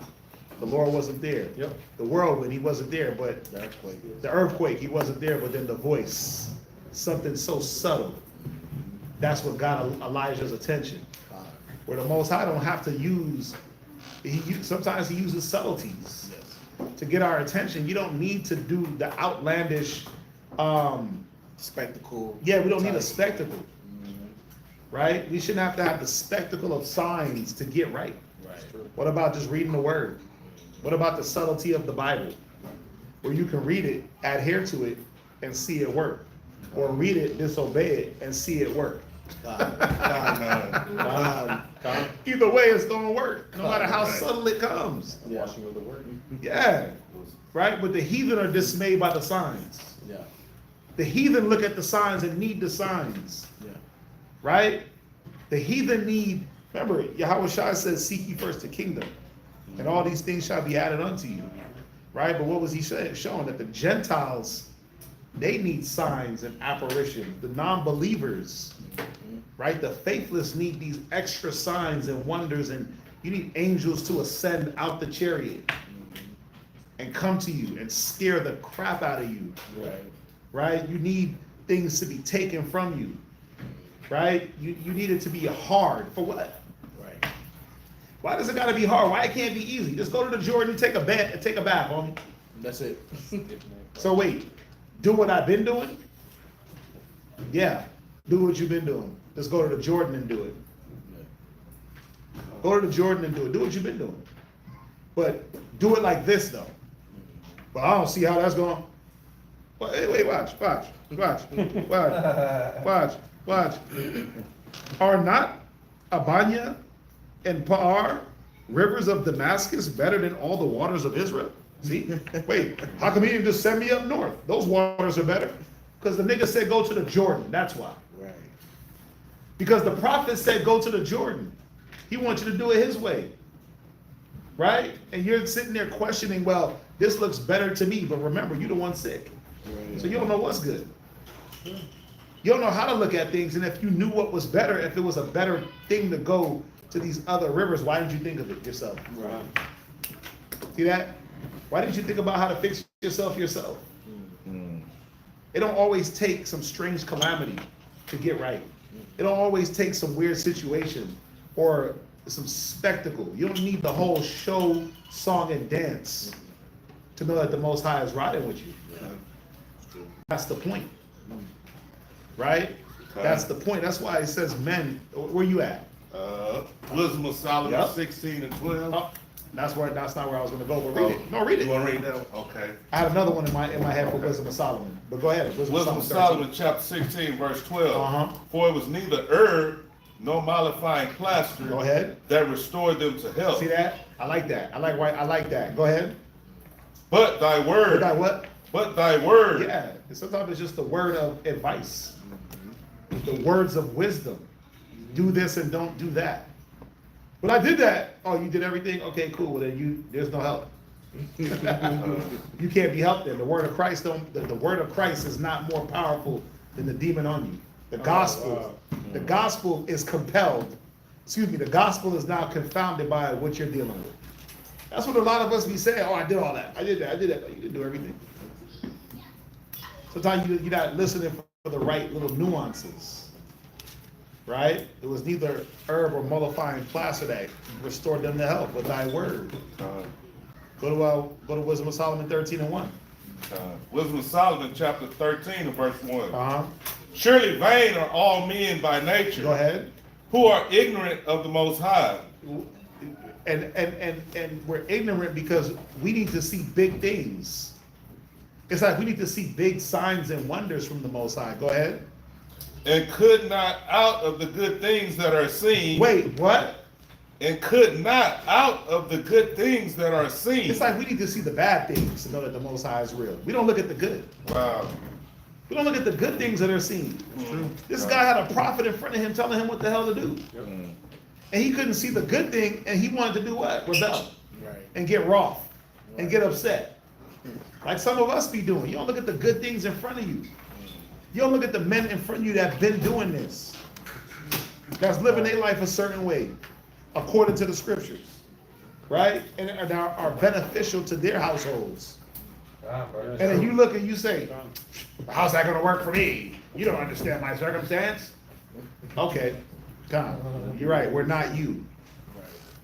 But we're not without understanding and wisdom of circumstance. Because the one thing I know about circumstance is that, truthfully, there's no circumstances don't just range to where things are just like some one-off or anomaly. No one's the anomaly in here. That's the funny part. Because what you deal with today, I'm gonna deal with tomorrow. Right? And what you deal with tomorrow, I'm gonna deal with today. And we're gonna constantly go through this cycle of refining, and it's gonna be fair for everyone. And everyone is going to understand everyone's circumstance. Don't y'all get it? What is your circumstance today is my circumstance tomorrow, and vice versa. So no one's left out the loop. So they don't understand it. Y'all don't get it. Yeah, we do. Just because we're not going through it right there at the time, we get it. That's true. We feel it just like you.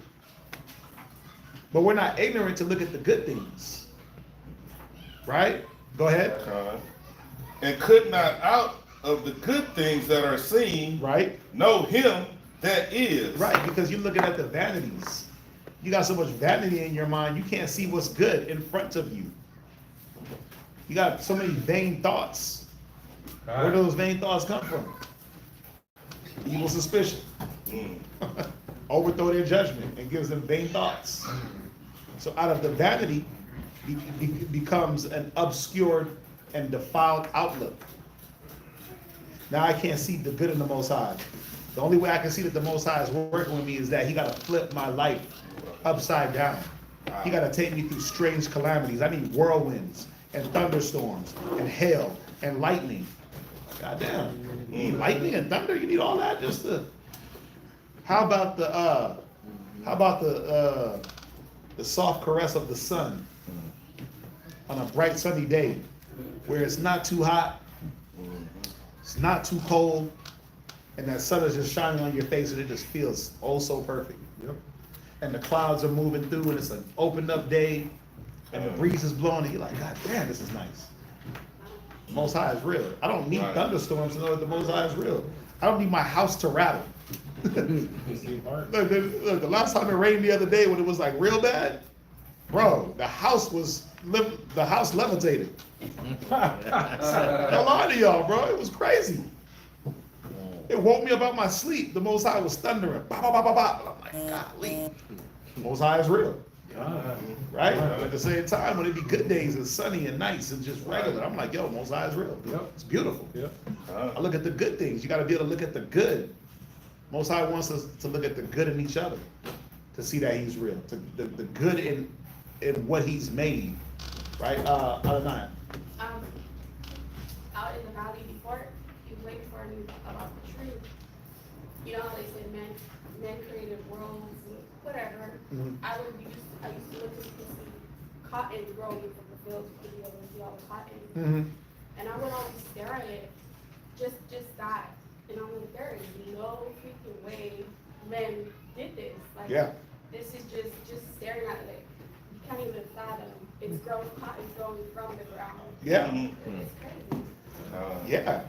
But He gives us all these good things to be able to look at, to now reflect back and ponder and think on Him, right? He puts us in each other's lives for you to ponder and think about Him, right?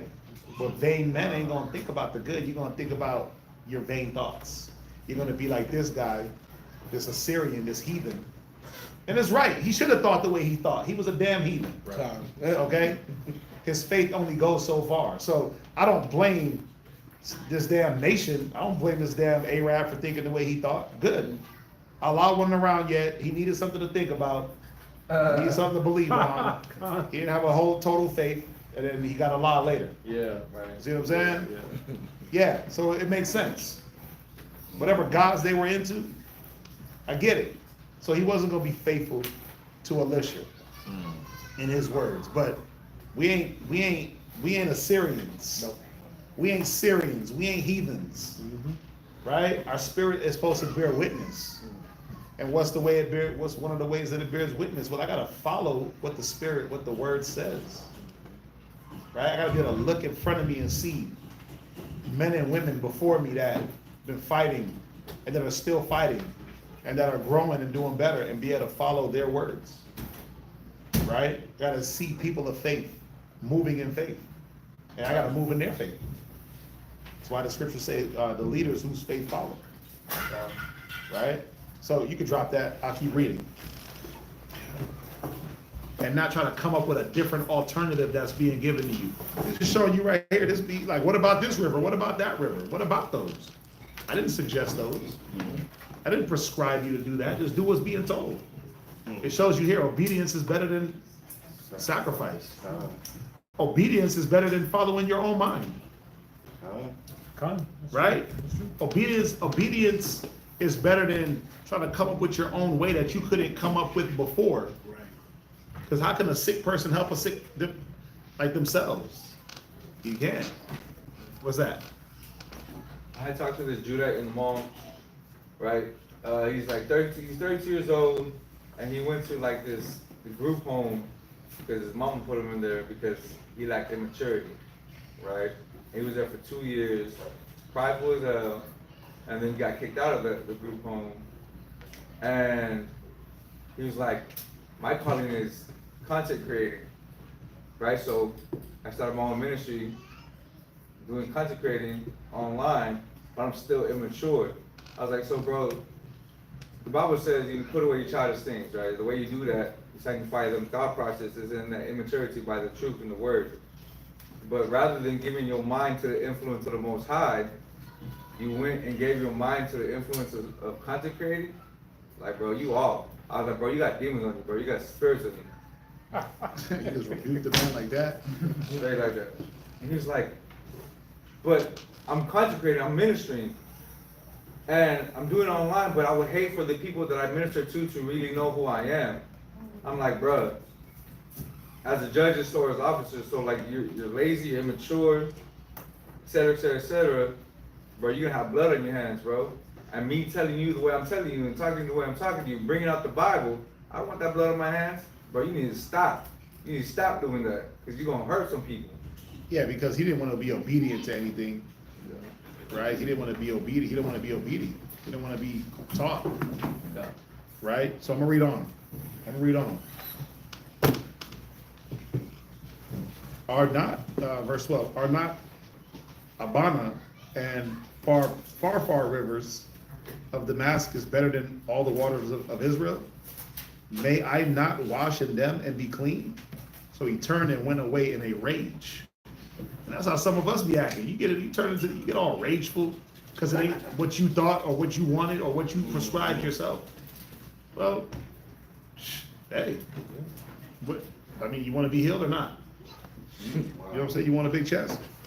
You know what I'm saying? You gotta listen to the workout master, right? You want to be healthy? You gotta listen to people that's up. Like, that's what it is. It's true. Eat this. Right. Push-ups. 13, and his servant came near and spake unto him and said, My father, now check this out, even as his servant got to check him. My father, if the prophet had bid thee to do some great thing, wouldest thou not have done it? And that's the thing, it's like, so we tell you to do some extreme damn workout, you gonna do it. Yeah. Or would you? Or would you fight against every suggestion? That's another question, right? How much rather then when he saith, wash and be clean? And it's like, you just, if it was some great thing, you would have did it. Yeah. You know, you got to go on a 40-day fast. No, you can't breathe. Come on, sir. That's the only way? It's the only way. I'm going to do it. Say less. It's like, and all we saying is, you know what? You can breathe. Just read a little bit. That's it. That's it. Nigga, that ain't gonna, yeah, it's like, come on, man. Then went he down and dipped himself 7 times in the Jordan, according to the saying of the man of God. And his flesh came again like unto the flesh of a little child, and he was clean. That's all it took. Just follow. Just listen, to be the small things. That's it. That's the lesson, man. Right? 15. Verse 15. And he returned to the man of God and God, he and all his company, and came and stood before him, and he said, Behold, now I know that there is no God in all the earth, but in Israel. Because that's the only thing that healed him, was the obedience to the prophet of the Most High. Now therefore I pray thee, take a blessing of thy servant. But he said, so this is Elisha, but he said, as the Lord liveth, before whom I stand, I will receive none. And he urged him to take it, but he refused. And Naaman said, shall there not then, I pray thee, be given to thy servant 2 mules, burden of the earth? For thy servant will henceforth offer neither burnt offering nor sacrifice unto other gods, but unto the Lord. So Elisha is like, nah, I'm good. So then he tries to pass off a gift to the servant, to Gehazi. In this thing the Lord pardon thy servant, that when my master goeth into the house of Rimmon to worship there, and he leaneth on my hand, and I bow myself in the house of Rimmon. When I bow down myself in the house of Rimmon, the Lord pardon thy servant in this thing. And he said unto him, go in peace. So he departed from him a little way. Right? But Gehazi, the servant of Elisha, the man of God, said, behold, my master have spared Naaman this Syrian in not receiving at his hand that which he brought. But as the Lord liveth, I will run after him and take somewhat of him. Now he didn't say this to Elisha, he said this in his head. He was like, wait a minute, so he didn't take it? Nah, I gotta get that. I gotta get that. Why is Elisha not taking nothing from this guy?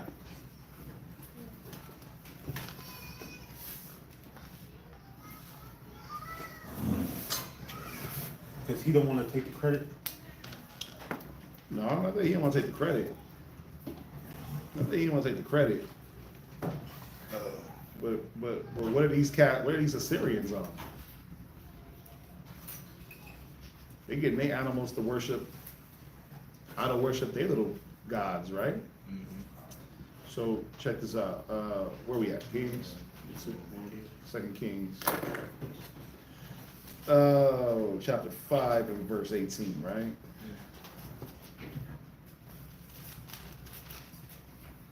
Five. 18.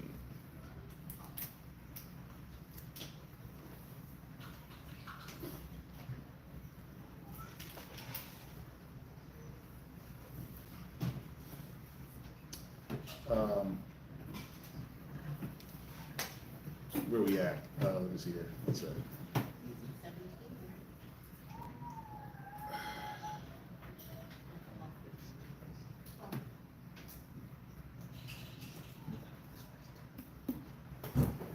Right, the house of Rimmon, right? This is one of their gods. Right? So this man was, okay, let me get it together. And that's the point, like, these animals that he's bringing, they're dedicated to this idol worship. So Elisha's like, nah, we good. We don't need none of that. We don't need none of that. We good over here because think about it. It's like Saul. Remember when the Most High told Saul to kill all the Amalekites and wipe out all their animals? And then Saul was like, oh, well, I kept these animals in case we need to sacrifice to the Lord. Remember when David,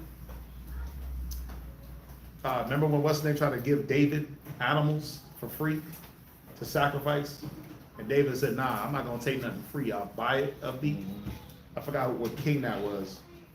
But the point is, these guys were idol worshipers, right? He's talking about going into the house of Rimmon and bowing down to this idol, right? What is he doing with these animals that he's trying to give up? They dedicated to that service. So he's like, no, I'm good.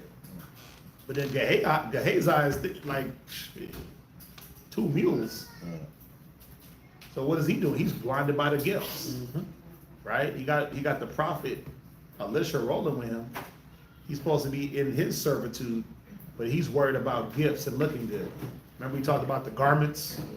So this Assyrian pulls up with Assyrian garments. Remember, he said he had 10 changes of apparel.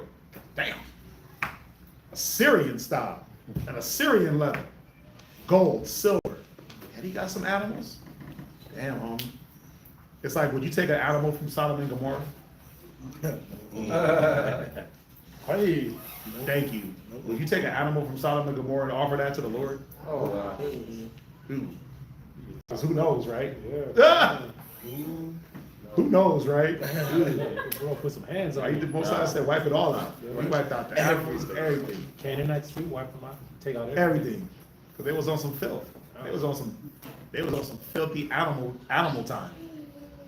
They was on some zoophilia time. Just in case. We ain't messing with that, right? It's true. Right, so.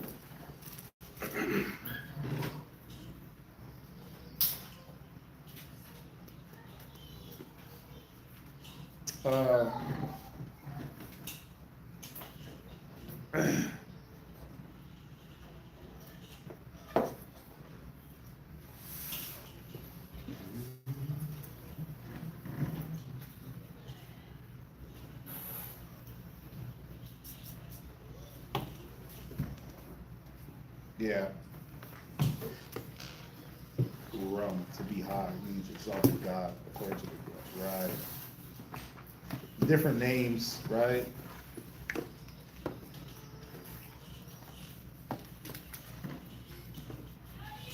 get a chance to read up on this part. But yeah, these cats was in the idol worship. And why do you think like Elisha wasn't even trying to really deal with this cat like that? He just wanted to prove the point that there is a prophet in Israel that the Most High is working through him. Right? That was the point. It wasn't about dealing with this Assyrian. It was about showing that your gods is whack and ain't nothing. Because this is the thing too. Wouldn't Naaman have to go back and give the credit to his God? But what did he just acknowledge? What did he say? Surely there's no God in the earth but the God of Israel. Right? But then now he got to go back and, remember, he's just the captain of the host. He got to give credit to his God and show obeisance to his God. That ain't no real God. You see that? So all these little things are happening. Where did I end? 13, 20. No, 20, I'm sorry. But Gehazi, the servant of Elisha, the man of God, said, right, but he said this in his head. 21, I already read 20. 21. So Gehazi followed after Naaman, and when Naaman saw him running after him, he lighted down from the chariot to meet him and said, is all well? You good? You good? Yeah. Right? Well, he wanted me to come back. Yeah, you good? We good? We straight? And he said, we good. All is well. I'm straight. But, my master had sent me, saying, damn, he lied. Behold, even now, behold, even now there become to me from Mount Ephraim 2 young men of the sons of the prophets. Give them, I pray thee, a talent of silver and 2 changes of garments. So he lied, right? And the man said, be content, take 2 talents, and he urged him and bound 2 talents of silver in 2 bags with 2 changes of garments and laid them upon 2 of his servants, and they bare them before him. And when he came to the tower, he took them from their hand and bestowed them in the house. And he let the men go, and they departed. But when he went in and stood before his master, and Elisha said unto him, whence comest thou, Gehazi? And he said, thy servant went no whither. I didn't go nowhere. Damn, nigga straight up lied. You must have been asleep. I've been here the whole time. Yeah, I was here the whole time, bro. I was just, down the street. I've been in front of the house the whole time. I was waiting on you. Right, yeah. They always want to turn back on you. Yeah. Like, I ain't go nowhere. yeah. And he said unto him, went not my heart with thee? Damn. You're like, bro, don't I know you? Don't I know you? Right? Went not my heart, my mind? Right? Don't I know what you about? Went not my heart with thee? When the man turned again from his chariot to meet thee? Damn. Right? Is it a time to receive money and to receive garments and olive yards and vineyards and sheep and oxen and manservants and maidservants? He's checking his servant. He's like, bro, this ain't the time for that. We're trying to get things right, and you trying to be comfortable. Trying to come up. You're trying to come up.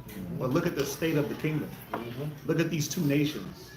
Look at what's been going on. Look at the droughts. Look at the famines. Look at all the things that we've been through. Right? You moving towards the wrong things. Right?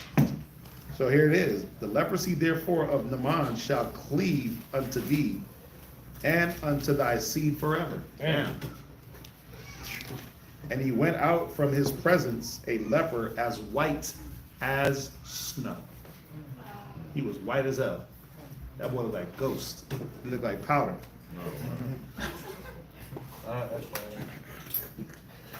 Yeah, so, yeah, Gehazi, he wasn't a faithful servant, man. He was more about them garments, them Assyrian wear. He had an Assyrian line. You know what I'm saying? What Israel wear was Assyrian wear. He knew his people. Well, think about it. Okay, now check this out. Gehazi is rolling with Elisha. All you need is 11 more men, and then you got Gehazi being Judas. Turning his back. Yeah. I mean, he didn't give Elisha up. Yeah. But he did lie for gain, right? Yeah. He did evil for gain. So, you see these things happening. Okay. You see these things happening before even Yahweh Shai. You see that? Con. Where men are gonna roll with you and then turn their back. for a change of garment, for some gold, for some silver. The wild part is he didn't even get everything. Dude, the promise was, look, he brought, watch this. He came with, Verse 5. right, he departed 10 talents of silver, 6,000 pieces of gold, and 10 changes of raiment. Yeah, Hazai got the bare minimum. But nigga, if you gonna go out, at least get all of it. Yeah, he was like, be content with that. Yeah, he's like, be content with those 2 pieces. Yeah, They go like 2 little garments, you're gonna be straight. Here go 2 pieces of silver. Be content with that. He literally gave him like 2 talents, 2 talents of silver and 2 bags with 2 changes of garment. That's it. He gave him like not even a fraction of what was there. That's crazy, man. Crazy. So you gonna lie and do all that just for nothing? Basically lie for nothing, just to get leprosy. But it just wasn't the time for that. Y'all see that? Yeah. So that's it on that. We're gonna pick it up next week. Any questions? No, Angela. I have a question, sir. So in 27, at the end where it says, your skin will be white as snow, so is that proof that, the skin of Esau is a curse? Say that one more time. Is that proof that what? That Esau, the skin is, the color of the skin is a curse? A better proof would be Numbers. Yeah. A better proof would be Numbers, because it actually says it. It's 12. Numbers 12 and like 12 and 12. Oh, 12 and 12. Okay. Read Numbers 12 and 12. Numbers chapter 12 and verse 12. Let her not. Read verse 11. Verse 11. Numbers chapter 12, verse 11. And Aaron said unto So Moses, this is when Miriam got hit with leprosy. Go ahead. Alas, my Lord, I beseech thee, lay not the sin upon us, Go ahead. wherein we have done foolishly, and wherein we have sinned. Right. Let her not be as one dead, of whom the flesh is half consumed when he cometh out of his mother's womb. That's talking about Esau. Go ahead. And Moses cried unto the Lord, saying, hear her now, O power, I beseech thee. Yeah. So you're asking, what is it, a curse? Right, because it says just the white and snow part. So we know that the leprosy does change your skin color. So I was just saying with that, is that just proof that Esau's skin, the color of his skin is a curse? Leprosy is definitely a curse. It's a plague. Esau is just a clean leper. You had your clean leper, and then you had that leper where it could spread. They just come out like that. So it's all over their body. They lack the melanin. Right? That leprosy was the white or like the bump. Right? But you had clean leper that it wasn't spreading. Right? He just born like that. So, but it's still a curse to just be like that. To not have no melanin, that's a curse. It's like the bird of life, where they have splotches, like reproduction, eventually they just turn. They turn all the way white, and then they can't do what? They can't do normal things like enjoy sunlight. That's the curse. To not be able to take in some sun rays, some vitamin D. Yeah. A lot of the times, man, people that get hit with that, they're doing something weird. But it is a curse because he cursed them. He said it. It's going to be on you and your generations. See that? So he cursed them with that. He said this. He said that. I think it says it. The curse that was on him is on you. What does it say verbatim? And leprosy, therefore, of Naaman shall cleave unto thee. Yeah, I mean, he basically cursed him. He said the leprosy that's on him. Right? So Naaman.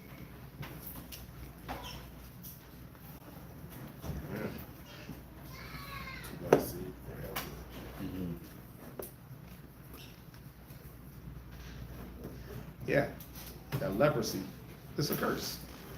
So what, albino people be considered? Albinoism is not just a skin thing, though. That's a deficiency in their genes, because along with their skin, their hair, their organs are messed up, I mean, they don't even live long lives, but if you want to be technical, that's a curse. If you want to be technical, right? It's a form of a curse. Remember when David, when David cursed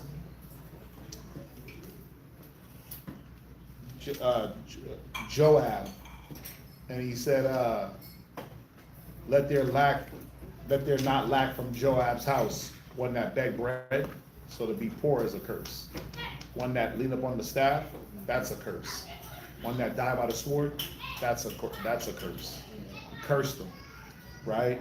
Remember, David was cursed, where it said, let not the sword depart from David's house, right? So these punishments, if you know what you do, you go through like Deuteronomy and go through the law, and especially when you read Deuteronomy 28, and it shows you all these different curses, sicknesses, the blotch, the itch, the burning, the boils of Egypt, the hemorrhoids.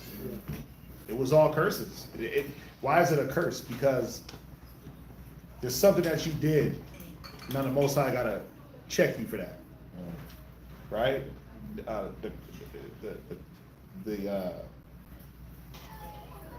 It says the plague. What does it say? The curse come not causeless. Proverbs 26:2. Does it say the curse or the plague? The curse. Right. Read that real quick. I don't know why I had that wrong in my head. The curse come not causeless? It says that? Curse?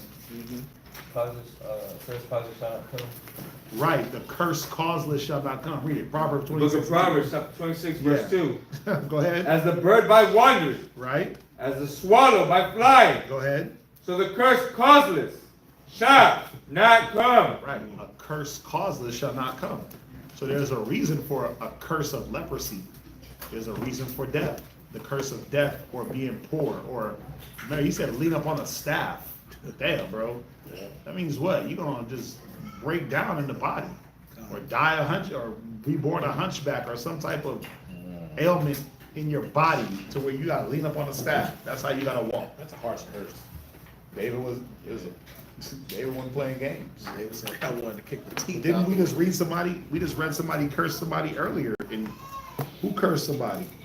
Did we just read it? Somebody cursed them. He said he cursed them. Alicia cursed too. Right. Think about it. He cursed them children, dude, and a damn bear came out and killed them. Right. So it'd be all blessings and cursings at the end of the day. So yeah, that leprosy is a curse. Definitely a curse. Albinoism.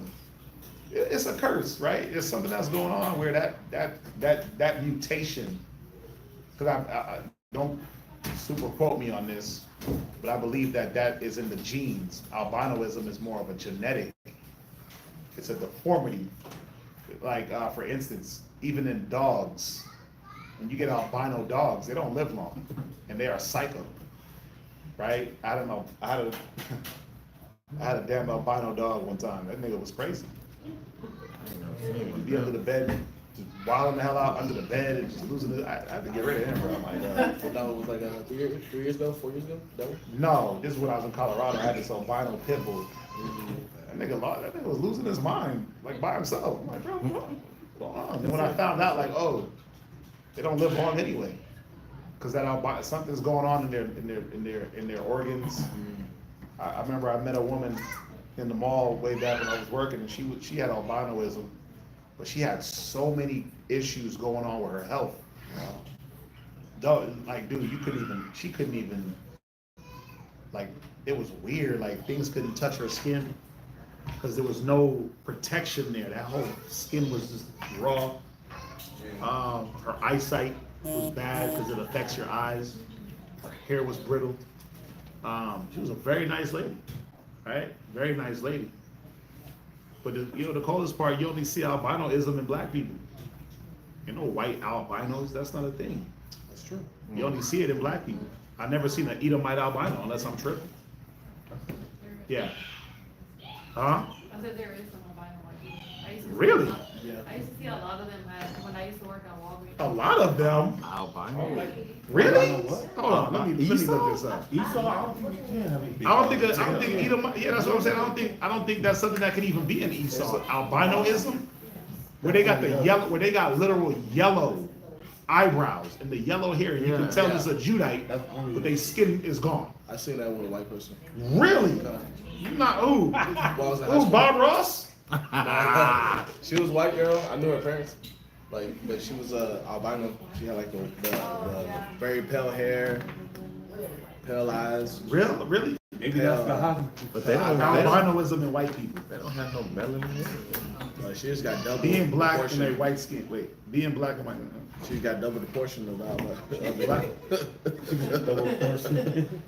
Yeah, do whites. Like, God. Can white? Oh wait, no. This is how you do it. Watch this. Can cause shit. Can Caucasians have albinoism? They can? Let me see.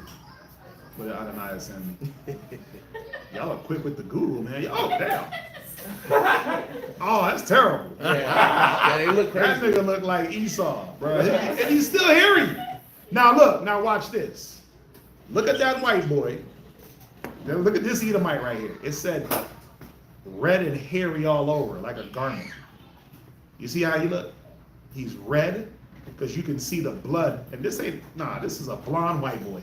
Bro, Let's be real. That's a blondie. He just blonde as hell and red. He's not albino. He just blind and he got blonde, super blonde hair. He got that Goldilocks. He got blonde hair on his hands, arms. They're hairy as hell, and then you can see the blood protruding. See, albino black people, you don't see no red tint on them. They look white. There's that guy from. You ever see like the albinoism in a Negro? Black Light. There's no red. There's no red tint in them. This nigga is Esau. He jumped all the way back. Nah, these people ain't albino. That's what he look powder. Oh wow, wait. Yeah, this guy. But he's black. But that's Judah. You're right. Look at the nose. No, but this guy that he's showing me, this is a Jew. The dude from Black Lightning. From Black Lightning. Yeah, that's a Jew. Oh, That's a Jew. You can tell though because look at the nose. yeah, let's see here. Okay, so I guess there are some. They call it albinoism in Esau. I just call it him being Esau. That's just him. That's just him. Oh, they got look. That's just him, I believe. Like, bruh. Yeah, so Esau being the portion, right? Yeah. I believe that this is just a blonde Edomite. Like, he doesn't look like a regular white dude. He does. Like, He's like a pasty, mother of pearl, milk of magnesia, needing some sunlight, vitamin D deprived. That's it. You know what I'm saying? Like, trying to be mean, but I'm being mean. I'm not trying to be mean, but I am. Okay. This little pasty white girl. Are you just getting pictures of albino? Yeah, this is weird because now they're gonna think something. My Google algorithm is good. Damn. Albinoism, this chick is Asian. Oh yeah, you saw the little girl.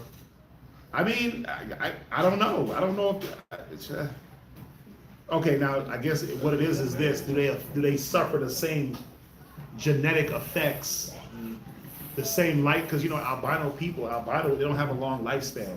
Yeah. So are they facing the same? Because what's funny is that this don't even look weird. Oh, well, she kind of looks weird. Yeah. Check Oh, that yeah. out. She looks. Her eyeballs is gone. Because her eyelids are so damn white and her eyes are black. The albino chick died. I could stand corrected. I mean, I just feel like this is Esau. Yeah, that's powder. Who sent that? Who sent powder? Like this is typical. Like this is like a typical white dude to me. Yeah, Walking through the mall. Yeah. That looks like that Working in the AC. This looks like a typical racist. Typical Nazi. He looks like that one guy who used to wear suits in the mall. That white guy, bald. I don't remember. That dude he really like that. I don't doubt it. I mean, You know, I would have to do a little bit more research to see. Okay, so it's characterized by an inadequate production of pigment and melanin. That's Esau. They already have that. They already have that. So maybe it might be a hyperpigmentation disorder for them. But there's a lot more. Disorder might be inherited from parents. Condition is not life-threatening. That's not true though. But those suffering from albinoism may have to limit their outdoor activities, cannot tolerate being in the sun for a long time. Right? Types of albino, and there's different types of albinoism. Okay, now it's about to go into some scientific stuff. There's one that affects the pigment in the eyes, hair, and skin.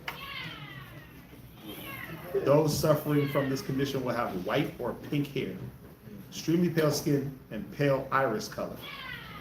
They usually suffer from eyesight problems because their photoreceptors cannot process light. Ulcerar albinism, or OA, is not as obvious as a skin and hair do not have such extreme lack of pigmentation. So even an Esau is a type of albino.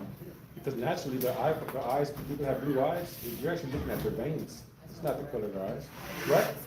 Well, that's why a lot of people, they wear a lot of shades. Daddy got blue eyes. Really? Yeah, you're not. Say it again, sis, I'm sorry. When your eyes are like the blue, you know, sometimes it's hard for them to be looking at the sun. That's why a lot of them wear it. The glasses, right? That is correct. Yeah. People with dark eyes, we can stay outside all day and look out. Yeah, I guess it's something that we have to look into. They lose on every field. Yeah, like, okay, like, You know, older white women, they have them dark glasses. why albinos are misunderstood. 3 women speak out. I guess these women have like hyper, because Esau ain't got no pigment. Already. He just got the blood, he got blood coursing through his skin. That's what you see, right? So these women, they powder white. Damn, this is bad. They gotta get outside and get you. They need some vitamin D. They gonna die if they go outside. It's It's over for them. Yeah. Why you think there's so much of vampire movies? Right. They looking like old boy from Twilight. Yeah. They look like Edward. Team Edward or Team Jacob. Edward, yeah. Edward was just shiny. He's part of sparkle in the sun. Let me delete all this off my phone. Y'all sending me pictures of white people. Right. This is crazy. You got your number online. Yeah, my Google algorithm, you know, it'll be recording everything, bro. This is gonna be. I have a question. What's that? So on Second Kings, We off the Are we off the reading or on the reading? on off. Okay. 2 Kings chapter 5, verse 12, when it says, "So he turned and went away in a rage." Okay. I looked up that word rage. My question is, whenever we fall into that rageful spirit within ourselves, and or if we're dealing with somebody amongst ourselves that is in a rageful spirit, how do we combat that? Be not overcome with evil, but overcome evil with good. Right? Don't. A soft answer turn away much wrath. Spit on the flame, and you shall put out the fire. Resist the devil, he shall flee from you. Answer not a fool according to his folly, unless you be just like him. A man that can't rule his spirit is worse than a city without walls. Anger rests in the bosom of fools. Anger rests in the bosom of fools.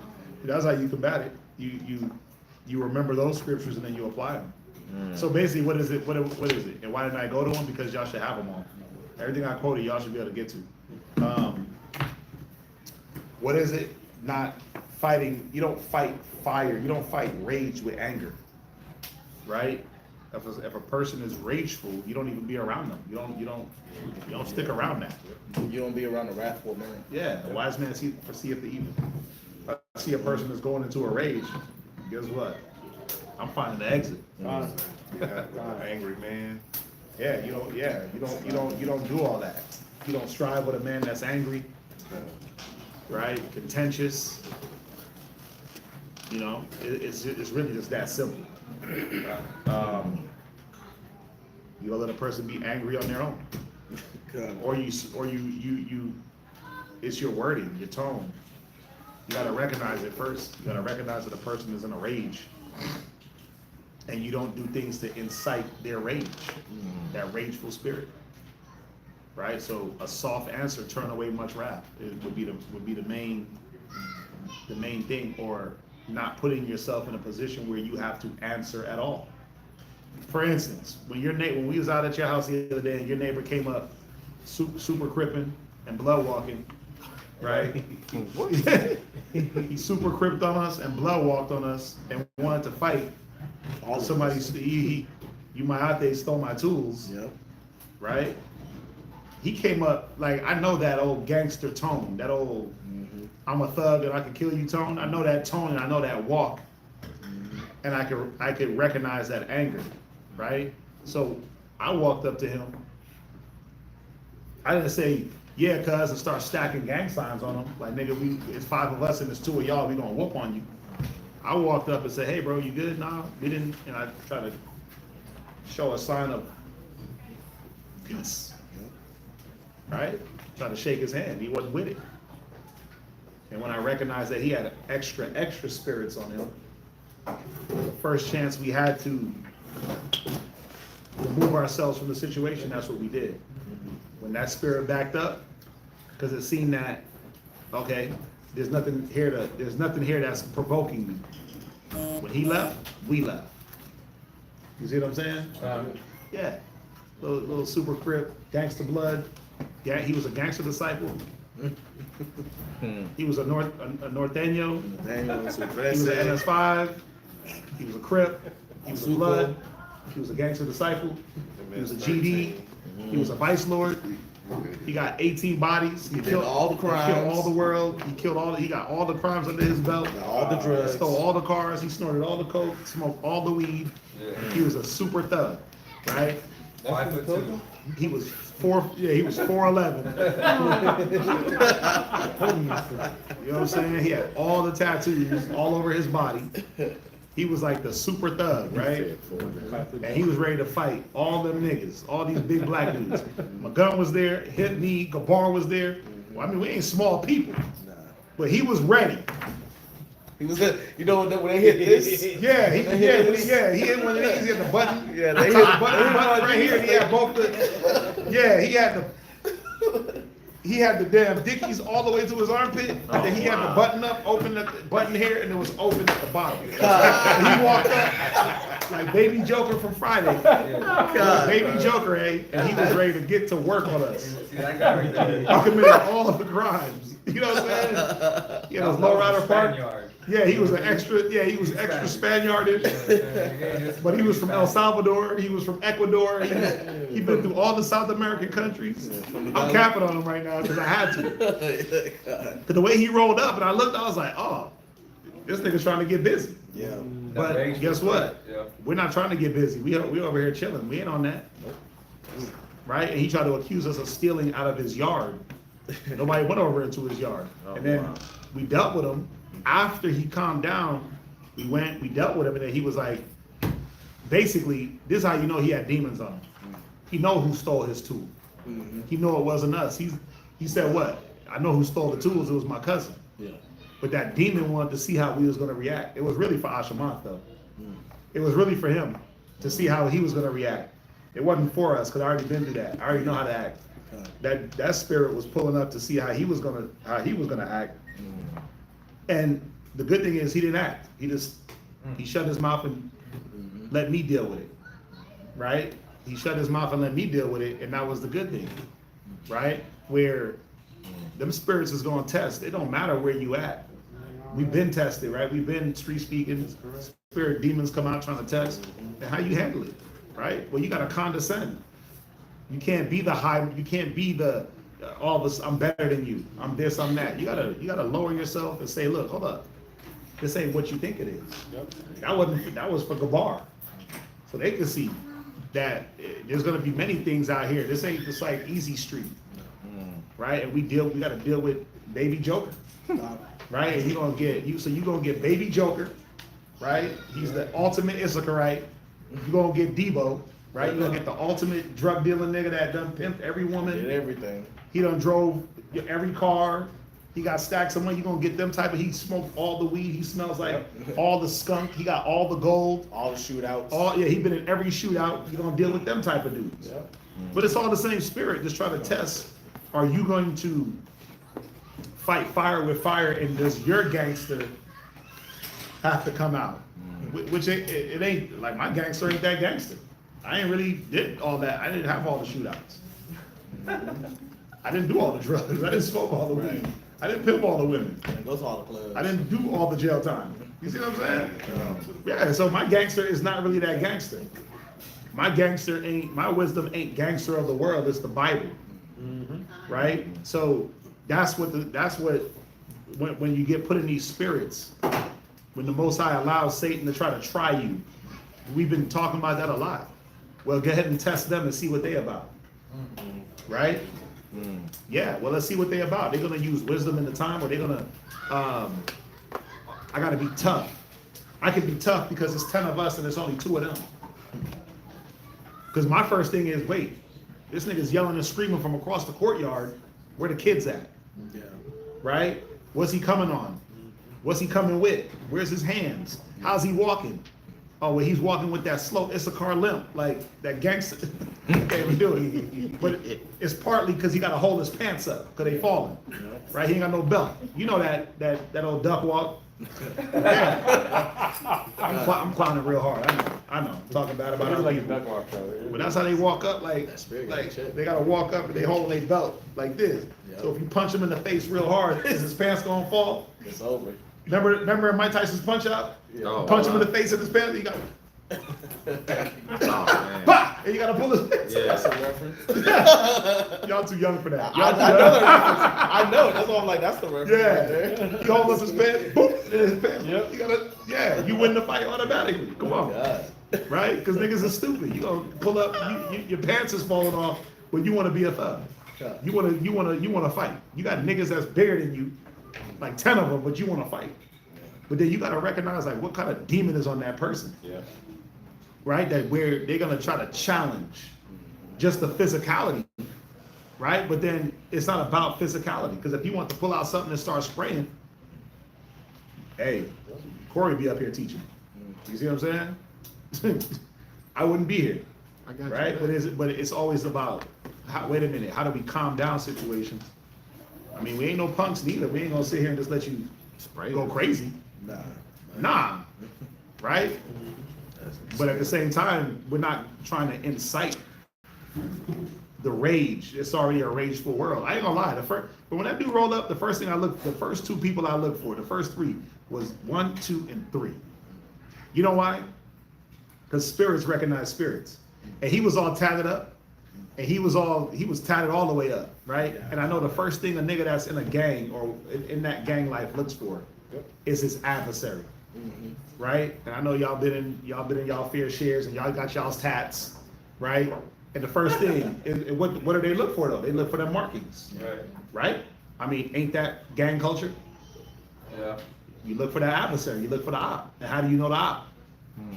It's written on his face. Right, right there. Ah! Damn! Why you do that, bro? She just had the baby and all that, bro. It's written on my face. I know. My dad's name is written on. I know. But other things. What's that right there? What's that other thing? Yeah, what's that right there? That's the end. Yeah, I saw somebody that beat me up had that. Yeah. So I ain't gonna lie. The first thing I looked for was y'all 3. Like, hold up, where they at? They need to step the hell back real quick, in case this nigga fly off the handle. Looking for those type of things. You know what I'm saying? You know. But the good thing is, you know, that was at Yashakar's spot. He already had that dude kind of. That guy respects Yashakar, not based off his tattoos, not based off his thug shit. He said it. He said, I respect you guys. See you wake up in the morning and go hustle and take care of your kids and your wife. So he watches. He respects the wisdom and he looks at the manlyhood, the manliness that Yashakar is displaying through the spirit. You're not looking at him for the tattoos and what he drives and how he moves, right? Because after the fact, we talked to him. broke his ass all the way down, right? And he admitted that he was like, man, I didn't mean to ruin y'all's night, man. I'm going through it. Come on, misery needs company. Yep. Them demons be going through it when they rage out. They be going through it and they need somebody to tangle with and tussle with, right? And you could be the victim. That's it. So you guys got to keep that in mind. Like, say what you want about it. Scary, whatever. I'll be scary as hell, but guess what? I'll be here to tell it. Can a brother give me Ecclesiastes chapter 8 and verse 10? I'll be here to talk about it and talk about Baby Joker. Ecclesiastes chapter 8, verse 10. Kindle not the coals of a sinner. Do what? Kindle not the coals of a sinner. Yep. Read. Lest thou be burnt with the flame of his fire. So don't stroke that fire. Don't light that flame. Don't give them any reason to where now they can use their anger on you because you gave them that reason. Right? Don't strike that, don't kindle that coal. Don't spark, don't give it no spark, no light. Because the coals are there, they already are lined up, ready for somebody to spark it. Yeah. Let's spark the heat, let's spark it. All that talk, like the way we talk, we must Light spark it this up. beef. Let's get it going. Let's light it up. It's lit. It's lit, meaning it's already on fire. Right? Let's get lit. Let's do like we talk it. We speak in this way, but it's telling you, right? You don't light those coals, man. The coals are already arranged, ready to burn somebody. Anytime. Anytime. Them angels. We always talk about it, man. Them angels be ready. Like, bro, even when I was talking, they grabbed his hip and everything. Yeah. I looked at him and backed up, like, whoa, hold up, bro. And then he started talking to himself. Yes. He started talking to himself because he had spirits on him. Then his brother started talking to him in Spanish. He was like, bro, they didn't do it.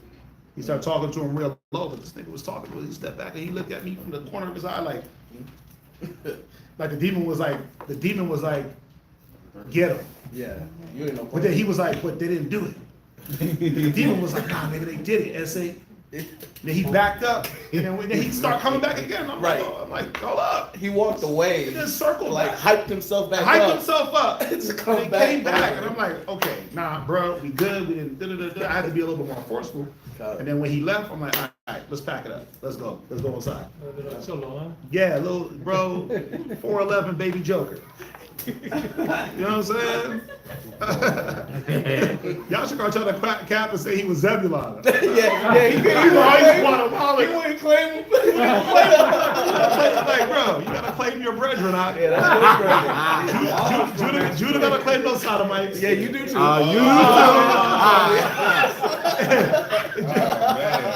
You know what I'm saying? You gotta claim those idol worshipers. And you gotta claim Baby Joker, right? It is what it is. You and Hadazar too. Like, he act like he didn't want to be a part of it. Like, nah, get your ass down here, bro. Listen to this conversation, and get a part of what your people are on, Get a part of what your brothers is on. Your Issacharite bros, man. But I felt bad for the bro. You know, his mom. He had found out his mom died. Yep. That day. I guess they was breaking into his vehicle. And then he been trying to work hard to get his stuff together, and they stole his tools, his own cousin. You know, but he was so hyped up off of just hatred and rage and pain that it wasn't piercing. It was piercing a little bit. He started crying, and then his brother, you know, but it was hard to get through to him because what did he tell you? He's on that Santa Muerta. Yeah. He said, whoever took my stuff is gonna die. And I'm telling him, like, bro, it ain't worth it. You trying to get better, and it's your cousin. Let him live. Show some grace and mercy. Wow. He don't believe in that.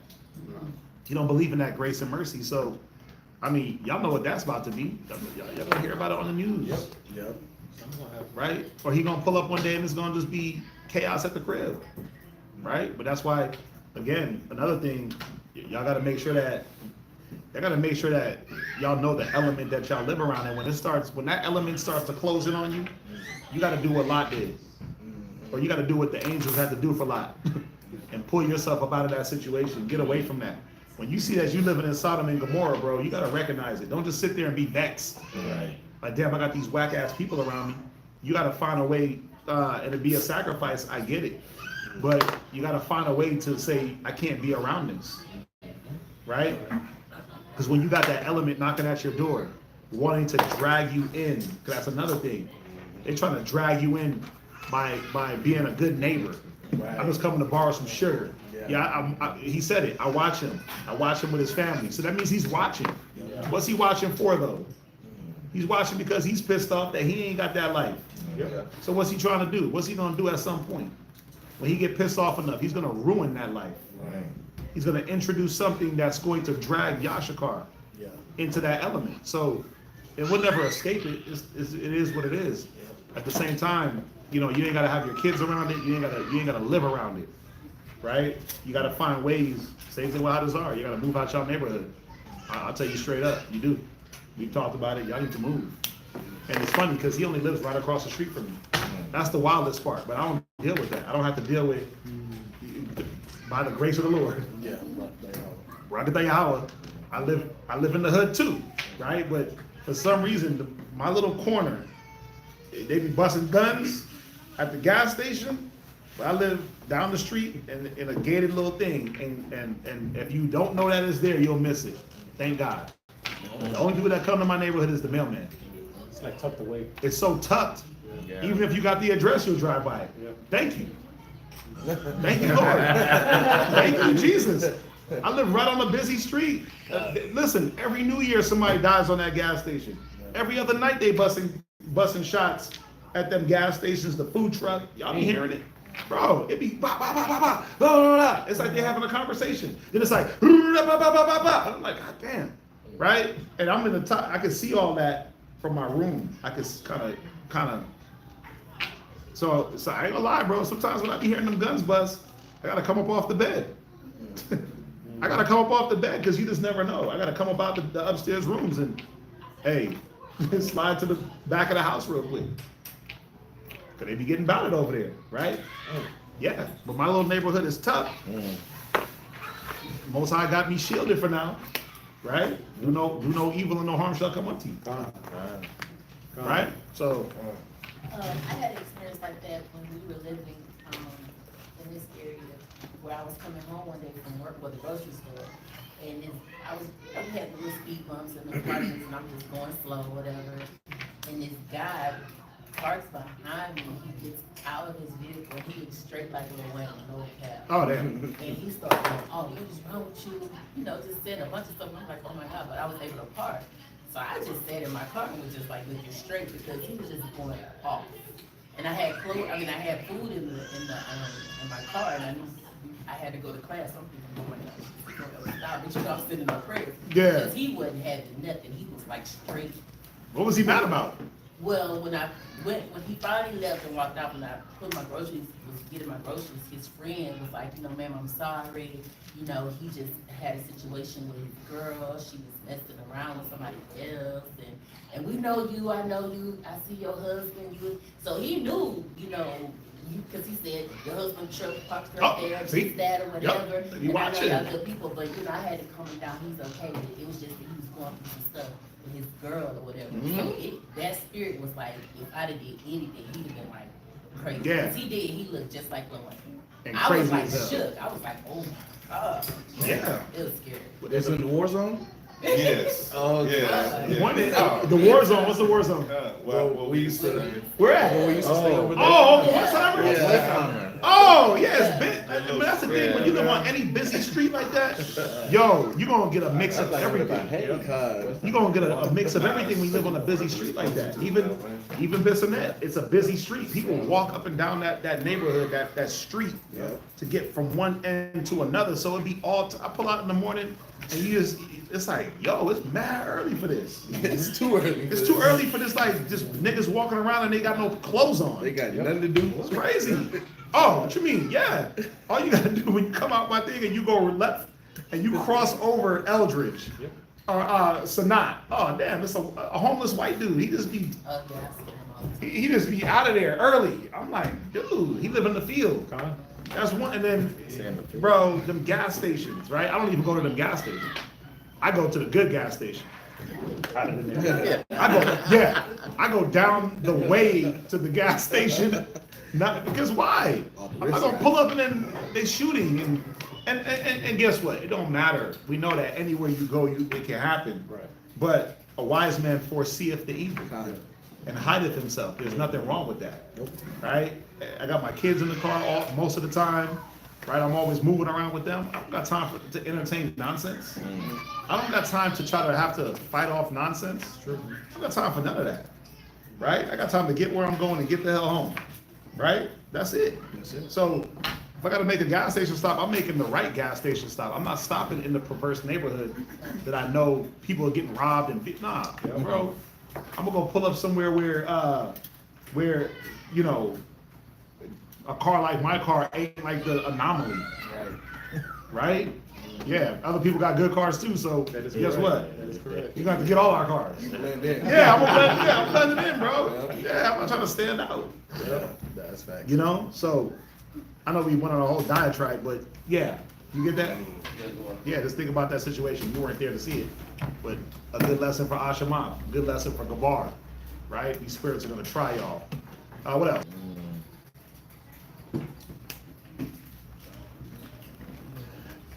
See, I got y'all in here real quick. Give y'all this. So, where's Asharai? She back there. You're here. When do y'all starting garments?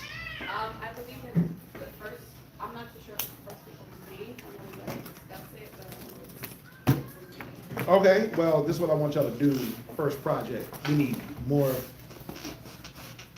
black shirts, S.O.W, right? I spoke to Gazakia to see if we can get, you know how they did the Passover shirt, that printout?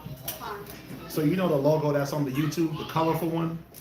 I know I'm talking business right now, I can talk about this off camera. But you know the colorful logo that's on there? I want that for the shirts, for the new shirts, for the next batch. God, rock that one. God. Bro, I can tell you how on that price too. It's not a bear, but it's not a $50 shirt, but it's we want front and back. That's 2 sheets of vinyl. Them vinyls is expensive, right? And we got to be able to re-up the vinyl. So yeah, them shirts are probably gonna be 30, 35. But the whole point is this: the vinyl lasts longer on those than they last on these. It's a different type of ink and stuff. So I'm just kind of throwing it out there to brothers, right? Y'all are here. Y'all need them. You need one, definitely. You need one. I need a few more. Right? It's good to have more than one. I only got one. So just throwing it out there. I'm just throwing it out there now. Right, this is this is what we doing in Houston. I know I'm saying it online, but for the bros in Houston, there's some brothers that's not in class that's listening. That's the first thing I want them to do is get us some new shirts. When we go out street speaking, everybody can have their shirts. So just, you know, we'll price it, get the prices, let everybody know. I'm just throwing it out there. Just be prepared to spend. Be prepared to spend anywhere between. Maybe, nah, it ain't gonna be $50. There's no way. It ain't gonna be that. How much does one shirt cost that thing there, over there? Oh, at the spot? It's like $4, right? Yeah. Something like that. Depending on what style of brand you So want. regular black shirt, you go by sizes, yeah. Something like $40, $35, $40. We'll price it, but I'm just throwing that out there to make sure that. And I keep forgetting, so I gotta say it when it hits my brain. So Adonai, you heard me? Yeah. Okay, perfect. All right, I mean, if that is it, any questions online? No, y'all had time, y'all didn't put no questions out. Proverbs, when a man's ways please the Lord. Yep. When a man's ways please the Lord, he maketh even his enemies at peace. That's exactly true. Right? Yeah, so, all right. I might give upon y'all, Yerushalayim, rise and face east. Go ahead, do that.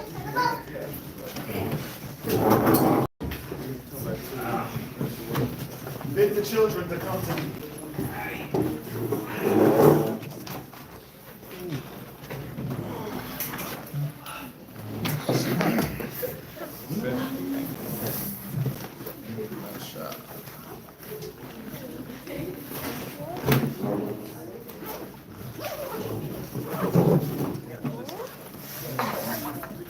Ready? All right, everybody ready?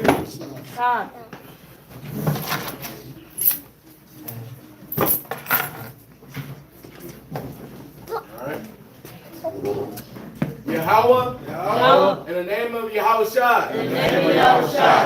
Listen to us right now. Shalak. Ma'aka'ala. Wa. Righteous. Alahayim.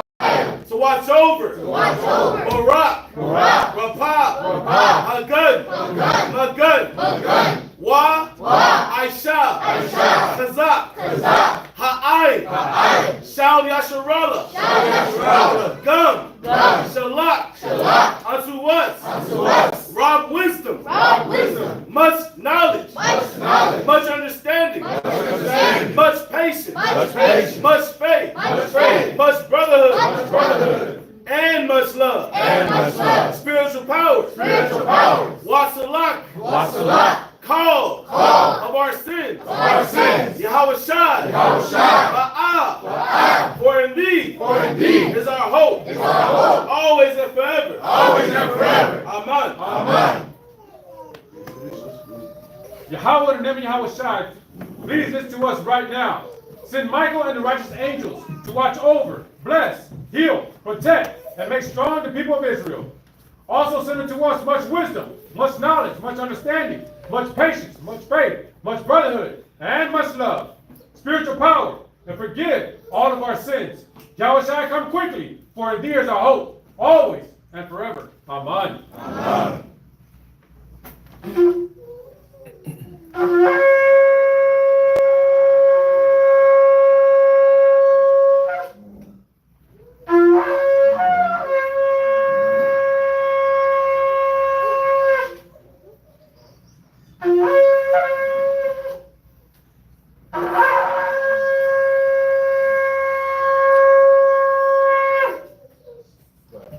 Barakatah Yahweh.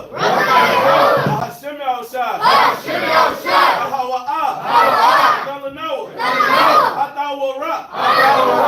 Let's bless you, Yahweh, and then Yahushua to give us the law.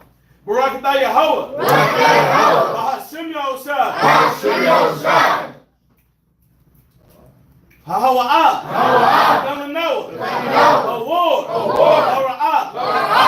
Let's bless you, Yahweh, and then Yahushua to give us the light to see. Barakatah Yahweh. Hashem Yahushua.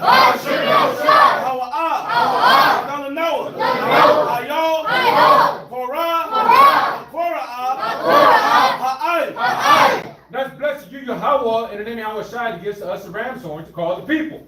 Barakatah Yahweh. Hashem Yahushua.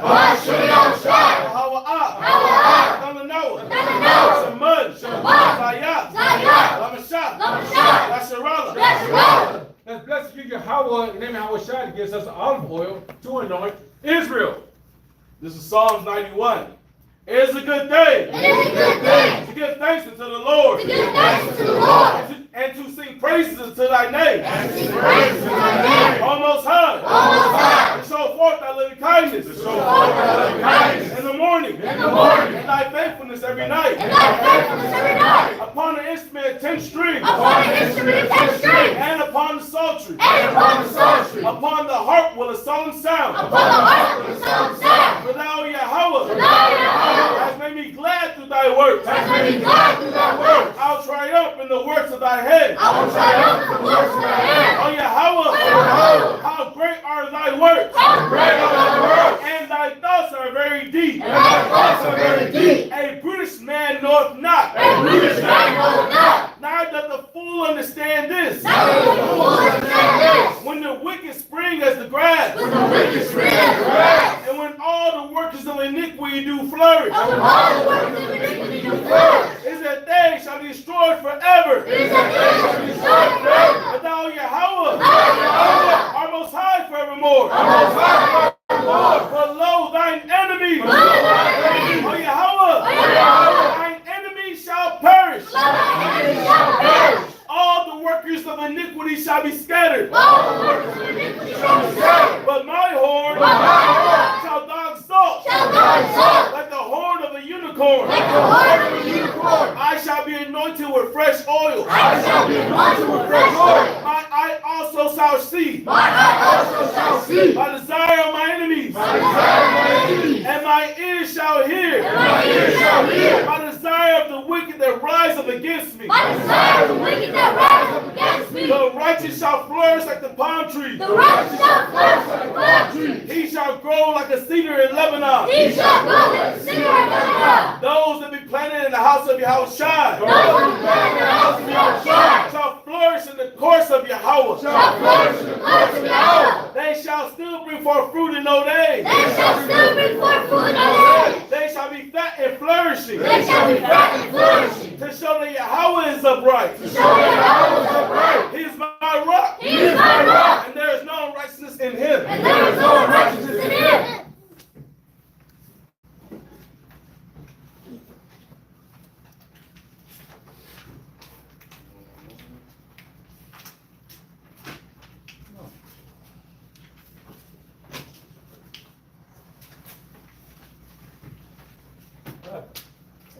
Look, I got it.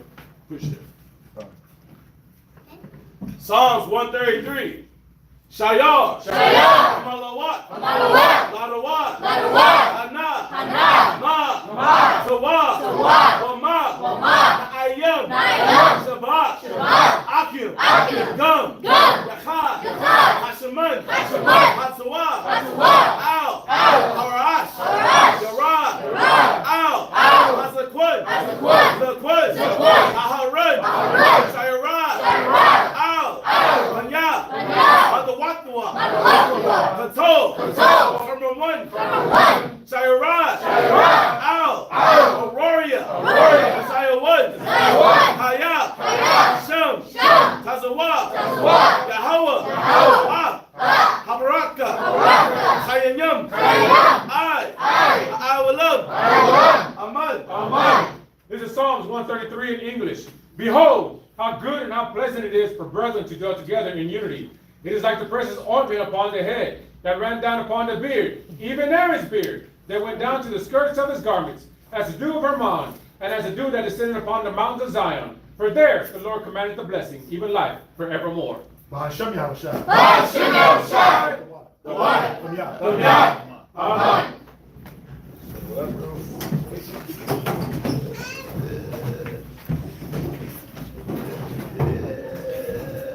Call it. Man of Israel, Almighty, Barak. Yahweh Shirah Barakah. Kwame Sharada. Kwame Sharada. Kwame Sharada. Kwame Sharada. Kwame Sharada. Kwame Sharada. Turn to face the sisters.